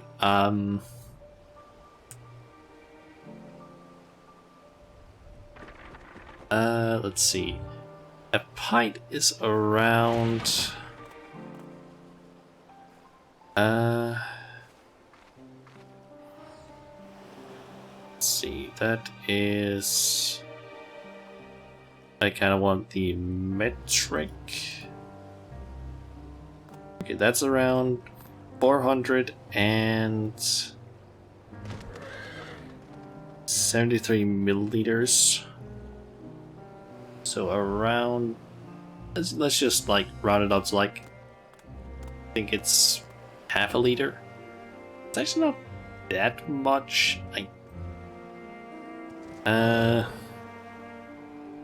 Let's see, if it's 2 pints.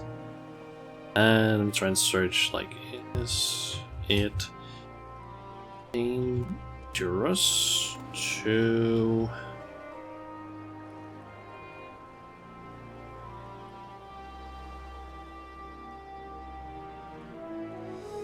Is it bad to lose a liter of blood?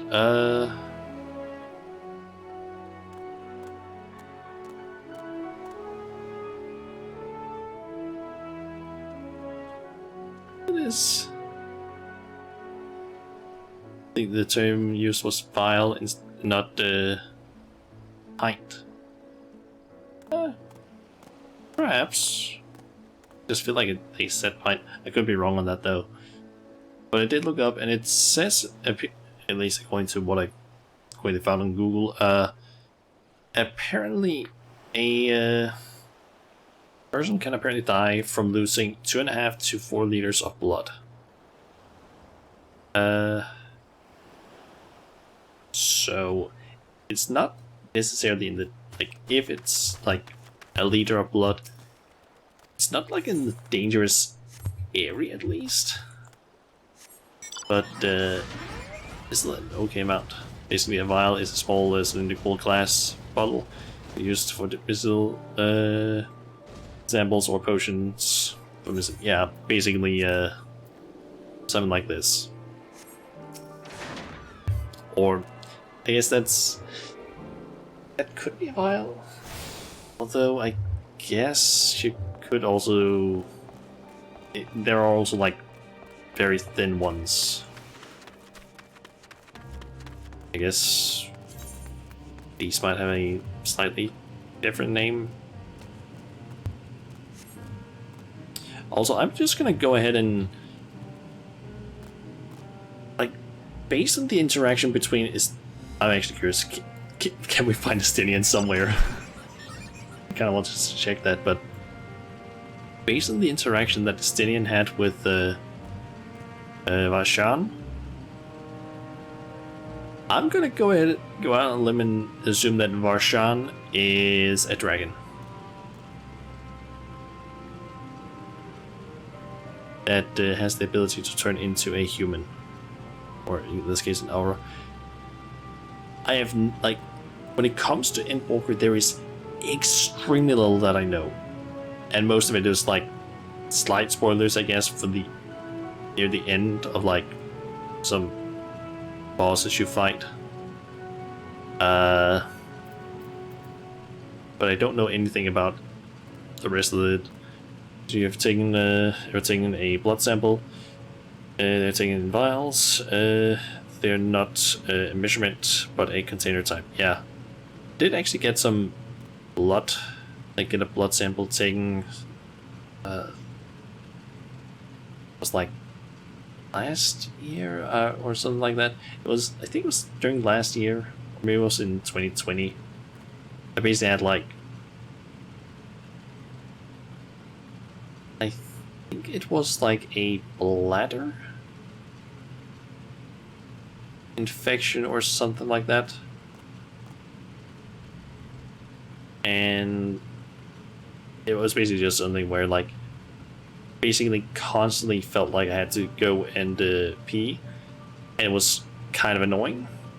So I basically ended up having to go to the doctor, and they basically just I think they needed a urine sample, and they also, like, took some blood, just like test things.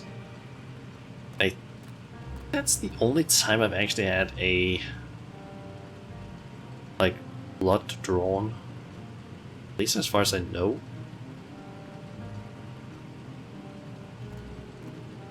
Yeah, I kind of want to quickly check. Can we find Estinians somewhere around here? Kind of doubting it, but it would be fun if we could find them.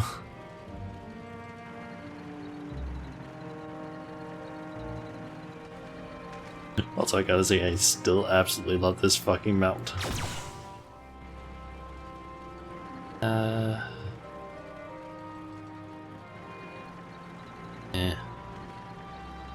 I would like to go around and check, but I doubt he's probably anywhere, and it's probably gonna be too much of a hassle to try and find him. Pray pay me no mind. I am here that I may be of service. Nothing more.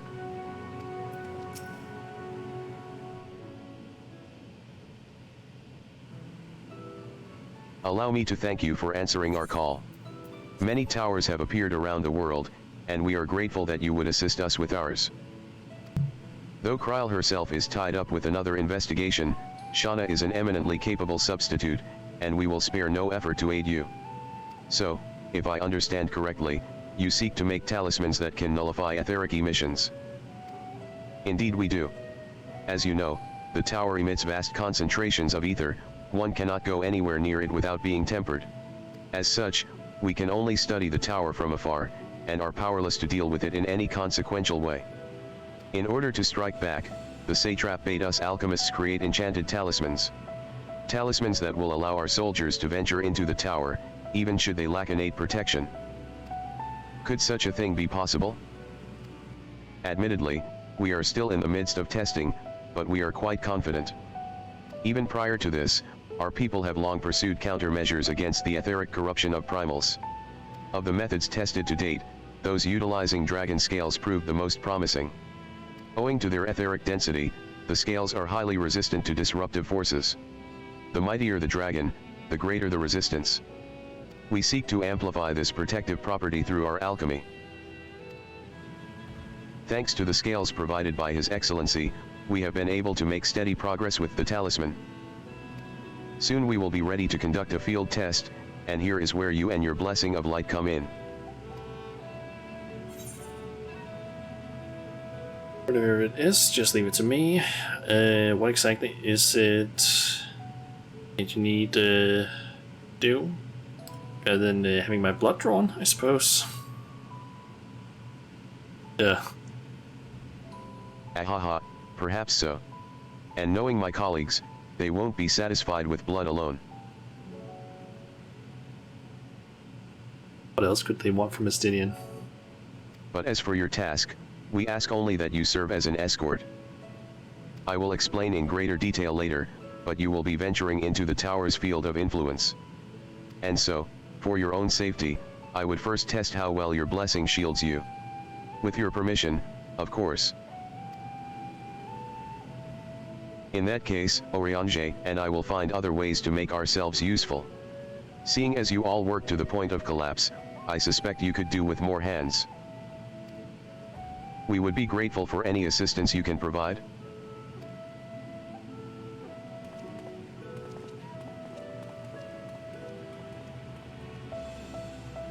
If you are ready, then let us put your blessing to the proof. If you exit the great work and turn south, there will be a hill to the right. I will meet you at the top after seeing to some preparations.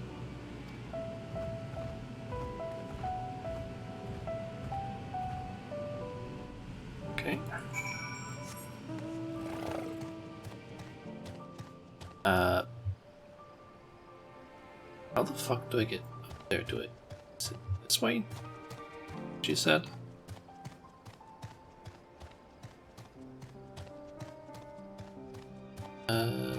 Just like it. There. It was the right way. Good. Tuned rice. You see a lantern designed in the local style. Drunken Deepa. What? I hope you didn't have trouble finding this place, or climbing the hill. Not all are accustomed to the physical strain. I give you the fruit of our sweat, tears, and many a sleepless night, the drunken Deepa. A Deepa is a lantern presented to the gods as an offering. Taking inspiration from the tradition, we created this device to test the talisman's efficacy. Upon activation, it will move a certain distance before emitting a powerful blast of ether. In lieu of corruption, those lacking sufficient protection will experience severe ether sickness. For your test, you will be exposed 4 times. That should be enough to ascertain your blessing's protective capability. Please begin whenever you're ready. I shall be observing from a safe distance. Commencing etheric exposure testing. Repeat, commencing etheric exposure testing. Retreat to a safe distance if you are not the subject. Follow the drunken Deepa's lead and try not to fall behind. Okay.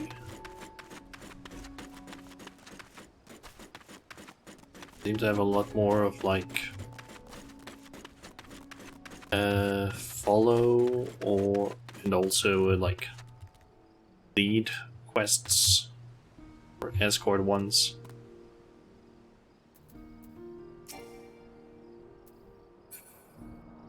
Okay, so just stand here.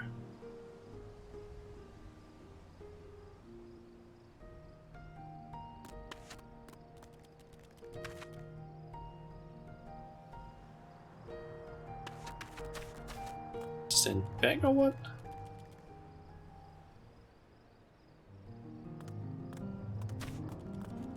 Huh?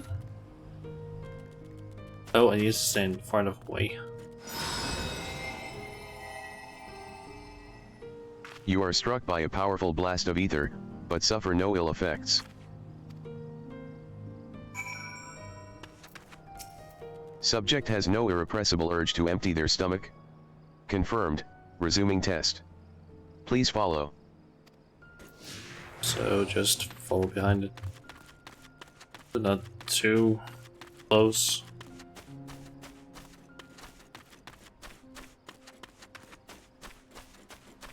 Weird that they don't like make a indicate an actual circle of like, hey, don't stand in this area.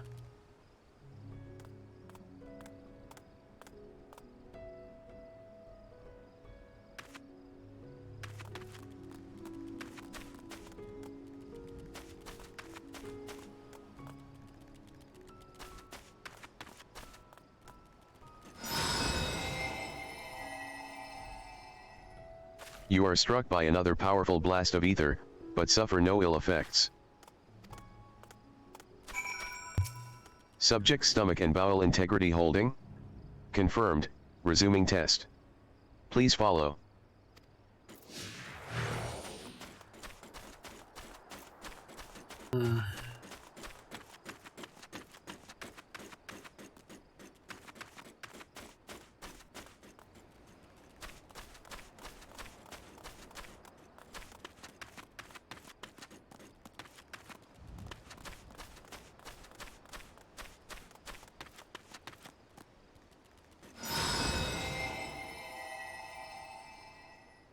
You are struck by yet another powerful blast of ether, but suffer no ill effects. The blessing of light appears to be keeping you safe from harm. Maybe something is gonna happen the last time. Subject fortitude rated. Impressive. No irregularities. Confirmed. Resuming test. Please follow and brace for final discharge.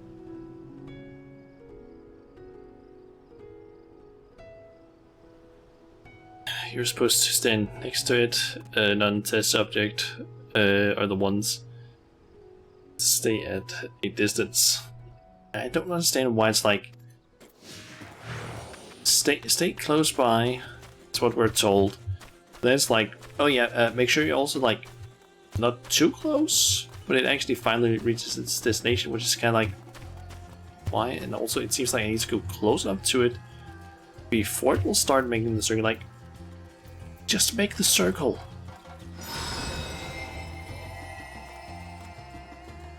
You are struck by the strongest blast of ether yet, but survive completely unscathed.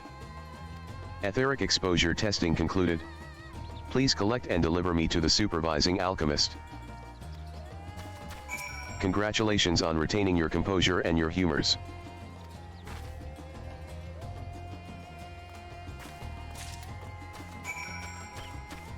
Okay. Ah, you've returned, and not on your knees. A promising sign. But come, let me take the teapot off your hands.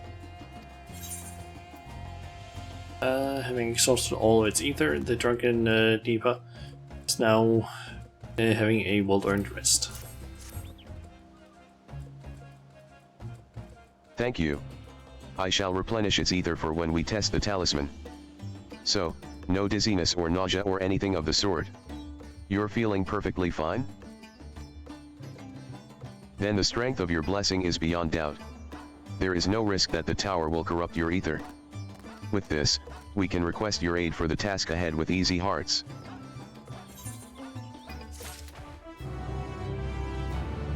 Okay, I'm just gonna look at the next quest in terms of how long it is. Yeah, I think we're gonna save that one for tomorrow, but we're to like end the stream a bit early because that one's also a little bit on the longer side. At least now I have the great work available to us, so that's at least something. No, you were up its ass for the entire quest. No How the quest progresses. Yeah, I just feel like I couldn't, like, if I walked right on it, it seemed to be something like, oh yeah, you need to stand back before we can like spawn the circle. But it didn't really say how far away until I just went like far enough away, I guess, and then it just spawned it, which is kind of like, why? But yeah, guess I'll just go ahead and end the stream here so I can hopefully not go too late to bed, unlike yesterday. It was honestly quite dumb on my part. Yeah, hopefully tomorrow I'll be back. I'll be streaming again and doing some more progress in Endwalker. Let me quickly just check here. Okay, so I have kind of changed the planned time for tomorrow, and that is because I kind of wanted to test if having a different or streaming at a different time on a Saturday would maybe change, like if it would have any significant change to the amount of viewers that I get. Because this is basically just like me trying to experiment a little bit, because I feel like I noticed I basically compared like Fridays, like a Friday stream to a Saturday stream here, I don't know, like I think it was last week or something. I noticed that the Saturday stream basically had like a good deal less viewers, so I'm kind of thinking, even though they were like at the same time, I'm kind of thinking, could streaming at an earlier time maybe do something? But I'm not really sure, so I'm just trying that. The stream will probably go from like 1 o'clock in the afternoon to 6 o'clock, so the usual time that I normally stream during weekdays. So yeah, usual 5-hour stream, and hopefully I don't end up being extremely tired. So yeah. Show avatars, thanks for the stream. You're welcome, both of you. Thanks for dropping by and watching the stream. So let's see here. Go to raid. Let's see. Got a few Danish VTubers that I could go ahead and raid. Just gotta figure out who to raid though. Let's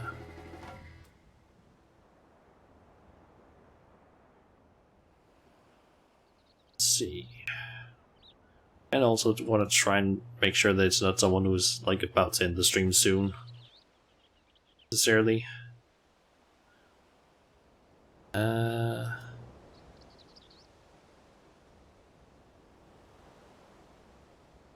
Let's see here. Basically just comparing their other stream lengths. How long they've been streaming so far. You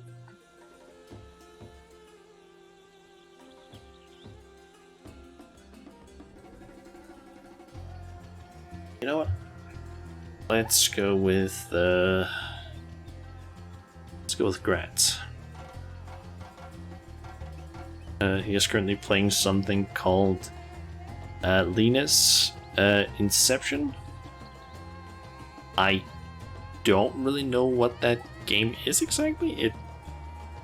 It's giving me sort of like don't know, bit Zelda, like Legend of Zelda vibes to an extent. At the same time, not really, but yeah, I don't fully know. But yeah, as I said, plan is basically just tomorrow to continue with the MSQ. I might have something else that I could maybe do. I might be able to basically max out the dwarves in terms of rep. If I'm not mistaken. Pulling up the rep stuff. Just gonna calculate how much I'm missing them because I don't fully know. Let's see, I have 1,730. I have 100 and 1,440. This means I need 190. Divide that by 180. 1.6. So yeah. That would probably have to be like one of the last things that I do though during the stream tomorrow, since I can do their dailies for today, but then I would have to do their like the remaining bit of dailies tomorrow near the end of the stream after the reset, which happens at like 5 o'clock. So that might be a thing I do, but yeah, not really 100% sure yet. Anyway, I should probably stop talking and just end the stream so I can get some rest. Make sure that I don't go to bed way too early, or way too late rather. So yeah, gonna go ahead and raid Rat, or as their name says, Rat Grot Zenberg. But yeah, hopefully I'll see you guys tomorrow, and if not, then I should possibly be back Monday, I think. So I'm assuming that I should probably be back Monday. Guess we'll see. But yeah, until next time everyone, I'll see ya.